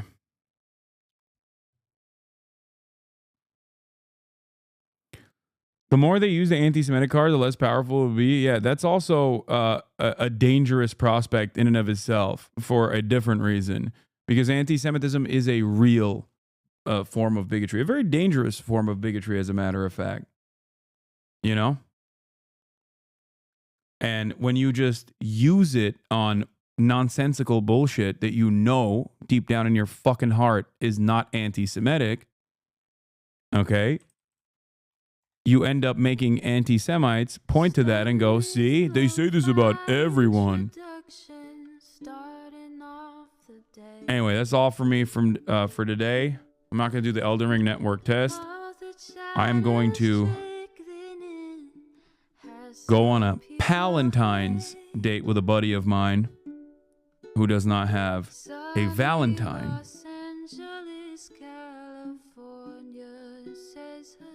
But I love you all, and I will see you tomorrow after we film Fear End. I will be back here doing the dang thing. Love you all, brave soldiers. Hope you found some love today. Bye-bye, and happy Valentine's Day to all. And I'm happy to have been able to spend it with you.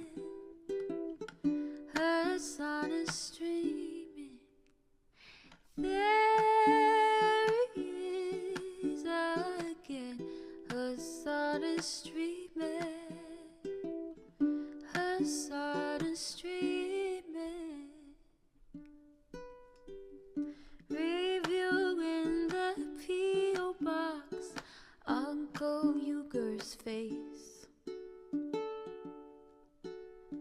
Sudden discord at your prop, great names take embrace. Tiny Bernie Sanders, LGBTQ Air Force. The whole left at your fingertips, Ane at your door. H3 crowded debate, the Young Turks online show. 3 full fucking years of this, plenty more to go.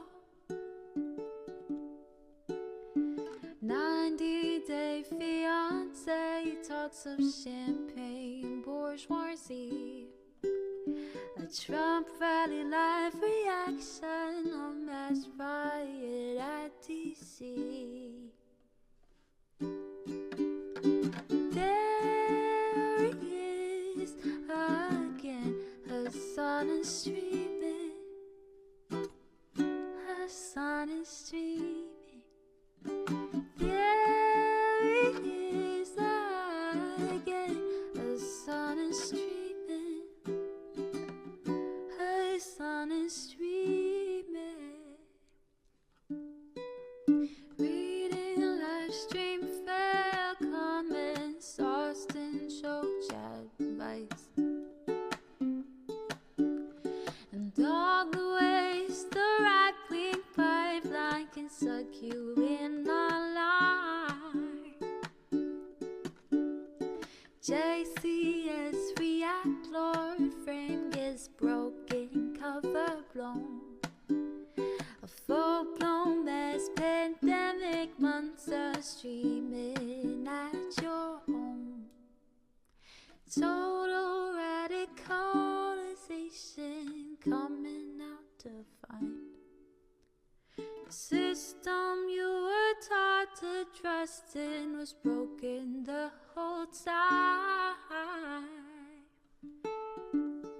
All these daily streams, whether big or whether small, have helped me and so many find the meaning through it all.